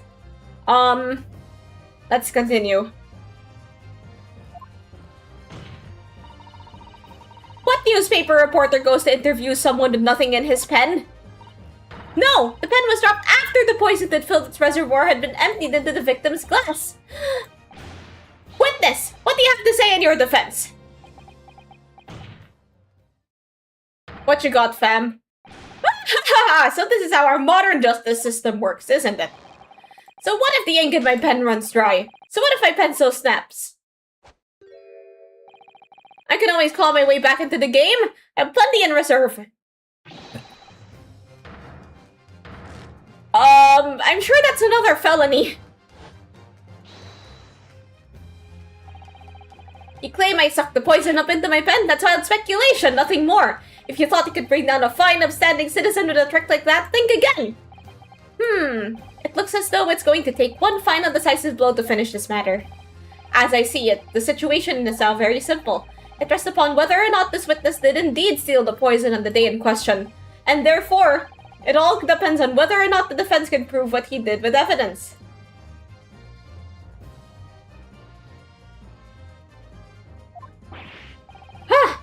No such evidence could possibly exist. Manny Memo-san, this is how our modern justice system works. What? In the courtroom, evidence is everything. Something you would do well to remember. Because we are well past the point of speculation at this point. Very well then, I call upon the defense to present the aforementioned evidence.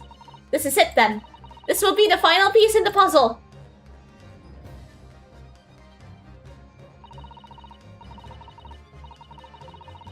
The defense can prove by means of his item that this was with the witness's pen that was used to steal the poison. Yep, that's it. This one. Counsel, what is that bottle? This bottle contains the unique chemical reagent that can identify the poison in question. Yes, that poison is an entirely new synthesis of alkaloids developed by my colleagues and I. It would be impossible to detect traces of it by any other method. Or, from another perspective, simply with this chemical reagent, anybody at all could check for traces of the poison. A reagent? What? One drop of the contents of this bottle on the tip of your fountain pen, Manny Memo-san, is all it will take to solve this case beyond all reasonable doubt.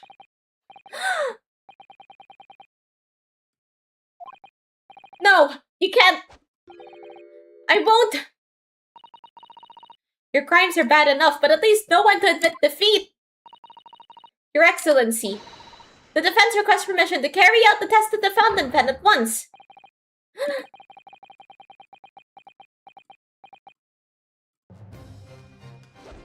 What the? This isn't my fault. The Empire drove me to this, trying to hold its head as high as a civilized nation. I took it. Oh, he's talking really fast. Susato, with me! I'm there! Hiya!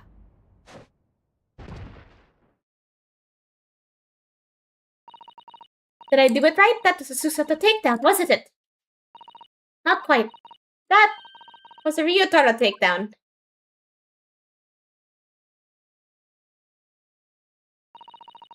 The instant the first drop of the reagent touched the nib of the fountain pen, it was clear to everyone present.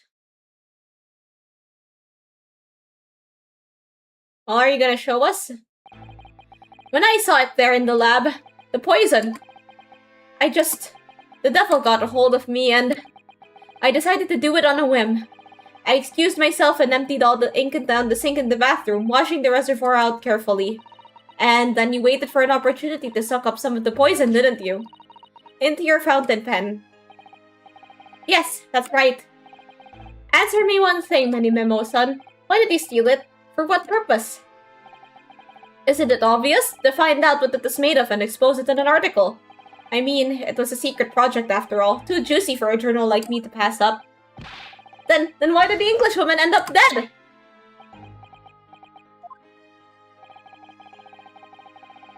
I went to that hut intending to quiz her on her situation, that's all, as a reporter.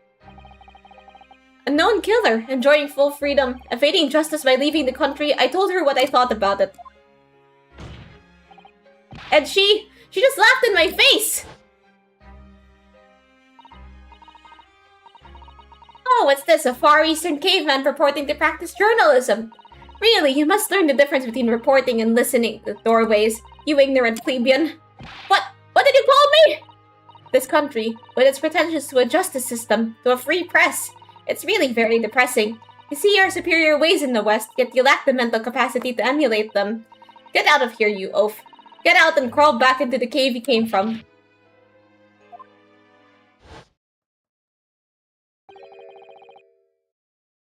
That's when I remembered about the deadly poison I happened to have in my pen at the time. What a terrible tale. In my head, I knew I should just get out of there as quickly as possible. But I couldn't.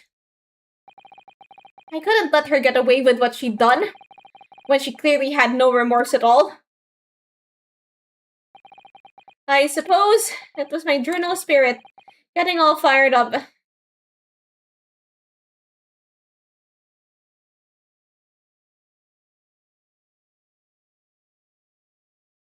I wonder what happened. I'd like to ask you something. Yes, you often talked about justice, but surely as a journalist, you could have used other means to deliver the justice you sought. There's no justice in the press. Sorry? After that trial 9 months ago, I kept digging and digging to find out what happened in that courtroom. And finally, I discovered the truth. It was a cover-up, that's what it was. A cover-up? What do you mean? I would remind you of your position, witness. Be careful what you say. Oh, come on. Doesn't it strike you as strange? We're suddenly not allowed to convict a foreign national? Consular jurisdiction should never have come to it. And yet that puffed-up Englishwoman was going to sail away into the sunset a free woman. The only possible explanation is that behind the scenes, some deal had gone down between Britain and Japan. What sort of deal? I'd done my research, dug up all the dirt. It was all ready to be published. But you know what happened? The editor just tore the article up. He came under pressure from the government, you know. If our government is going to let criminals walk free, if they're going to crush this free press, then what choice do I have but to see that justice is done myself? Let's not forget, Penny Memo-san, that you committed murder yourself and you tried to lay the blame at the defendant's door. I'm sorry, but you're no better than Giselle Brett. What? The truth is, you have no right to talk about justice at all. I suppose.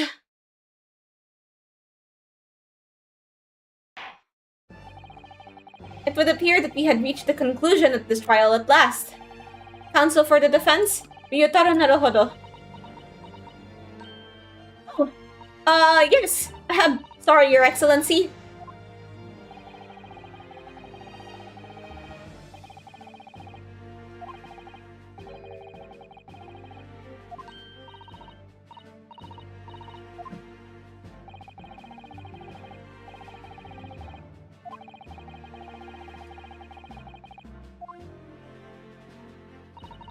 That's very flattering, Your Excellency.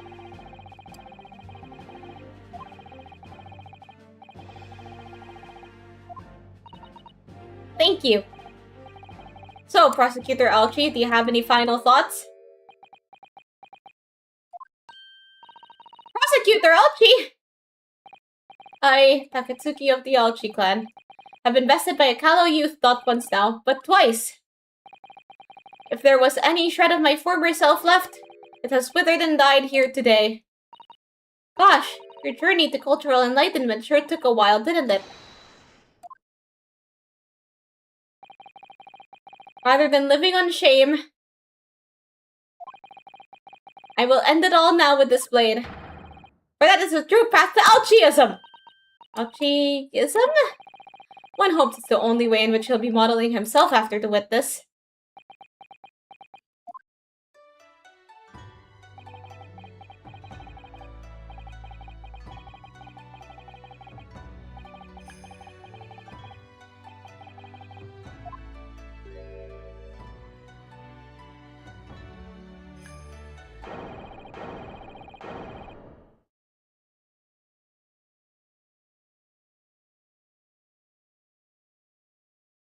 Wow, that's a really clean cut for something done with a knife.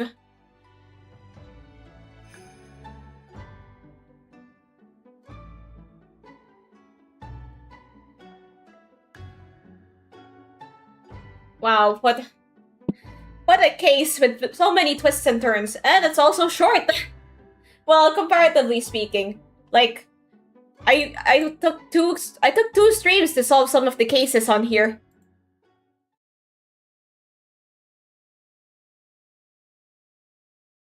There goes his honor, indeed. Now, in regard to the defendant, Raymond Bami-san. Yes, Your Excellency. I have reached my final verdict. I hereby find you not guilty! Woo! Wow, what convenient stream of cherry blossoms. They just have that for when somebody is found not guilty.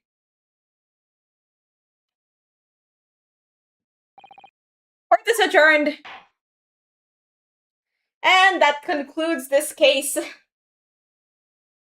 I think we still have time to get through the epilogue. Or like the epilogue of this case. What a tragedy. That was a good case, except for the guy being a murderer 14 times and still being in court. Well, it was...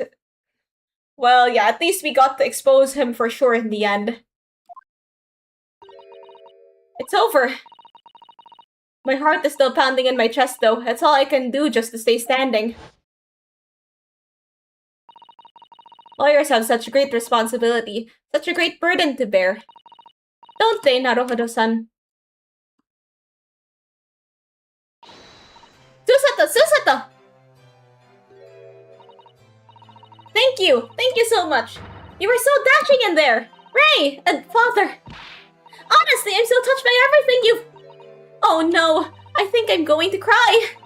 It wasn't easy, but together we made it! I was on the verge of tears at the end, too! The only reason I'm still here is because of you! Oh no! I can't take all the credit! It took courage to tell the truth in there. You did wonderfully, Ray. So I would have to say that the congratulations belong to you.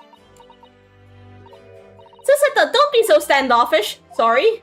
We're friends, equals, and the trial's over. So no more of this formal super humility nonsense. It's time to celebrate with swagger, to throw caution to the wind. Caution to the... What? I'm the great defense lawyer, Ryotaro Naruhodo, and I'm taking you out to a milk bar tomorrow. Or something. Right, I see. I'll, think about it, Ray. At any rate, we really knocked the wind out of that horrid man, and it felt so good.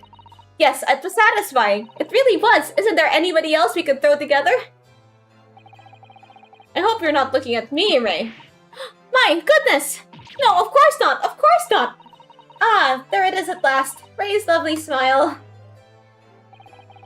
You fought for your friend to the very last. As your father, I'm extremely proud of you, defense attorney Ryotaro Naruhodo. Thank you, but I couldn't have done it without your help. Anyway, it's time to bid farewell to Ryotaro, I think. I shall miss him in a way, but it's back to Susato Mikotoba for now. So, I'll never see him again then. What a terrible shame. Ah! What is happening?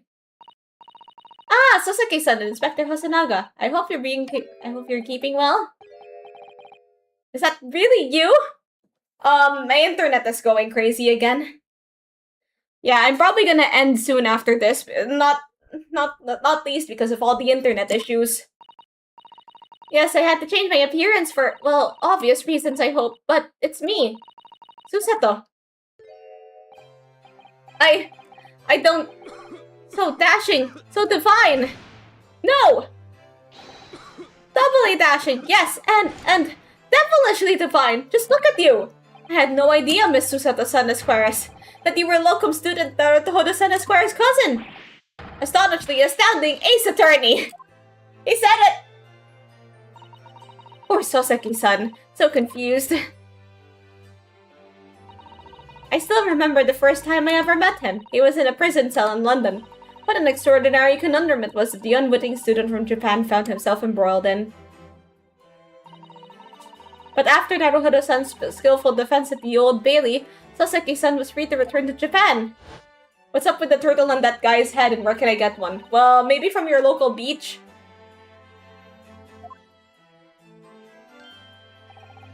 I'm stunned! That's a truly impressive disguise. Even I had no idea and I'm a chief inspector. Who came up with Mr. Turtle, no less? Be careful with Mr. Turtle. I'm not sure you should be admitting to that, Inspector. Amazing. You're a woman of many faces, I see. Just two, really. And this was a once-in-a-lifetime event, I hope. Oh, I'm not a patch on you, though, Inspector. Well, I am a professional, of course. I do worry about Inspector Hosonaga sometimes. I really do.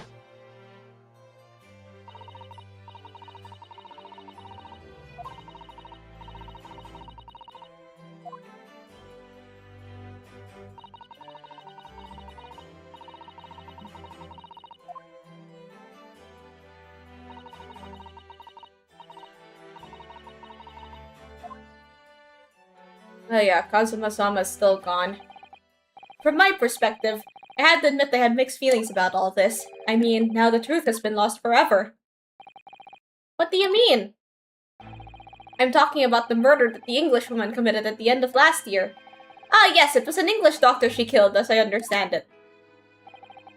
Dr. John H. Wilson, yes, the man I invited to Japan personally. The mystery is, why did she kill him? And now that the culprit herself is dead, we'll probably never know the answer. On the voyage to Great Britain, we had a most unexpected encounter. Oh, thanks for the gift, Diagra! Thank you! Thank you!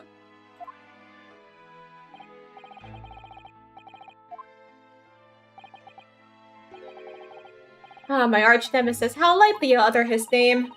Well, according to your stories published about him in the Adventures of Sherlock Holmes, the detective once had a partner who helped him solve crimes, a best friend. And that man was an exceptional doctor of medicine by the name of Dr. John H. Wilson. What? Dr. Wilson? I just can't believe that it's a coincidence. Must have been the friend and partner of Mr. Sholmes. I was trying to see what these YouTube jewels are. There's a 6-7 one. That would be funny. 6-7. But right now they don't. They show up in my chat like that.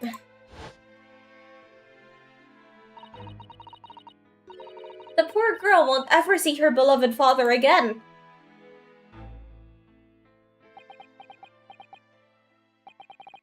As you know, I traveled to Great Britain once myself to study. It was around the time you were born. Yes, grandmother told me about it. On returning to Japan, I took up my professorship at the Imperial Yume University, but I also serve another role as an advisor to the government on diplomatic affairs. Yes, I was aware of that as well. In that case, I'm sure you understand that there are some confidential matters I cannot divulge to you. Can you just tell me one thing?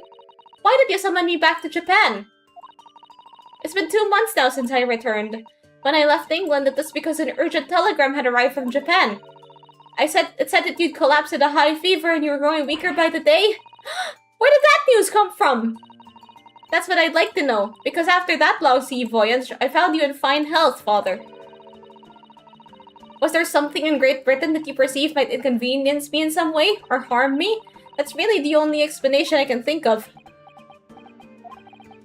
Dear me, do you reserve your most cutting glares for your father, Susato? I'm sorry, my dear. I simply can't. Let me go! Wait, he's still here? Many Mimo-san! So, one throw wasn't enough for you. I've got one last thing to say before they take me away, Professor. Me? I know the truth. I know you had a hand in what went on. In that visiting student's fate. Visiting student? Giselle Brett, you mean? No, not her! The student of law who left for Great Britain 8 months ago! What? Student of law? You must mean Kazuma-sama! What are you talking about? What does any of this have to do with Kazuma?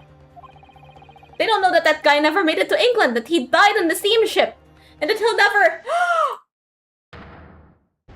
Wait, The judge! He can do that!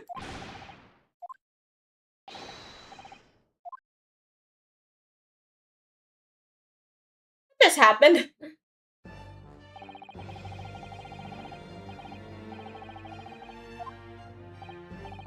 Wow, this is a very eventful court case.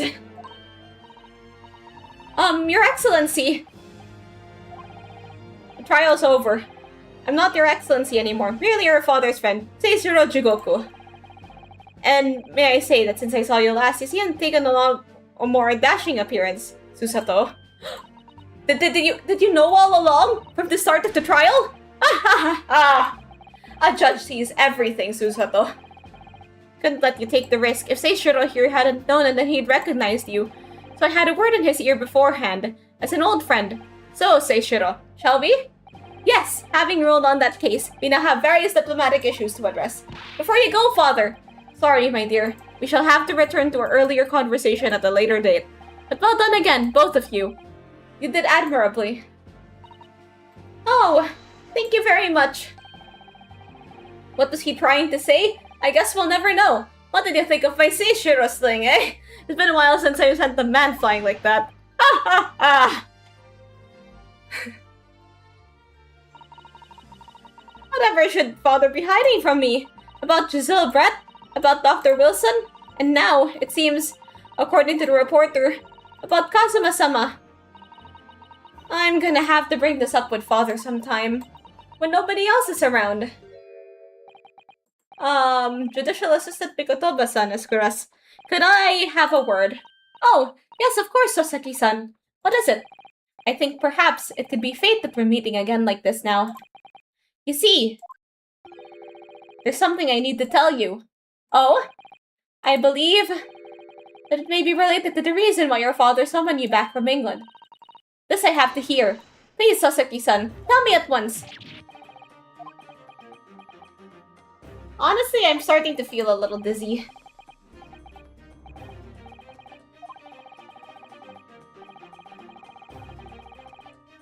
His eyes went normal.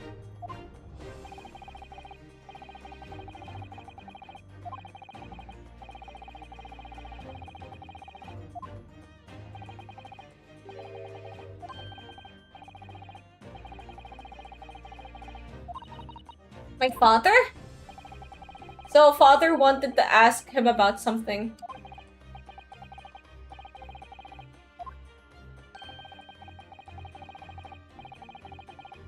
End the stream and rest if you're feeling dizzy. Well, we're almost done. I don't really know exactly. But do you remember them? Those two terrible cases I was caught up in? Oh, of course, I could never forget. Your father seemed to concern himself mainly with the second case. The second one? You mean the one Mr. Sholmes forbade any of us to talk about in public?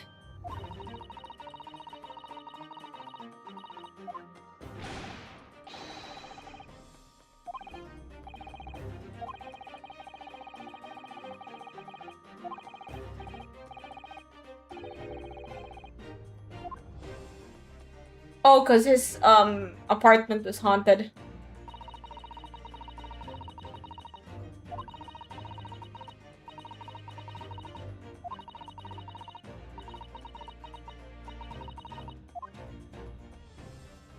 Alright, I think we're done for now. Yeah, this is the end of the first case. You can watch this nice cutscene. 決着がついたのでございます。大死院に立ってほんの少し分かったような気がいたしました。なるほど様が異国の法廷で何に立ち向かっているのかを。